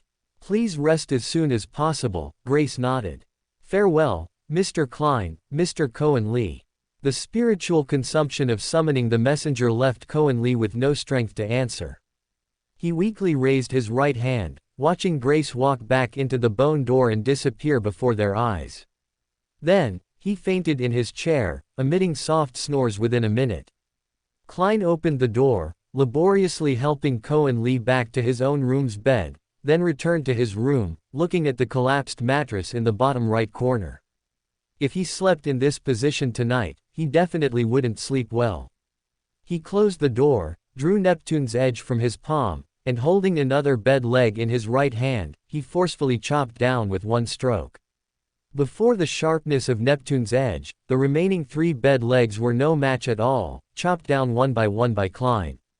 This is much better. Although it was a bit low, lying flat and sleeping soundly for a night would be no problem. Klein, who had been busy all night, casually tossed his coat onto the chair where Kornli had been sitting, hung his hat on it, took off his shirt, and went to sleep soundly. The next morning, a knocking sound echoed, and Klein struggled to open his eyes, the face of the inn's female boss appearing in his mind. So early, what did she want? Good morning. Klein rubbed his eyes and opened the door. So early. Is there something you need? Your room fee doesn't include furniture damage. The female boss forced her head into the doorway and immediately spotted many things. The suddenly shorter bed, Kornli's hat and coat on the hanger, and Klein's hat, coat, and shirt on the stool. So intense. The female boss asked with a smile. I thought after a busy day yesterday, you two would get a good night's rest, as that's a very physically demanding activity. I'll add the cost of repairing the bed frame to your room fee. The female boss glanced at the adjacent room. The tightly shut door wasn't very soundproof, as Kornli's snoring could still be faintly heard from the hallway. The female boss silently looked at Klein, who was still in a daze, and smiled as she pulled her head back. This way, the floor won't creak anymore. Creaking sounds. Klein looked at the shortened bed, the two coats and hats in the room, and the female boss's ambiguous expression. His mind suddenly recalled his and Kornli's conversations with her over the past 2 days, and only then did he realize. We're just colleagues. He poked his head out and shouted loudly at the female boss's retreating figure as she walked towards the stairs. Yes, colleagues. The female boss's unhurried voice came from around the stairwell. What a convenient relationship. Klein slammed his head against the room wall, wishing he could strangle himself. His explanation seemed to have made the whole situation worse, the more he tried to explain it. Hey, Klein, what are you yelling about? Kornli opened his door, rubbing his messy hair on his head in dissatisfaction. The soundproofing in this room isn't very good. You know that too, huh? Klein looked at Kornli speechless. Downstairs at the counter, someone seemed to be snickering softly. I'm going to take a shower. Wait for me a few minutes. Oh, right, my coat and hat are still in your room. Kornli pinched the bridge of his nose. Yesterday we only had one meal, we should have a big feast later. An hour later, Klein walked past the female boss's bar counter with a sullen face, looking at her half-smiling expression, wishing he had jumped directly from the second-floor window to the second floor of the hotel just now. Kornli wandered around and found an Oak Island family restaurant. After sitting down in the best booth, he ordered a squid sausage, freshly squeezed orange juice, mashed potato patties, smoked ham sandwich, and a grilled squid, all in one breath. Everything double, please, thank you. I'm very hungry, I could eat at least a cow right now, Kornli told the dumbfounded waiter, who was surprised by how much he had ordered for breakfast. He handed a 5-sol bill to the waiter. Your tip. All right, generous sir. The waiter took the tip and quickly ran off, seemingly incredulous that he had encountered such a generous guest as Kornli this morning. Hey, what are you thinking about? Kornli looked at Klein, whose expression was a bit gloomy. The female boss at the hotel, she thinks we're a couple. Klein shook his head. I already explained, but you made it worse. Kornli laughed. That's a good thing. Good thing. At least when we go back this afternoon, she won't bother us, Kornli whispered. Today is Monday. Klein suddenly realized that today was the day of the Tarot Club meeting. Listen, what we're doing is great, so sometimes a little harmless misunderstanding is completely fine. Kornli took the hot towel handed by the waiter, wiped his hands, and took a sip of the clear water in his cup. As long as you know we're not, that's enough. And honestly, I have no interest in men. Me neither. The expression on Klein's face seemed to improve a bit, his eyes full of anticipation for this morning's feast. Squid sausage, grilled fish, coffee, and sandwiches were served in a continuous stream. Klein and Kornli ate heartily, full of praise for the chef's skill at this restaurant. Oh, right, that woman from last night, Klein asked softly when the waiter left. The messenger. Kornli, while Klein wasn't paying attention, put the last piece of sausage onto his own plate. Mr. Azik lent her to me. Mr. Azik, is he a death consul? Klein immediately thought of something and asked in surprise. By the name, he should be of the death sequence, meaning he belongs to the same sequence as Fry's corpse collector, but he had never heard of this title. What sequence is that? Kornli raised 2 fingers of his right hand and wiggled them at Klein. Sequence 2. A true angel. He seemed to have inadvertently latched onto a powerful backer. The sausage tastes good. Kornli waved his hand at the waiter. Please bring us another portion of squid sausage, and then 2 coffees. One with 3 sugars and milk, and mine black. Klein was still in shock. Kornli's right hand waved in front of him. Hey, do you want anything else to eat? No, I'm full, Klein said.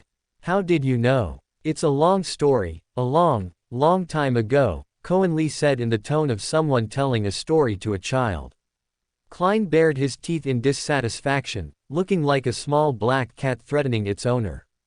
Hey, you look even more like a little Klein cat now. All right, I won't tease you anymore. Kornli stopped his playful tone and said seriously. The first time we met was when we went to Lamud town to track the ghost. Kornli seriously recounted the details of his meeting with Grace Tailai to Klein again, but this time, he didn't hide any details. So, Mr. Azek loses his memory every 60 years. That's right. I suspect it's their unique reincarnation cycle, Kornli said. Only this way can they forget the meaning of life, get closer to the true meaning of death, and better, advance. Your guess should be correct, but losing one's memory is truly sad. Klein took a sip of coffee. Truly. To survive, sometimes we have to make choices, very difficult choices, Kornli said. But we should be grateful because we still have choices to make. Kornli suddenly said something very philosophical, which made Klein feel almost disbelieving. What a cruel truth. Anyway, you know, Mr. Azek and I have established a good relationship. I think if there's a need later, I can borrow his power, Kornli said, taking a sip of black coffee. Remember, it can only be borrowed. If you rely too much on this power, how should I put it? Kornli rolled his eyes. Every brave person grows through trials. I promise to only borrow this power in emergencies. Klein raised his right hand. When we return to Tingen City, we can go see him. We'll meet eventually, Kornli nodded. Since that's the case, you go to the train station later to buy 2 first-class tickets back to Tingen City for tomorrow. Kilangos's money pouch is still with you. What are you going to do later? Sleep, Kornli yawned. Whether it's a marauder or a swindler, they both seem to prefer acting after the sun sets, which leads to me not getting enough sleep if I make even a slight move during the day. I also need to remind you, this should be a problem with my sequence. Kornli tapped the pocket of his clothes, motioning for Klein to lean closer, and whispered, that item consumes a lot of spirituality, so you need to test its upper limit when you experiment. He needed to reach sequence 7, cryptologist, before the door to mystical knowledge could open to him, and only then would his spirituality greatly increase. The spirituality of a swindler could only be said to be slightly more than that of a marauder, and possibly much less than a sequence 9 seer. This was why his spirituality would be completely depleted when he continuously used wriggling hunger and captain's oath. Klein nodded. I will test it after this afternoon's session ends. Kornli nodded, finished his coffee with Klein, and returned to the hotel. At 2:30 p.m., a well-rested Kornli woke up from bed, cleared his mind, and leaned against the headboard of his room. At 2:45 p.m., a familiar gray fog appeared before his eyes. The fool's image emerged above the gray fog, with the high-backed chair and the constantly emanating mist behind him, making him look like a deity sitting among the clouds. This was considered a grand display of technology in this era. Kornli smiled, leaned back on the bed, closed his eyes, and let the gray fog envelop his body. In the distance were towering palace spires. At the head of the long bronze table, Klein's surface was covered with wisps of gray mist, making his face unclear. Kornli sat on the second high-backed chair to his left, with his hands crossed over his chest, seemingly deep in thought. Don't think too much later, otherwise, if a cup of cola or milk tea appears on the table, I won't be able to explain it. The fool's calm voice came from the head of the table. If you hadn't said anything, I might not have thought about it, but now I want a cold cola more than ever. Kornli desperately tried to hide his thoughts in the deepest corner of his mind. 2 figures appeared to his right and opposite him. They're here. Kornli smiled, watching Audrey Hall, dressed in a lotus root-colored long dress, and Alger Wilson appear in their seats. Good afternoon, the fool Mr. Audrey had just sat down when she immediately stood up and bowed to the fool at the head of the table. Her impeccable court etiquette was flawless. Even if her etiquette teacher were present, they couldn't find a single fault. "Good afternoon, hanged man Mr."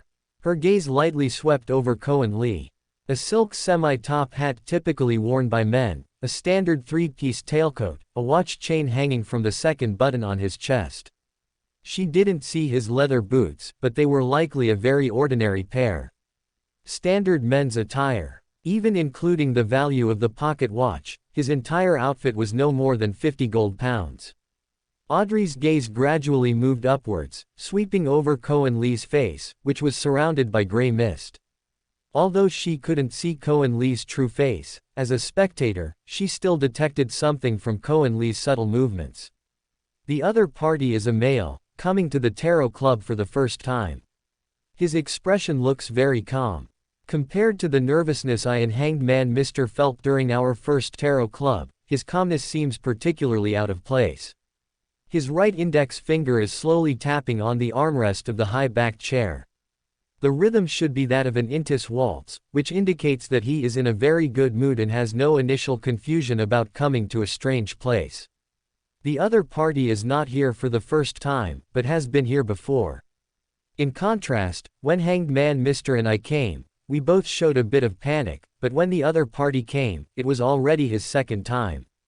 This indicates that the fool Mr. has brought him into this mysterious space once before. The other party has a very good relationship with the fool Mr., possibly even his believer, or even a favored one. Alger, next to Kornli, saw someone appear beside him and instinctively quickly scanned Kornli with his gaze.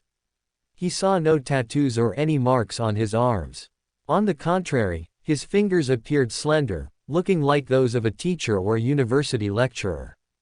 If Kornli could hear Alger's thoughts at this moment, he would undoubtedly scoff. These are clearly the hands of a god of theft, used to carefully slip into your inner jacket pocket and extract your money pouch, and by the way, steal your thoughts. This is the world, Mr., a brand new member of our tarot club, Klein introduced unhurriedly from the head of the table. The world, Mr., next to you is hanged man Mr., and sitting opposite you is Justice Miss. Good afternoon, Justice Miss. Good afternoon, hanged man Mr. Kornli stood up and nodded slightly to the two, while smoothly receiving Justice Miss's return bow. Good afternoon, the world, Mr. Fool Your Excellency, I have obtained 2 pages of Emperor Rosal's diary this time, hanged man Alger said first. The world, Mr., who was below him, gave him a sense of threat from an unknown source. As one of the first members of the tarot club, Fool Mr. seemed to be starting to increase the number of members. He must first increase the quantity and quality of his contributions to establish himself here. Starting next week, he must increase the number of Rosal's diaries he collects. Fool Your Excellency, I have also collected 3 pages of Rosal's diary. Audrey followed closely.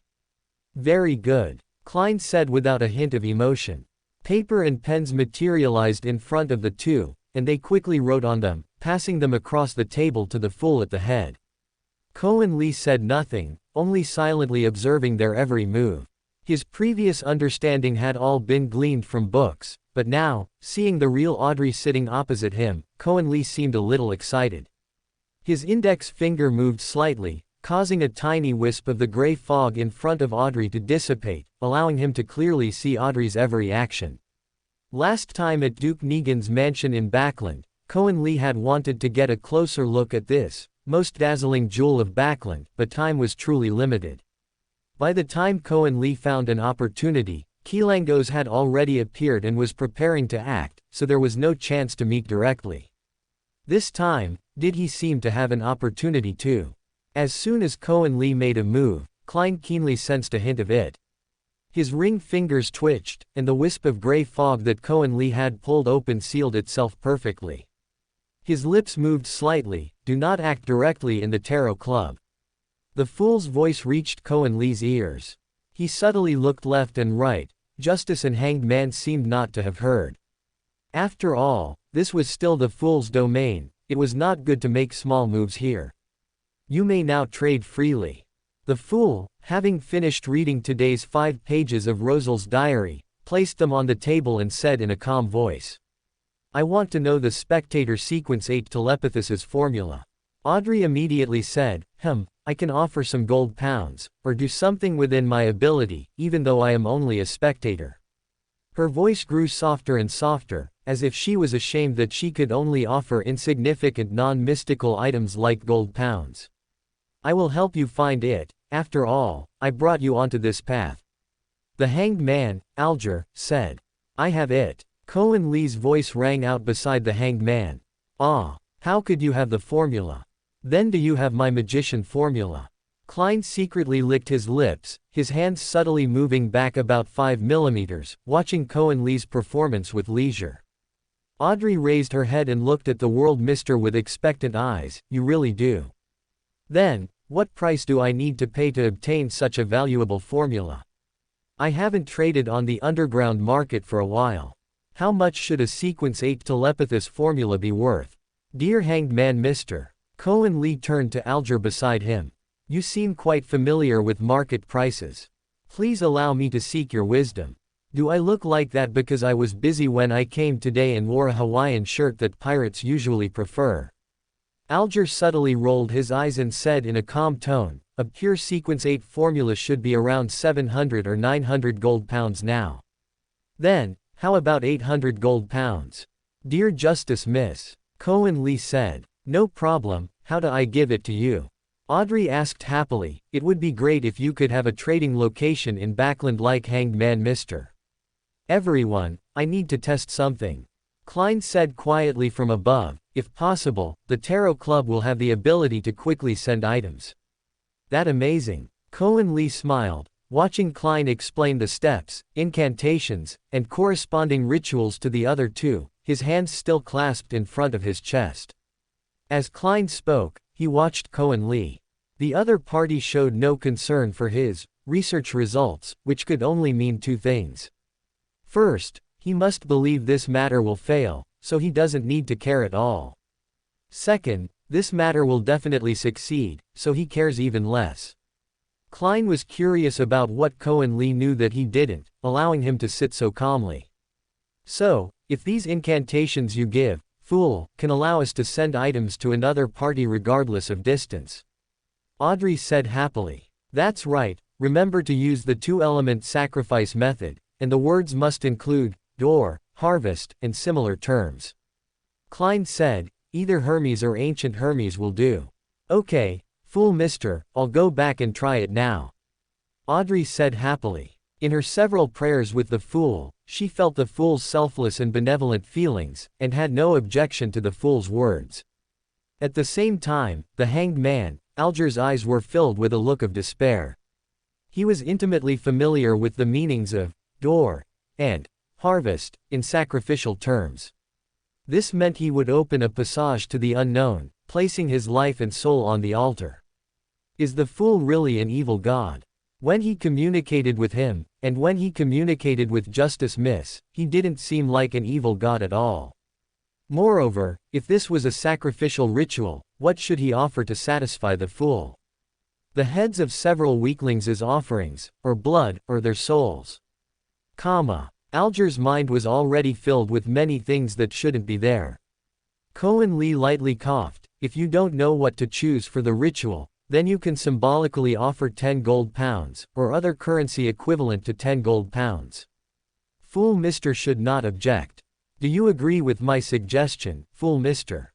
Kornli stood up from his seat, bowed slightly to the fool at the head, and took the opportunity to stretch his legs, which felt a bit stiff from not moving for half a day.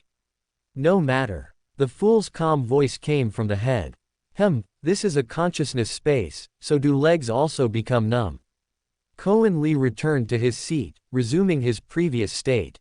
10 gold pounds, phew. Alger let out a breath, his expression returning to normal. If it was just a trivial 10 gold pounds, then his loss was minor and harmless to him. No, how did the world mister know what he was thinking? Alger's brows furrowed slightly. Klein, you still don't fully grasp the dangers and unknowns of mysticism.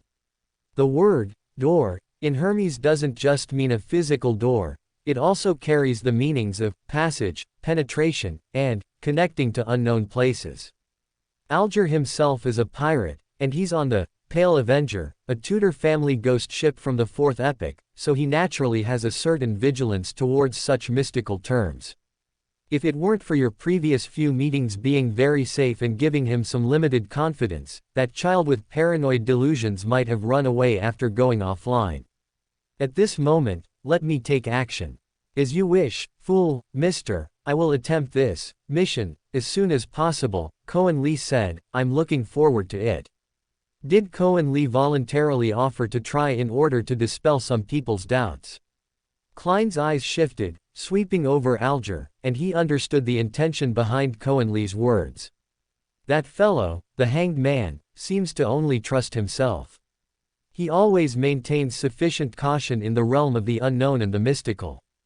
In contrast, Justice Miss is full of curiosity about the unknown, willing to believe in the existence of the fool, and more willing to obey the fool's commands to try new things. With Kornli's assistance, he gained a better grasp of the inner worlds of the two individuals. So, Justice Miss, when would you like to receive the formula? Kornli's voice once again sounded across the long table. As soon as possible, if I may, Audrey said hopefully, under the fool Mr. S. guidance, I feel like I should be able to digest the spectator potion very soon. Ah, her voice instantly stopped. She didn't know if the world, Mr. knew about the Beander power playing method and the digestion of potions. She awkwardly covered her small mouth. Sorry, fool, Mr., I don't know if I should. No matter, Klein's voice sounded, the world, Mr. also knows this information you know. The other party also knows. Alger's heart trembled. The fool Mr. S. words revealed 3 pieces of information. First, the other party is very likely a seasoned Beander, at least sequence 7 or above. Ordinary Beyonders have very little chance of knowing such hidden information. Second, the other party very likely has an official background. Only the 7 Orthodox churches, which have been passed down for over 100 years, are willing to tell this hidden knowledge to their Beyonders. There's also another possibility. Alger took a deep breath. When the fool recruited the other party had already learned this valuable knowledge through the fool. In other words, although this seems like the other party's first participation in the Tarot Club, the other party and the fool have already met once, or more than once. Therefore, the other party is an official Beander, at least sequence 7, or above, who has previously reached the space above the gray fog. The fool's hand has already reached into the 7 Orthodox churches, and he is no longer satisfied with wild Beyonders like himself. No, I am a member of the Lord of Storm's church. This can only mean that the fool's initial intention was for official Beyonders like me. And Justice Miss is just an extra gift. Since Justice Miss is in a hurry, then I can give you this formula in advance. I believe that under the fool's witness, you will not embezzle these 800 gold pounds, right? Kornli said with a smile. You are a generous gentleman. Justice Audrey was overjoyed and turned to the head seat. Fool Mr., please witness our transaction. Kornli really trusts Justice Miss. Although the other party has already paid the hanged man twice here, this is the first transaction between these two people. 800 gold pounds. All I have on me, including the money pouch from Kilangos that Kornli gave me, is less than 100 gold pounds.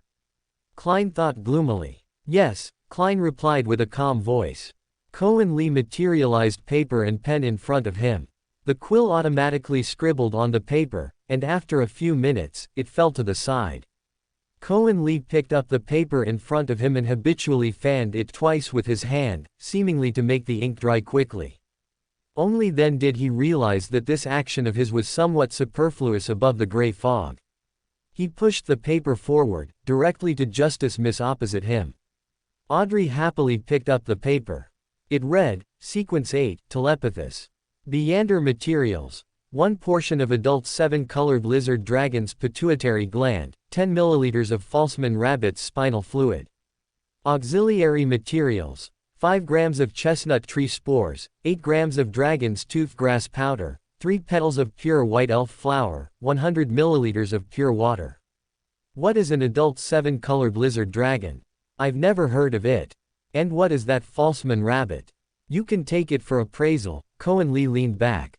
I trust you. Audrey stood up and bowed slightly to Kornli. Thank you for your generosity and trust, the world mister. You're welcome. Alas, all the ingredients in my formula come from the sea. I can only search for them myself, Alger sighed. Since neither of you has any further transactions, you may now freely communicate.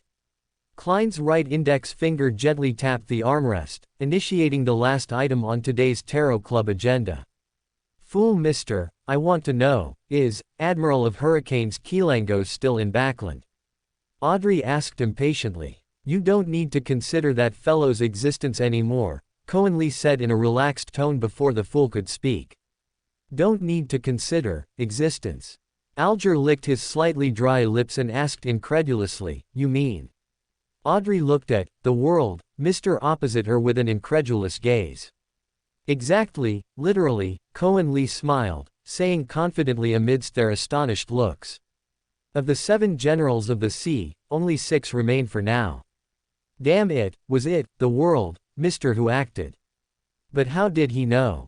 Lady, maintain a lady's demeanor, don't let your mind wander, that would be undignified. Audrey gently pinched her left thumb, but the surprise and curiosity in her heart could no longer be suppressed. She had prayed to the fool immediately after seeing Baron Grammy, and he had already left the ballroom as quickly as possible. The time left for the other party certainly wouldn't exceed 10 minutes. How did the world mister do it? Alger's thumbs pressed tightly against his index fingers, a faint pain coming from his brain, believing that in reality, deep indentations had also been pressed into his index fingers. He used this pain to skillfully mask his surprise. Having lived on the sea himself, he was even more surprised than Miss Justice. Keelangos was one of the sea's 7 generals, as all pirates knew. Even for any pirate general, their reputation was hard-earned and real. What Miss Justice wanted to ask at this moment was also what he desperately wanted to know. No need to speak yet, it would be soon enough to ask after Miss Justice finished her question. I happened to be in Backlund when Mr. Fool gave the order. Kornli said only this sentence, then did not continue. Appropriate pauses can leave room for imagination for both of you. Ah, just that one sentence. A look of disappointment appeared on Miss Justice's face, but then she suddenly thought of something. It was precisely because of her tip-off that Vice Admiral Hurricane Keelangos died. In this matter, she indeed played a role. What I can say is that Keelangos intended to assassinate Duke Negan. As for the specific reason, we are still unclear. Kornli pondered for 2 seconds, then provided a bit more information. However, we might know in a few hours. Wait, Mr. World used, we. Audrey clearly noticed Mr. World's choice of words. He has helpers. Other believers of Mr. Fool. Or favored ones. As expected of the Tarot Club, the scale of this organization is completely beyond our imagination. She really has entered an extraordinary Beander gathering. Come on, Audrey, you need to make a contribution here. An even more wonderful world awaits you ahead. At the same time, a slightly dim light appeared in Alger's eyes. He had thought that only the 2 of them existed in the entire Tarot Club, but from Mr. World's narration, it seemed there were other existences, only they were more hidden. And Mr. World was just one of them who could be revealed externally. Wait, he suddenly thought of something. Mr. World, is Keelangos's Beander characteristic with you? Alger asked with a hint of reverence. If the other party confirmed it, at least he could be certain that Keelangos had indeed died at his hands. It was their first meeting, he couldn't rule out the possibility of the other party lying. Perhaps Mr. Fool doesn't even know he's lying. Oh, I took it, Kornli said nonchalantly. You want it. The other party's tone was as if the wind-blessed Beander characteristic was a can of dog food, which could be casually given to him. I want it, of course I want it. 10,000 thoughts raced through Alger's mind, but these thoughts were quickly extinguished by his rationality. He wasn't a seafarer yet, so why would he want a sequence 6 Beander characteristic so early? Moreover, even if he wanted to buy it, he didn't have the money. A sequence 6 Beander characteristic, equivalent to 2 main ingredients, meant it was worth around 3,000 to 3,500 gold pounds, and it was still a rarity with demand far exceeding supply. He only had a little over 1,000 gold pounds in his pocket, even selling the Blue Avenger wouldn't be enough. Of course, he could only think this thought. If he really sold it, the Storm Lord Church would devour him whole. I was just saying, Alger smiled. The wind-blessed Beander characteristic is indeed a good thing. Not irrational, not bad. A hint of surprise flashed through Kornli's mind, and he lightly tapped the armrest of his chair twice with his right hand. I have another question. Audrey raised her right hand and asked cautiously, if an animal consumes a potion, what would happen? Alger let out a cold laugh. Ordinary animals have limited brains and simply cannot withstand the intense pain of the potion. Death is generally the best outcome for them. If they don't die, their brains will be filled with a large amount of knowledge. No matter what it is, it will be something they have never experienced before. Their brains are very likely to go mad from being unable to bear this knowledge, or undergo unknown mutations. For humans, the best way to deal with them is also to grant them death. Audrey controlled her slightly trembling hands, which were cold, and forced herself to nod. I'm fine. However, if an animal truly consumes a potion and mutates, but doesn't undergo an abnormal change, like growing 3 heads, this also means you can communicate with them. Some things might not necessarily be a bad thing, Kornli said. I've seen a bird, and while I'm not sure if it ever consumed a potion, I can confirm that it was the most mischievous parrot I've ever seen. Kornli said leisurely, recalling the apothecary's colorful feathered parrot. If there's nothing else to do, keeping such a parrot would be quite interesting in life. You make a good point, Alger chuckled. However, I have never heard of, or seen in any records, wild beasts or livestock that can consume potions. I can share some knowledge with you for free, Kornli said calmly. In the 4th epoch, Emperor Tudor's household once kept a large number of hunting black spiders. They possessed intelligence similar to humans and could obey human commands. The organs of these beasts could become primary ingredients for potions, and their teeth and hearts were also important Beander materials. In my opinion, hunting black spiders, these tameable beasts, can no longer be called beasts, but rather. Kornli calmly glanced at Alger beside him and uttered 2 words. Demonic beasts. Alger was not shocked by Kornli's statement. After all, having gone through several epochs, there were countless hidden pieces of knowledge awaiting his exploration. But at the 2 words, Tudor, his entire body trembled. The Blue Avenger was precisely a ship of the Tudor family. Does Mr. World know something he doesn't? Or rather, does he know something about him? An interesting sharing. Klein tapped the armrest from the head seat. Today's gathering ends here. Praise the fool. Kornli and the other 2 rose and bowed to the fool at the head of the table. Kornli watched the hanged man beside him and justice opposite him disappear into the gray fog, and sighed. 2 glasses of iced cola appeared on the table, one for him and one for Klein. This damn herbal medicine smells so strong, and why is it Pepsi again? Is the knowledge you just shared real? Klein picked up the iced cola and gulped down 2 big mouthfuls, then waved away the gray fog in front of him and met Kornli's gaze. Of course it's real. Kornli tapped his finger, and the iced cola in front of him turned into milk tea.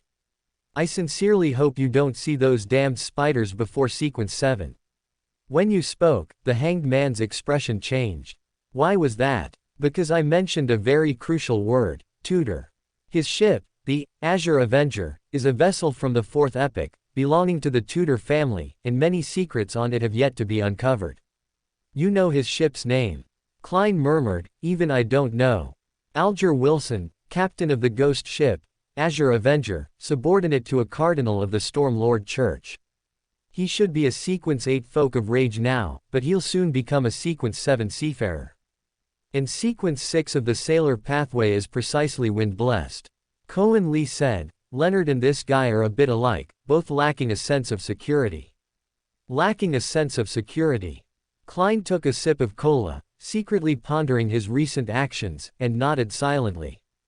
Kornli's summary was indeed accurate. Then what about Miss Justice's true identity? You two have met before. Audrey Hall, Earl Hall's beloved daughter. A few days ago, when you came out of the small changing room at the gathering, you bumped into her. Kornli chuckled. You should remember, right?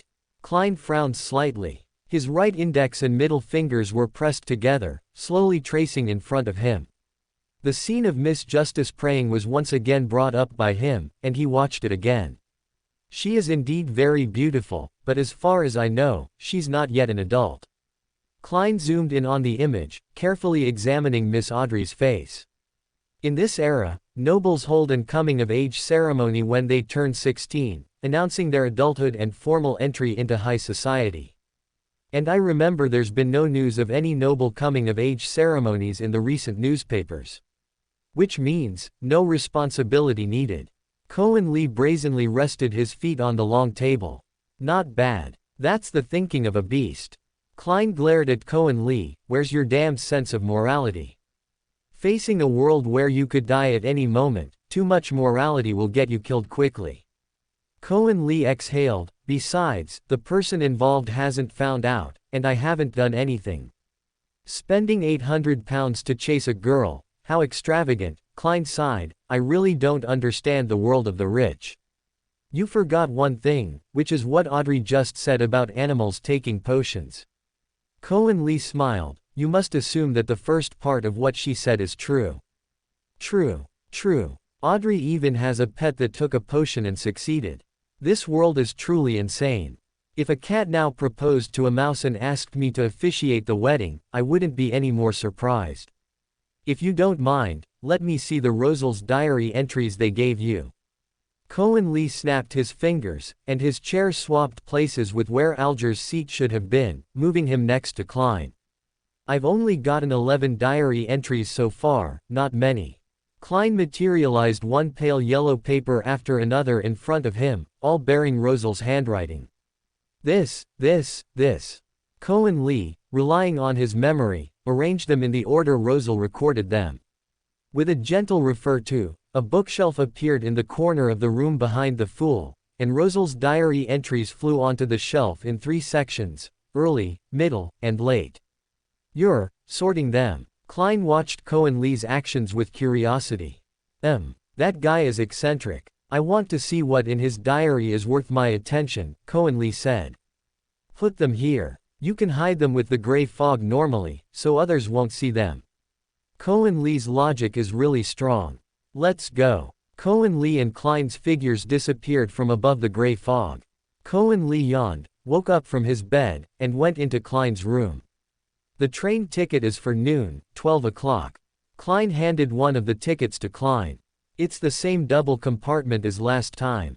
Although it's not quiet, it's better than nothing. It will take nearly 10 hours to get there, this damn steam train. When will the god of steam and machinery invent high-speed rail and sports cars, so we can travel quickly across this country? Kornli complained. High-speed rail and sports cars. Klein looked at Kornli speechlessly. This guy's imagination is truly vast. A hand reached out from the ground, gently tugging at Kornli's pant leg. A folded square piece of paper floated down and landed on the ground. Kornli picked up the note. On it, written in unusually elegant ancient Hermes, it read, "It's ready." It was a letter from Miss Grace the messenger. We can go summon Keelangos's soul now. Kornli tucked the note into his pocket. Outside the window, the sun was setting, and night was about to fall. This isn't suitable, Klein said. If Keelangos's soul appears, it might cause a significant disturbance. Although the room next to ours is empty, there's still the female boss, the chef, and a servant in the room downstairs. That's easy, Kornli said. Let's go eat first, then wander around outside for a bit, and then find an empty cemetery. All other problems will be solved. Summoning a soul in a cemetery, indeed a good idea. Kornli led Klein downstairs. The female boss looked at their handsome faces and asked with a smile. It's almost nightfall. Are you still going out? Yes. Kornli pointed at Klein beside him. My friend is quite interested in cemeteries. I wonder if there's a suitable one nearby. Damn it, what did I just say? Walk 2 kilometers forward, and you'll reach the Church of the God of Steam and Machinery's Zacharias Cemetery. It closes in about an hour, the female boss pointed forward. If you're not too picky. This damned conversation should end here. Thank you, we'll go check it out in a bit. Kornli tapped the brim of his hat with his right hand and walked out of the inn door with a stiff expression. A cemetery. The female boss's smile grew wider and wider. She and that crazy old man never tried that when she was young. These 2 young people are really wild. These 2 young people are really wild. I think your inquiry just now created a somewhat unpleasant misunderstanding, Klein said, chewing on a large piece of lamb chop. You're right, next time, leave the negotiations to you, Kornli said, frustrated, poking at the seemingly cooked broccoli on his plate with a fork, then finally setting it aside. I don't know what the hell I said just now. Speaking insincerely is a very serious matter in mysticism. I can try to divine it for you using divination. If there are indeed external factors, we need to eliminate them quickly, Klein said seriously. Not for now, Kornli said, looking at the crimson moonlight outside spilling onto the nearby glass.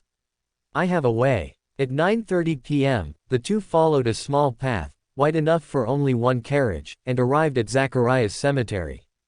The naming rights of this cemetery were not in the usual style of the God of Steam and Machinery, but rather to commemorate a true inventor of the church, Willard Zacharias. He successfully divided the types of lubricating oil into 7, based on the single modern lubricating oil, 2 of which had already been used on the newest ironclad ships. Only after his death was this cemetery named after him. He himself was also buried in this cemetery, occupying the best location in the entire cemetery. Klein walked to the main gate of Zacharias Cemetery and gently pushed the locked gate. It's locked. Let's find a place to jump in. A nearly 3-meter-high wall was no problem for a marauder and a clown. They found an inconspicuous corner of the wall. Kornli lightly pushed off the wall with his left foot, and his hands were already on the top edge of the wall. With a strong push from his 10 fingers, he was already sitting on the railing on top of the wall.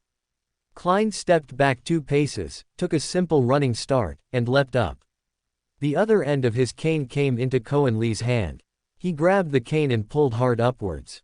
Klein used the momentum to step on a protrusion on the wall with his foot, and his left hand also easily reached the railing. That was really easy. The 2 jumped down from the railing. The distant lamplight of the horse lamp flickered slightly. That was the gravedigger making his last round of inspection for the night. The 2 carefully followed him, using large trees and tombstones for cover, until they reached the largest tree in the middle of the entire cemetery park. Let's do it here, Kornli looked around. The thick tree and its branches and leaves hid him and Klein well. He pulled out a bone whistle from his Y and blew it softly. A slightly smaller bone door than last time appeared beside Kornli. Miss Grace, the messenger, walked out from inside, holding a gray-black sphere in her right hand. Gray mist swirled within the sphere, and a lifeless male face emerged from it, seemingly having nothing worth regretting about his current state. Good evening, Mr. Kornli, Mr. Klein, Grace said, looking at the moonlight in the sky. What a bright night. Bright night. People of the death sequence truly think differently from us. Kilangos. Klein leaned closer to Grace's hand, looking. His soul. Although he believes in the Lord of Storms, his heart is not as pious as other believers, so he cannot directly enter the Lord of Storms' kingdom, Miss Grace said, gently tapping the sphere with her hand.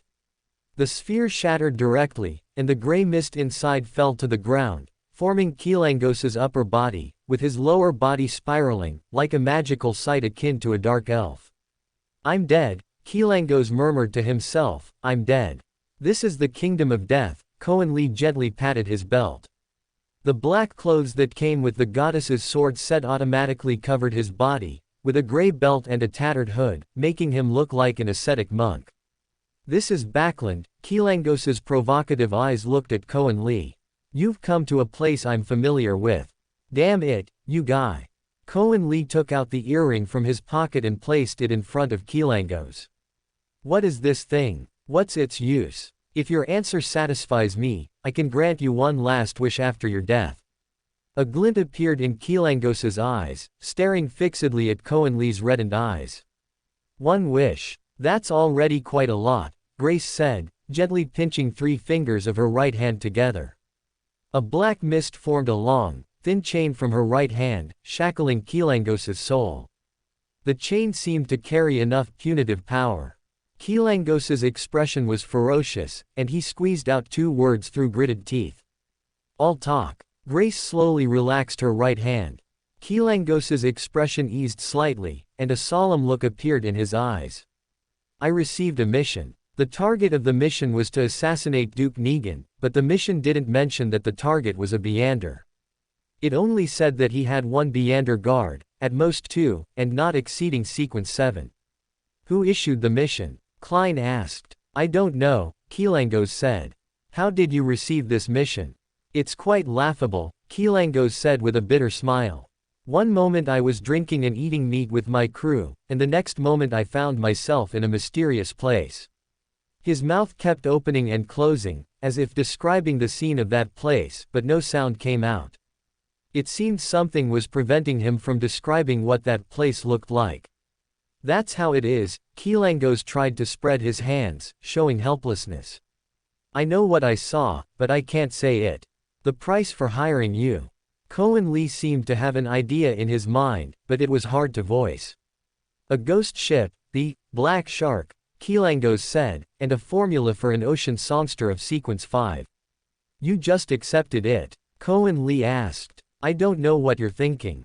I only know that if I had refused at that time, I would have died immediately, and my crew wouldn't have even noticed, Keelangos said. Refuse, and die immediately. But if I agreed, there might still be a glimmer of hope. I am a captain. Every day I gamble with the winds and waves. To have lived until now is a miracle. That earring is not a Beander item.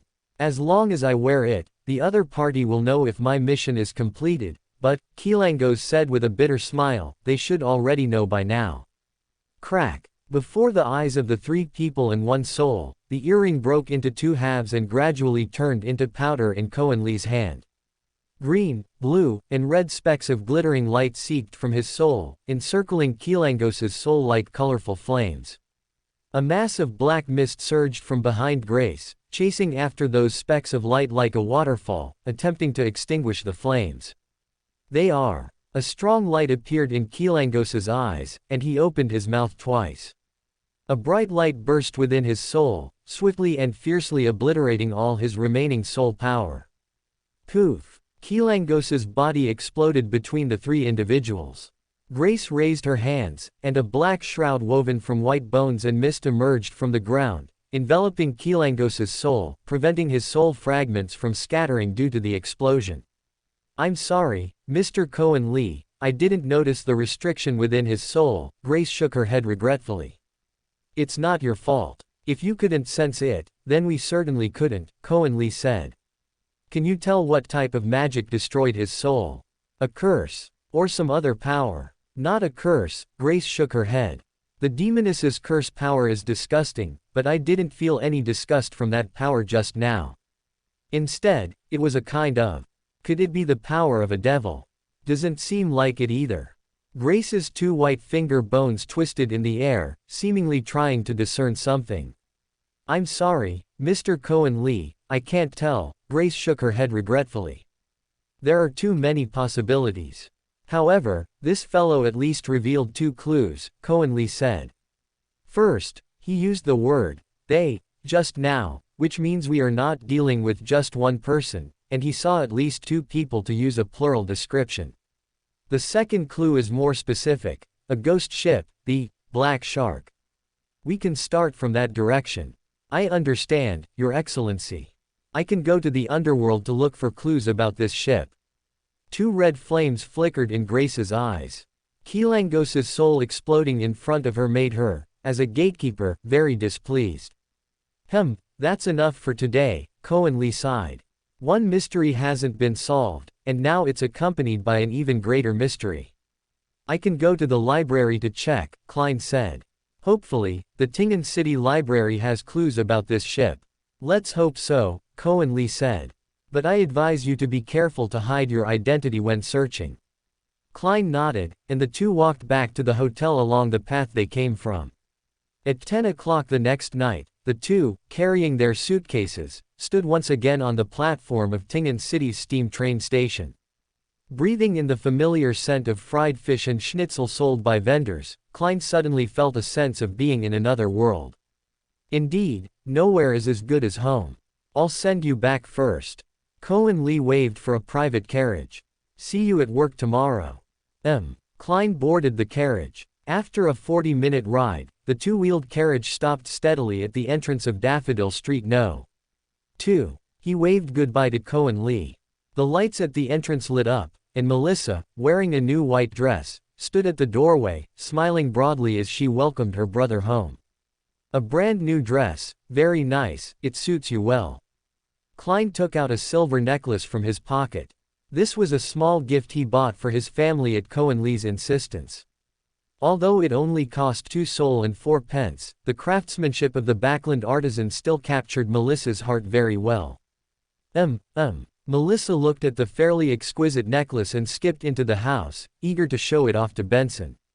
Kornli's suggestion was really good. To the Evil Dragon bar near Pulizi Port, Kornli knocked on the carriage, as quickly as possible. I didn't expect you to come today. Do you and old Neil not want me to rest for a day? A large glass of frothy dark beer sat in front of Svein. Judging by his flushed face, it didn't look like his first glass. I just returned from Backlund today, and I'm here to return your captain's oath. Kornli took the captain's oath from his pocket and placed it in front of him. Hey, this thing. Svein squinted at the captain's oath, made of brass and an unknown metal, on the table, and pushed it back towards Kornli. You keep it. I've decided to stay away from this unlucky place. Svein pointed in front of Kornli. The bartender, understandingly, also poured Kornli a dark beer. The two glasses clinked crisply in the air. Where are you going? Kornli asked curiously. My granddaughter has taken a liking to a seemingly decent man, and they're getting married soon. A shy smile appeared on Svein's face. This must be the will of the Lord of Storms, allowing me to welcome the third generation of my family in my lifetime. Our whole family is preparing to move to Backlund. I bought a 3-story small house next to Pulizi Port, and I also built a single-story bungalow next to it, planning to continue running a bar. Why Backlund? Kornli asked. That's the city of 10,000 capitals. Opportunities will be more abundant than elsewhere, and the business here has already been taken over by someone else. Svein looked around to make sure no one was listening, then took out a familiar ring from his pocket and flashed it in front of Kornli. They offered a very suitable price. Although I don't like the tone of the leading fellow, who would turn down 1,000 gold sol. You earn more than 300 gold sol a year here, don't you? Kornli laughed. 1,000 gold sol is only 3 or 4 years of your income. What can I do? I can't beat these guys by myself. I'll buy a small boat at Pulizi Port, drink beer and fish every day, send off all these old fellows who followed me, and then I can return to the Lord of Storms' heaven. Svein gulped down his beer. Another one. This fellow seemed even more devout than he had imagined. Perhaps Backlund was indeed a suitable resting place. Oh, right, why did old Neil come today? I've been out for 3 or 4 days and just got back today. Oh, if you hadn't come today, I was planning to go find you tomorrow anyway. Svein shook his head, which was a little dizzy from the alcohol. This fellow borrowed 100 gold sol from me today and bought something horrifying. What thing? A nail. A nail. 100 pounds. Kornli's left eyebrow twitched twice. That stingy old Neil actually spent 100 pounds to buy a nail. Are you sure we're talking about the same person? To be precise, that nail was worth 180 pounds, Svein said. He didn't have enough money on him, so he borrowed another 100 pounds from me. It's said that the nail came from a coffin from the third epoch and carried a strong aura of death. When that old fellow left, he mumbled to himself in Hermes. I heard, return, or, come back, from his mouth. Svein took a big gulp of beer. You know, my Hermes is only good enough to understand those two simple words.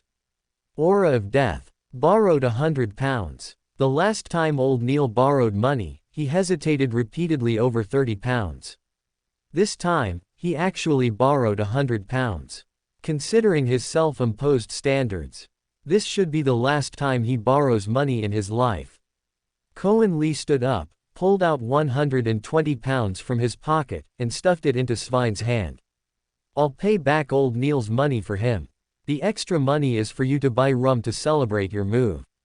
He drained the beer in his glass, nodded to Svein, and hopped into a carriage waiting at the door. Svein looked at the roll of pounds in his hand, a grin spreading across his face. Another round. Mr. Kornli White is treating tonight.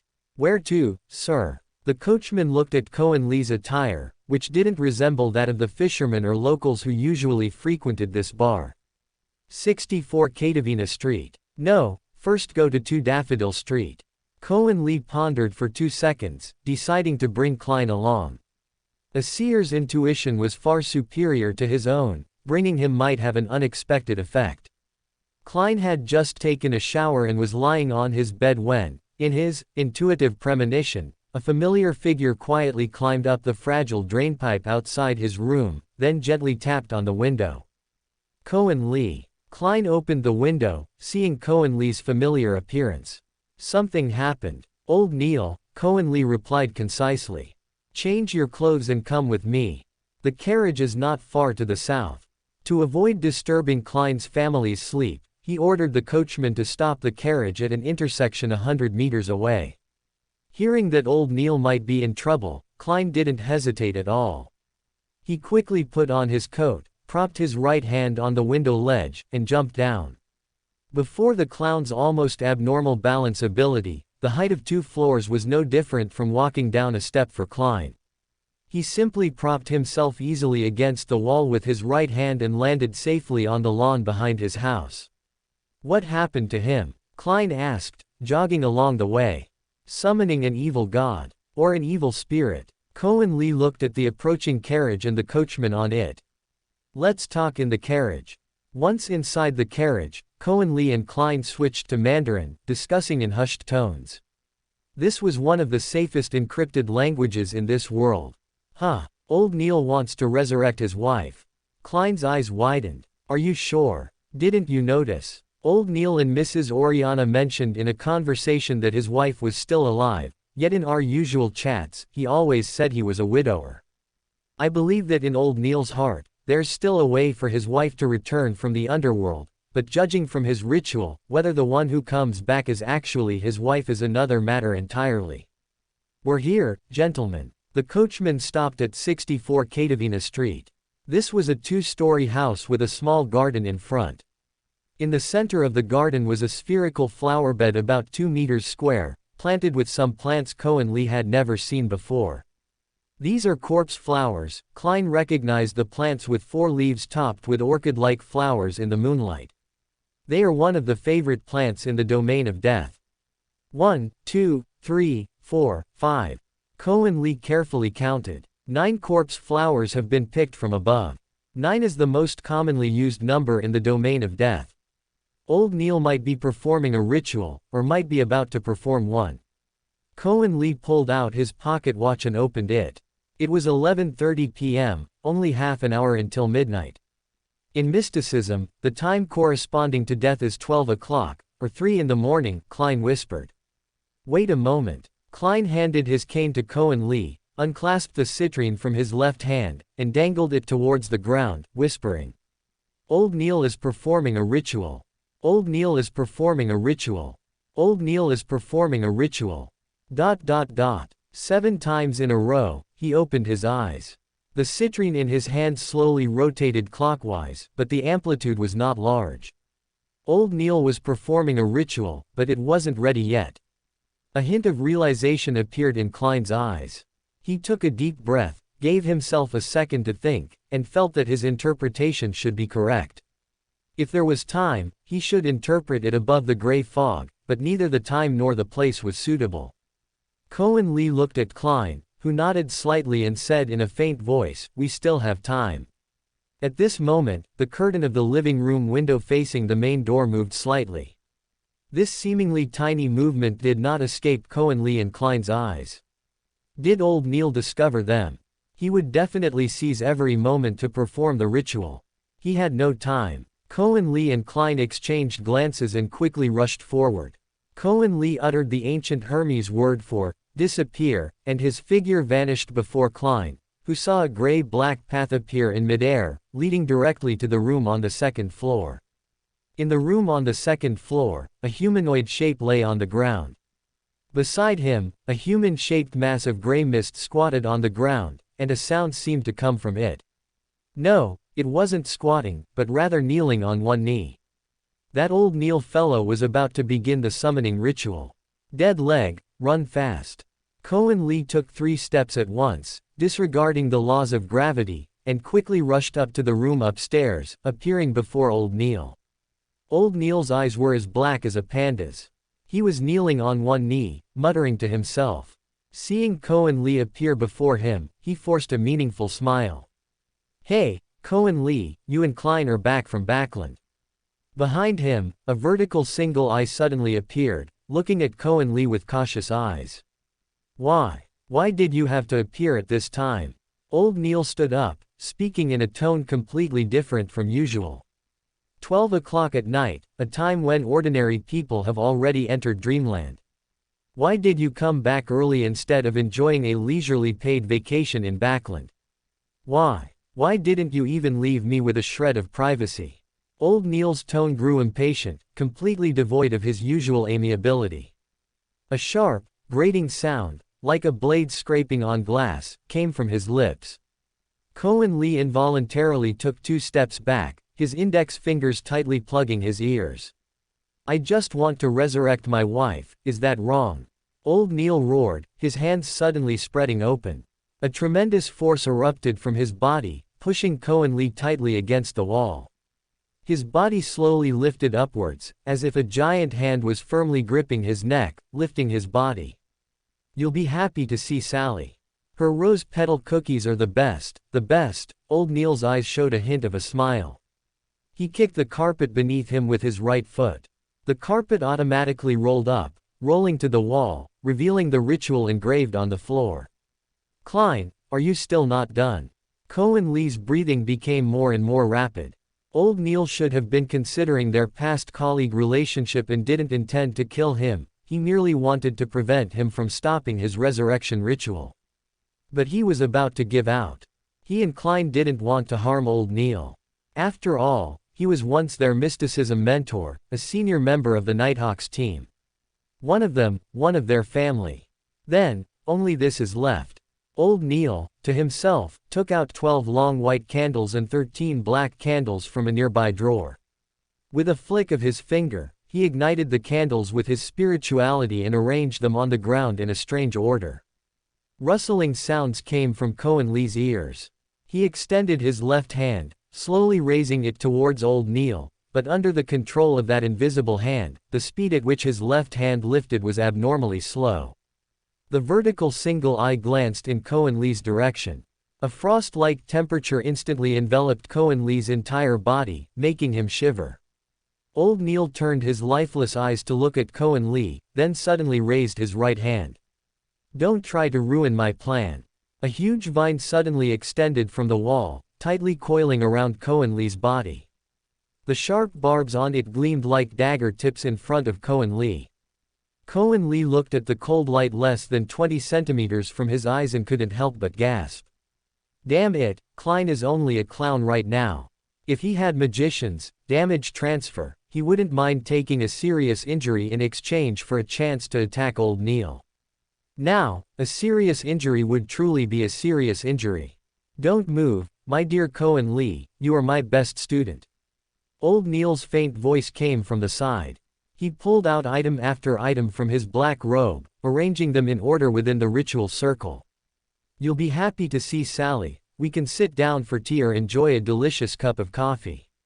She'll make us her best vanilla cookies." Was Sally truly best at rose petal cookies or vanilla cookies? For a moment, this was the question that came to Kornli's mind. Almost ready, Old Neil stood in the center of the circle, solemnly pulling a black, half-broken iron nail from his pocket with his right hand. He smiled at Kornli.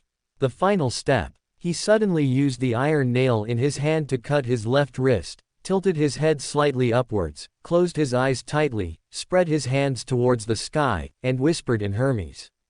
The ultimate destination of all deaths. The hell hidden deep within the spirit world. The master mender who forged flesh and blood, the hell messenger who controls souls. Please listen to my call. Please answer my prayer. I request of you, return the soul of Celeste Bennett, recast her body, and let her return to my side.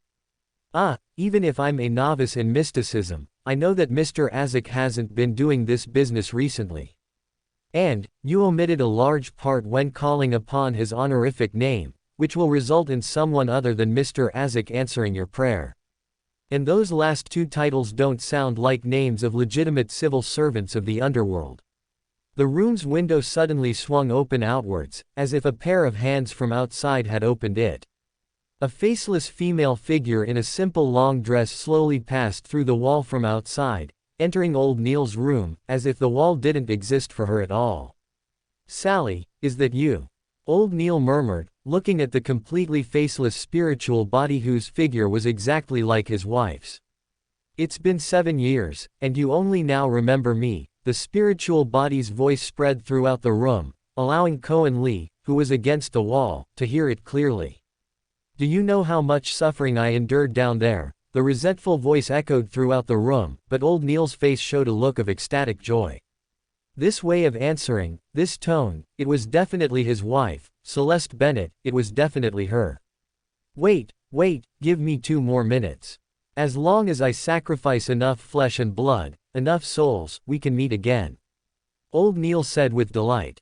The soul and flesh on the wall, the spiritual body's voice sounded long and ethereal, we only need those.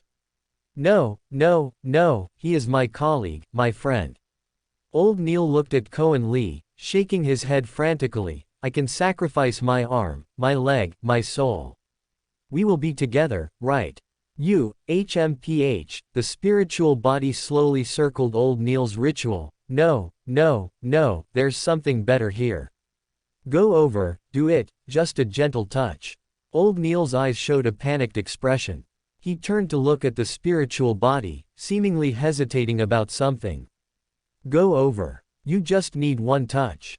Gently run the nail in your hand across his throat, and we can be together. The spiritual body suddenly flew in front of Kornli, then with a poof sound, returned behind Old Neil, speaking with an urgent and eager ethereal voice. Don't you want us to be together again?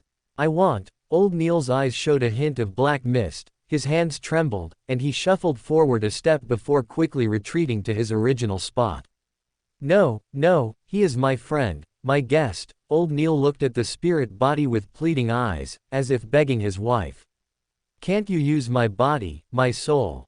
A brand new body and soul can make my appearance return to what it was 7 years ago, the spirit body said in a seemingly shy tone.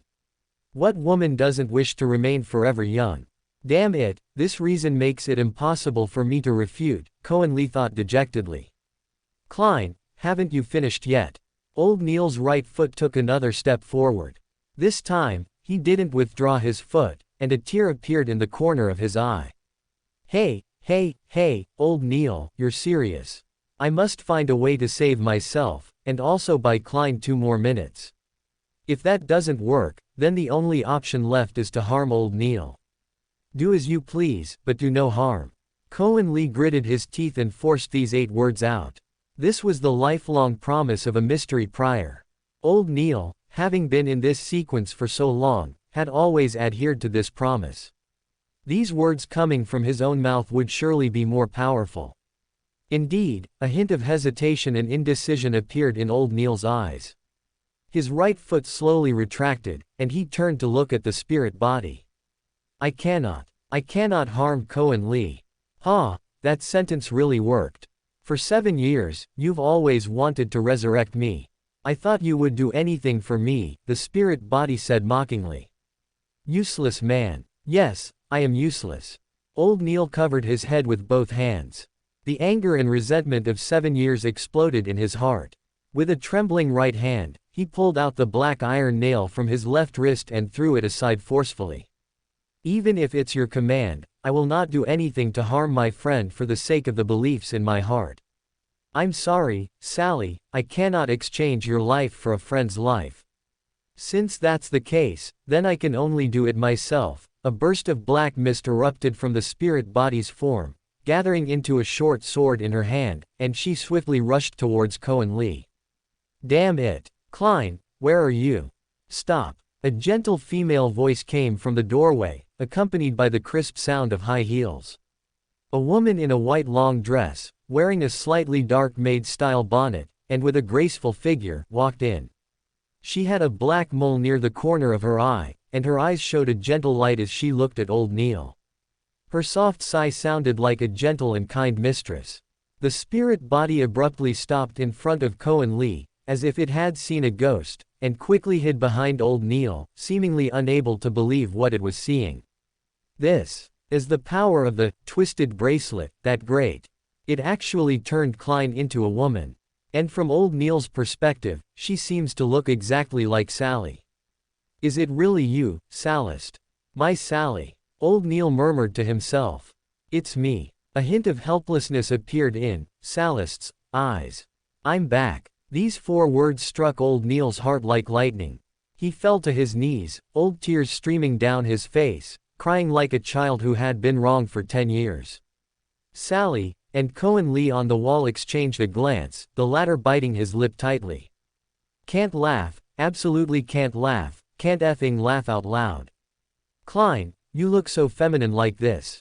My lord, I'm sorry. Cough, cough. Kornli forced 2 coughs, using the sound to cover his laughter, and received a huge eye roll from Sally. Neil, please let our guest down. This is not our usual way of entertaining, Sally said softly. Old Neil suddenly looked up and murmured, yes, Sally is right, this is not. He waved his hand gently, and the giant hand disappeared into thin air. The massive vines quickly shrank, finally turning into a few seeds that turned to ash and fell to the ground. You are not Sally. She wouldn't be so malicious.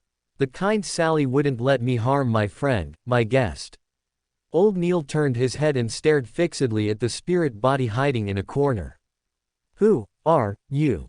Old Neil opened his mouth and let out a silent roar at the spirit body. He made a huge, eye of mystery prior gesture with his hands in front of his chest, seemingly wanting to use all his strength to clearly see what had just deceived him. Soul, flesh, death, the spirit body suddenly began to expand in the eyes of the 3. A huge black shadow appeared in the corner, gradually rising, spreading from the floor, walls, towards the ceiling. A huge scythe appeared in its hands, gradually taking shape. Sally, take old Neil and go first. Kornli wiped his right hand across Klein's left hand, effortlessly taking the wriggling hunger from his hand, and then shoved a blood enhancement potion into his hand. Kornli, you're practically robbing him. Klein lightly punched old Neil in the back of the head, knocking him out, then hoisted him onto his shoulder and quickly ran downstairs with the unique agility of a woman. Crimson. Kornli pulled out a rhomboid tranquilizing talisman from his lower back and threw it on the ground. A strong aura emanated from it, surrounding the black shadow. The huge scythe was swung into a hurricane by the black shadow, directly shattering the aura halo of the tranquilizing talisman covering it. It raised the scythe high with both hands and brought it down on Kornli. Even the tranquilizing talisman is useless. Old Neil, what in the world did you summon? Kornli calmly took a step back, spread his hands, facing the sky, making the gesture of praising the sun. Light. He uttered Hermes, and a huge pillar of light descended from the sky, striking the black shadow like thunder. Ah! A piercing sound rang in Kornli's ears and in Klein's ears, who was already outside the room door. Klein had run far away, so his ears were fine, but Kornli's ears in the room had already bled from the loud noise. The pillar of light struck the black shadow repeatedly like a heavy hammer descending from the sky. The spiritual energy on Kornli's body flowed away like water. He gritted his teeth, watching the black shadow gradually shrink, thin out, and finally turn into a wisp of black smoke disappearing in front of him. Purification. Kornli brought his hands back to his chest, then spread them again. A white light emerged from his body, illuminating everything in the room, removing all the black mist from the furniture and the floor to prevent future troubles. Finishing off afterwards is definitely a good habit. Praise the sun. Kornli involuntarily uttered this phrase, then immediately took off the wriggling hunger and tucked it into his embrace. Praise the goddess, praise the goddess, praise the goddess. After 3 consecutive praises, that feeling of insincerity finally left his body. He sighed in relief and gave Klein an okay gesture across the street. Old Neil's problem was finally resolved. However, there was an even bigger problem now. That was, who would face old Neil, who was about to wake up. Before that, however, there was still one thing he had to do. Kornli took out a bone whistle from his pocket and blew it.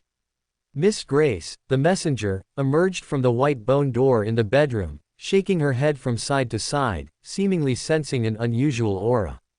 Mr. Kornli, someone here is summoning. Grace extended a finger, carefully sensing the flow of aura in the room. The room still contained a large amount of the sun's light and purifying aura that Kornli had just used, which created a significant obstruction for Grace's discernment. That gentleman who performed the ritual summoning in the room just now, do you remember his prayer? Grace asked. The ultimate destination of all death. The hell hidden deep within the spirit world.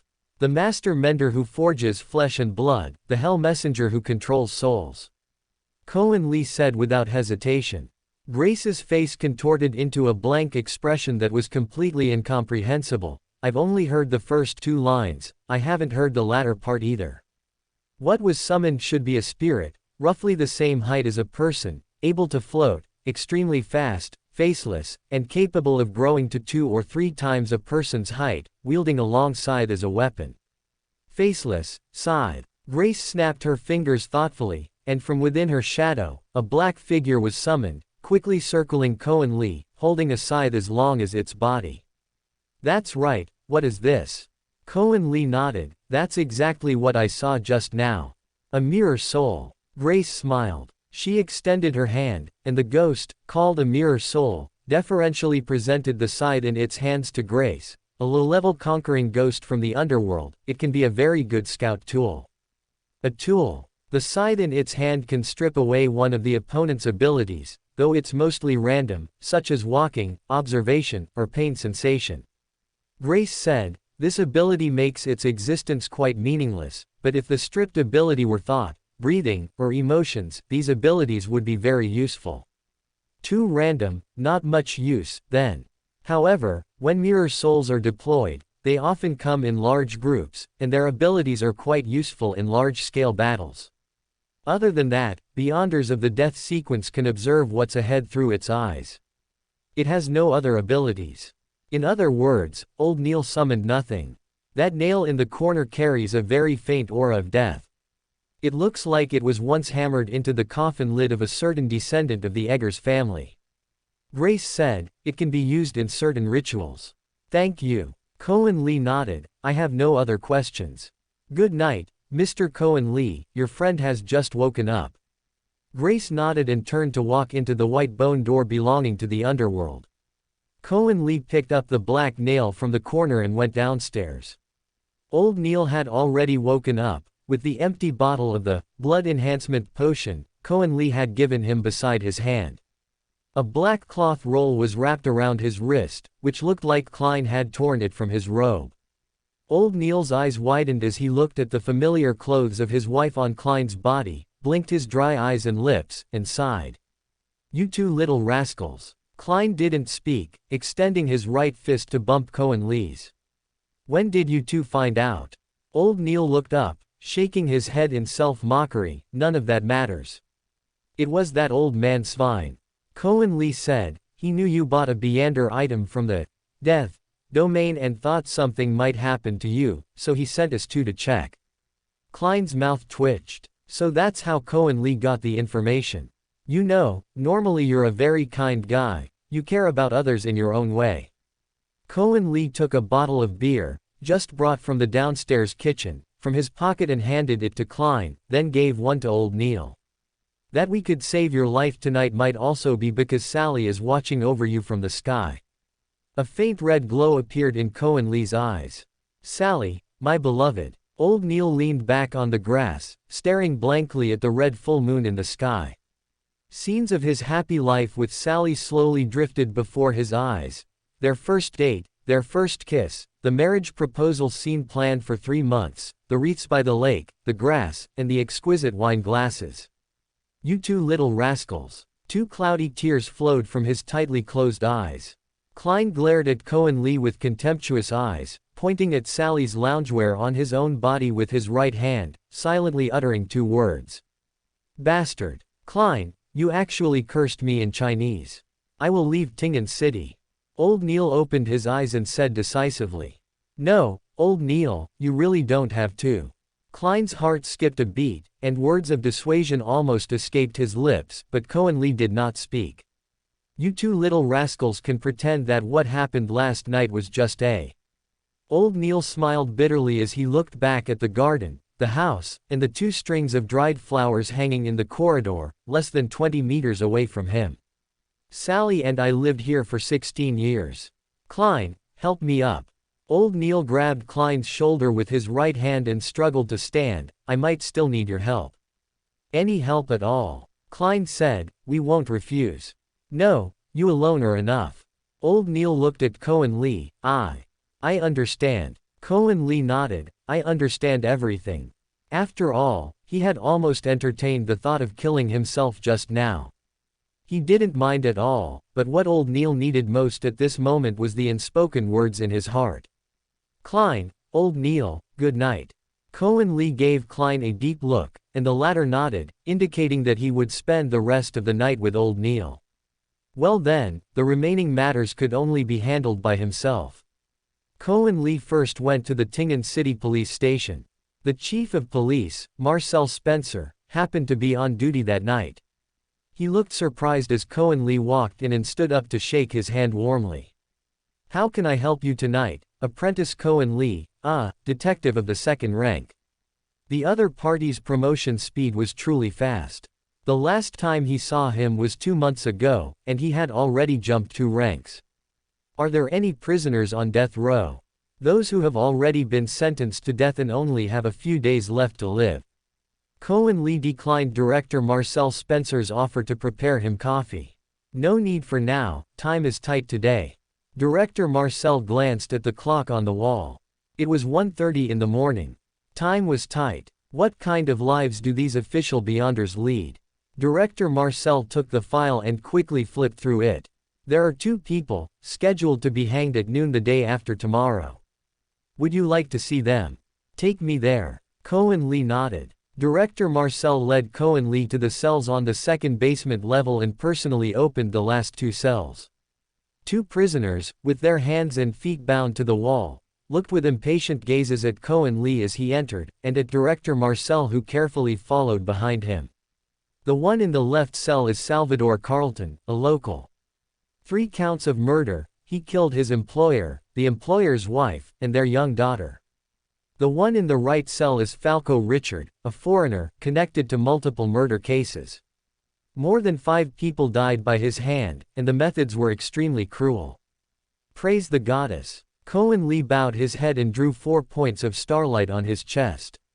You 2 listen, I can fulfill one wish for either of you before you die, in exchange for the remaining time you have left to live. Perhaps you never even met me today, it's that simple. A feeling of annoyance arose in Kornli's heart. This was related to the wriggling hunger on his left hand. He had just used the wriggling hunger again, and according to the rules, he had to feed it a soul. Klein would become indecisive when encountering such matters. Since he was borrowing this Beander item, he should handle all the details properly when returning it. Any wish. Really. A glimmer of hope appeared on Salvador's dirty face.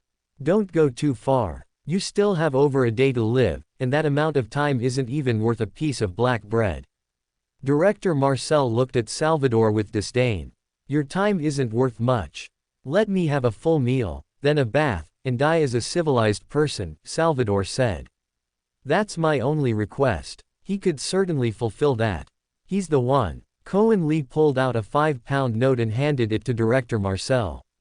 If it's not enough, ask me for more. You are truly generous, this is already enough. Director Marcel smiled and clapped his hands. A jailer walked over. Director, how may I assist you? Unbind Salvador Carlton from the wall. Prepare him a meal, a bucket of hot water, and a set of clean clothes. Let him go to the room upstairs to eat quietly. Give him 2 hours. While he's eating and bathing, you must have at least 2 weapons pointed at him. Every one of his movements must be watched carefully, Director Marcel instructed, changing his earlier attitude. Yes, Director. The jailer clicked his heels together and saluted both Marcel and Kornli. Hey, I haven't said my request yet. Falco Richard shouted from the right room. You spoke too late. Kornli looked at him with a cold gaze. Any pity for you would be disrespect to those 5 lives. Now, you should have time. Director Marcel extended his hand in invitation. Coffee in my office. Kornli nodded. He seemed to have 2 hours. 2.5 hours later, Kornli removed the already full, wriggling hunger from his left hand, got up, and went to the team station. Fortunately, Captain Dunn Smith was on duty tonight. Kornli, you're back. Captain Dunn looked at Kornli's furrowed brow. Something happened. Captain, according to regulations, I have to report this matter to you. Kornli sat opposite the captain's desk, feeling for the first time how difficult the truth was to speak. I understand. Captain Dunn tapped the desk with his right hand, pulled out his pipe from his pocket, and remained silent. Captain. Kornli nodded and left the captain's office, returning to his familiar desk in the team's office. He took out a remaining cigarette and lit it. The 2 men silently smoked in adjacent rooms until dawn. Cough, cough. Ziga, the first to arrive in the room, frowned at the layer of smoke filling the room. She waved her hand to open the window. What's wrong? You just got back, have you not smoked for days? No, that's not the reason, Kornli said. The captain will explain to you all in a moment. At 9 o'clock sharp, everyone in the team except Klein and Old Neil had arrived. Captain Dunn walked into the office, his expression serious. Everyone, there might be something that requires our attention in a moment.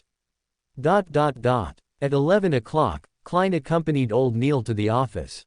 The former's eyes were bloodshot, clearly from not sleeping for 2 days and a night. Old Neil had changed into a black tailcoat and was wearing a semi-tall silk top hat he had never worn before. He looked a little more haggard, but he gave off a completely new feeling. He seemed to have accepted the fact of his wife's death. This was a good thing. The door to Captain Dunn's office closed tightly behind Old Neil. The captain watched Old Neil place a black envelope on his desk, his brows tightly furrowed. You don't need to resign.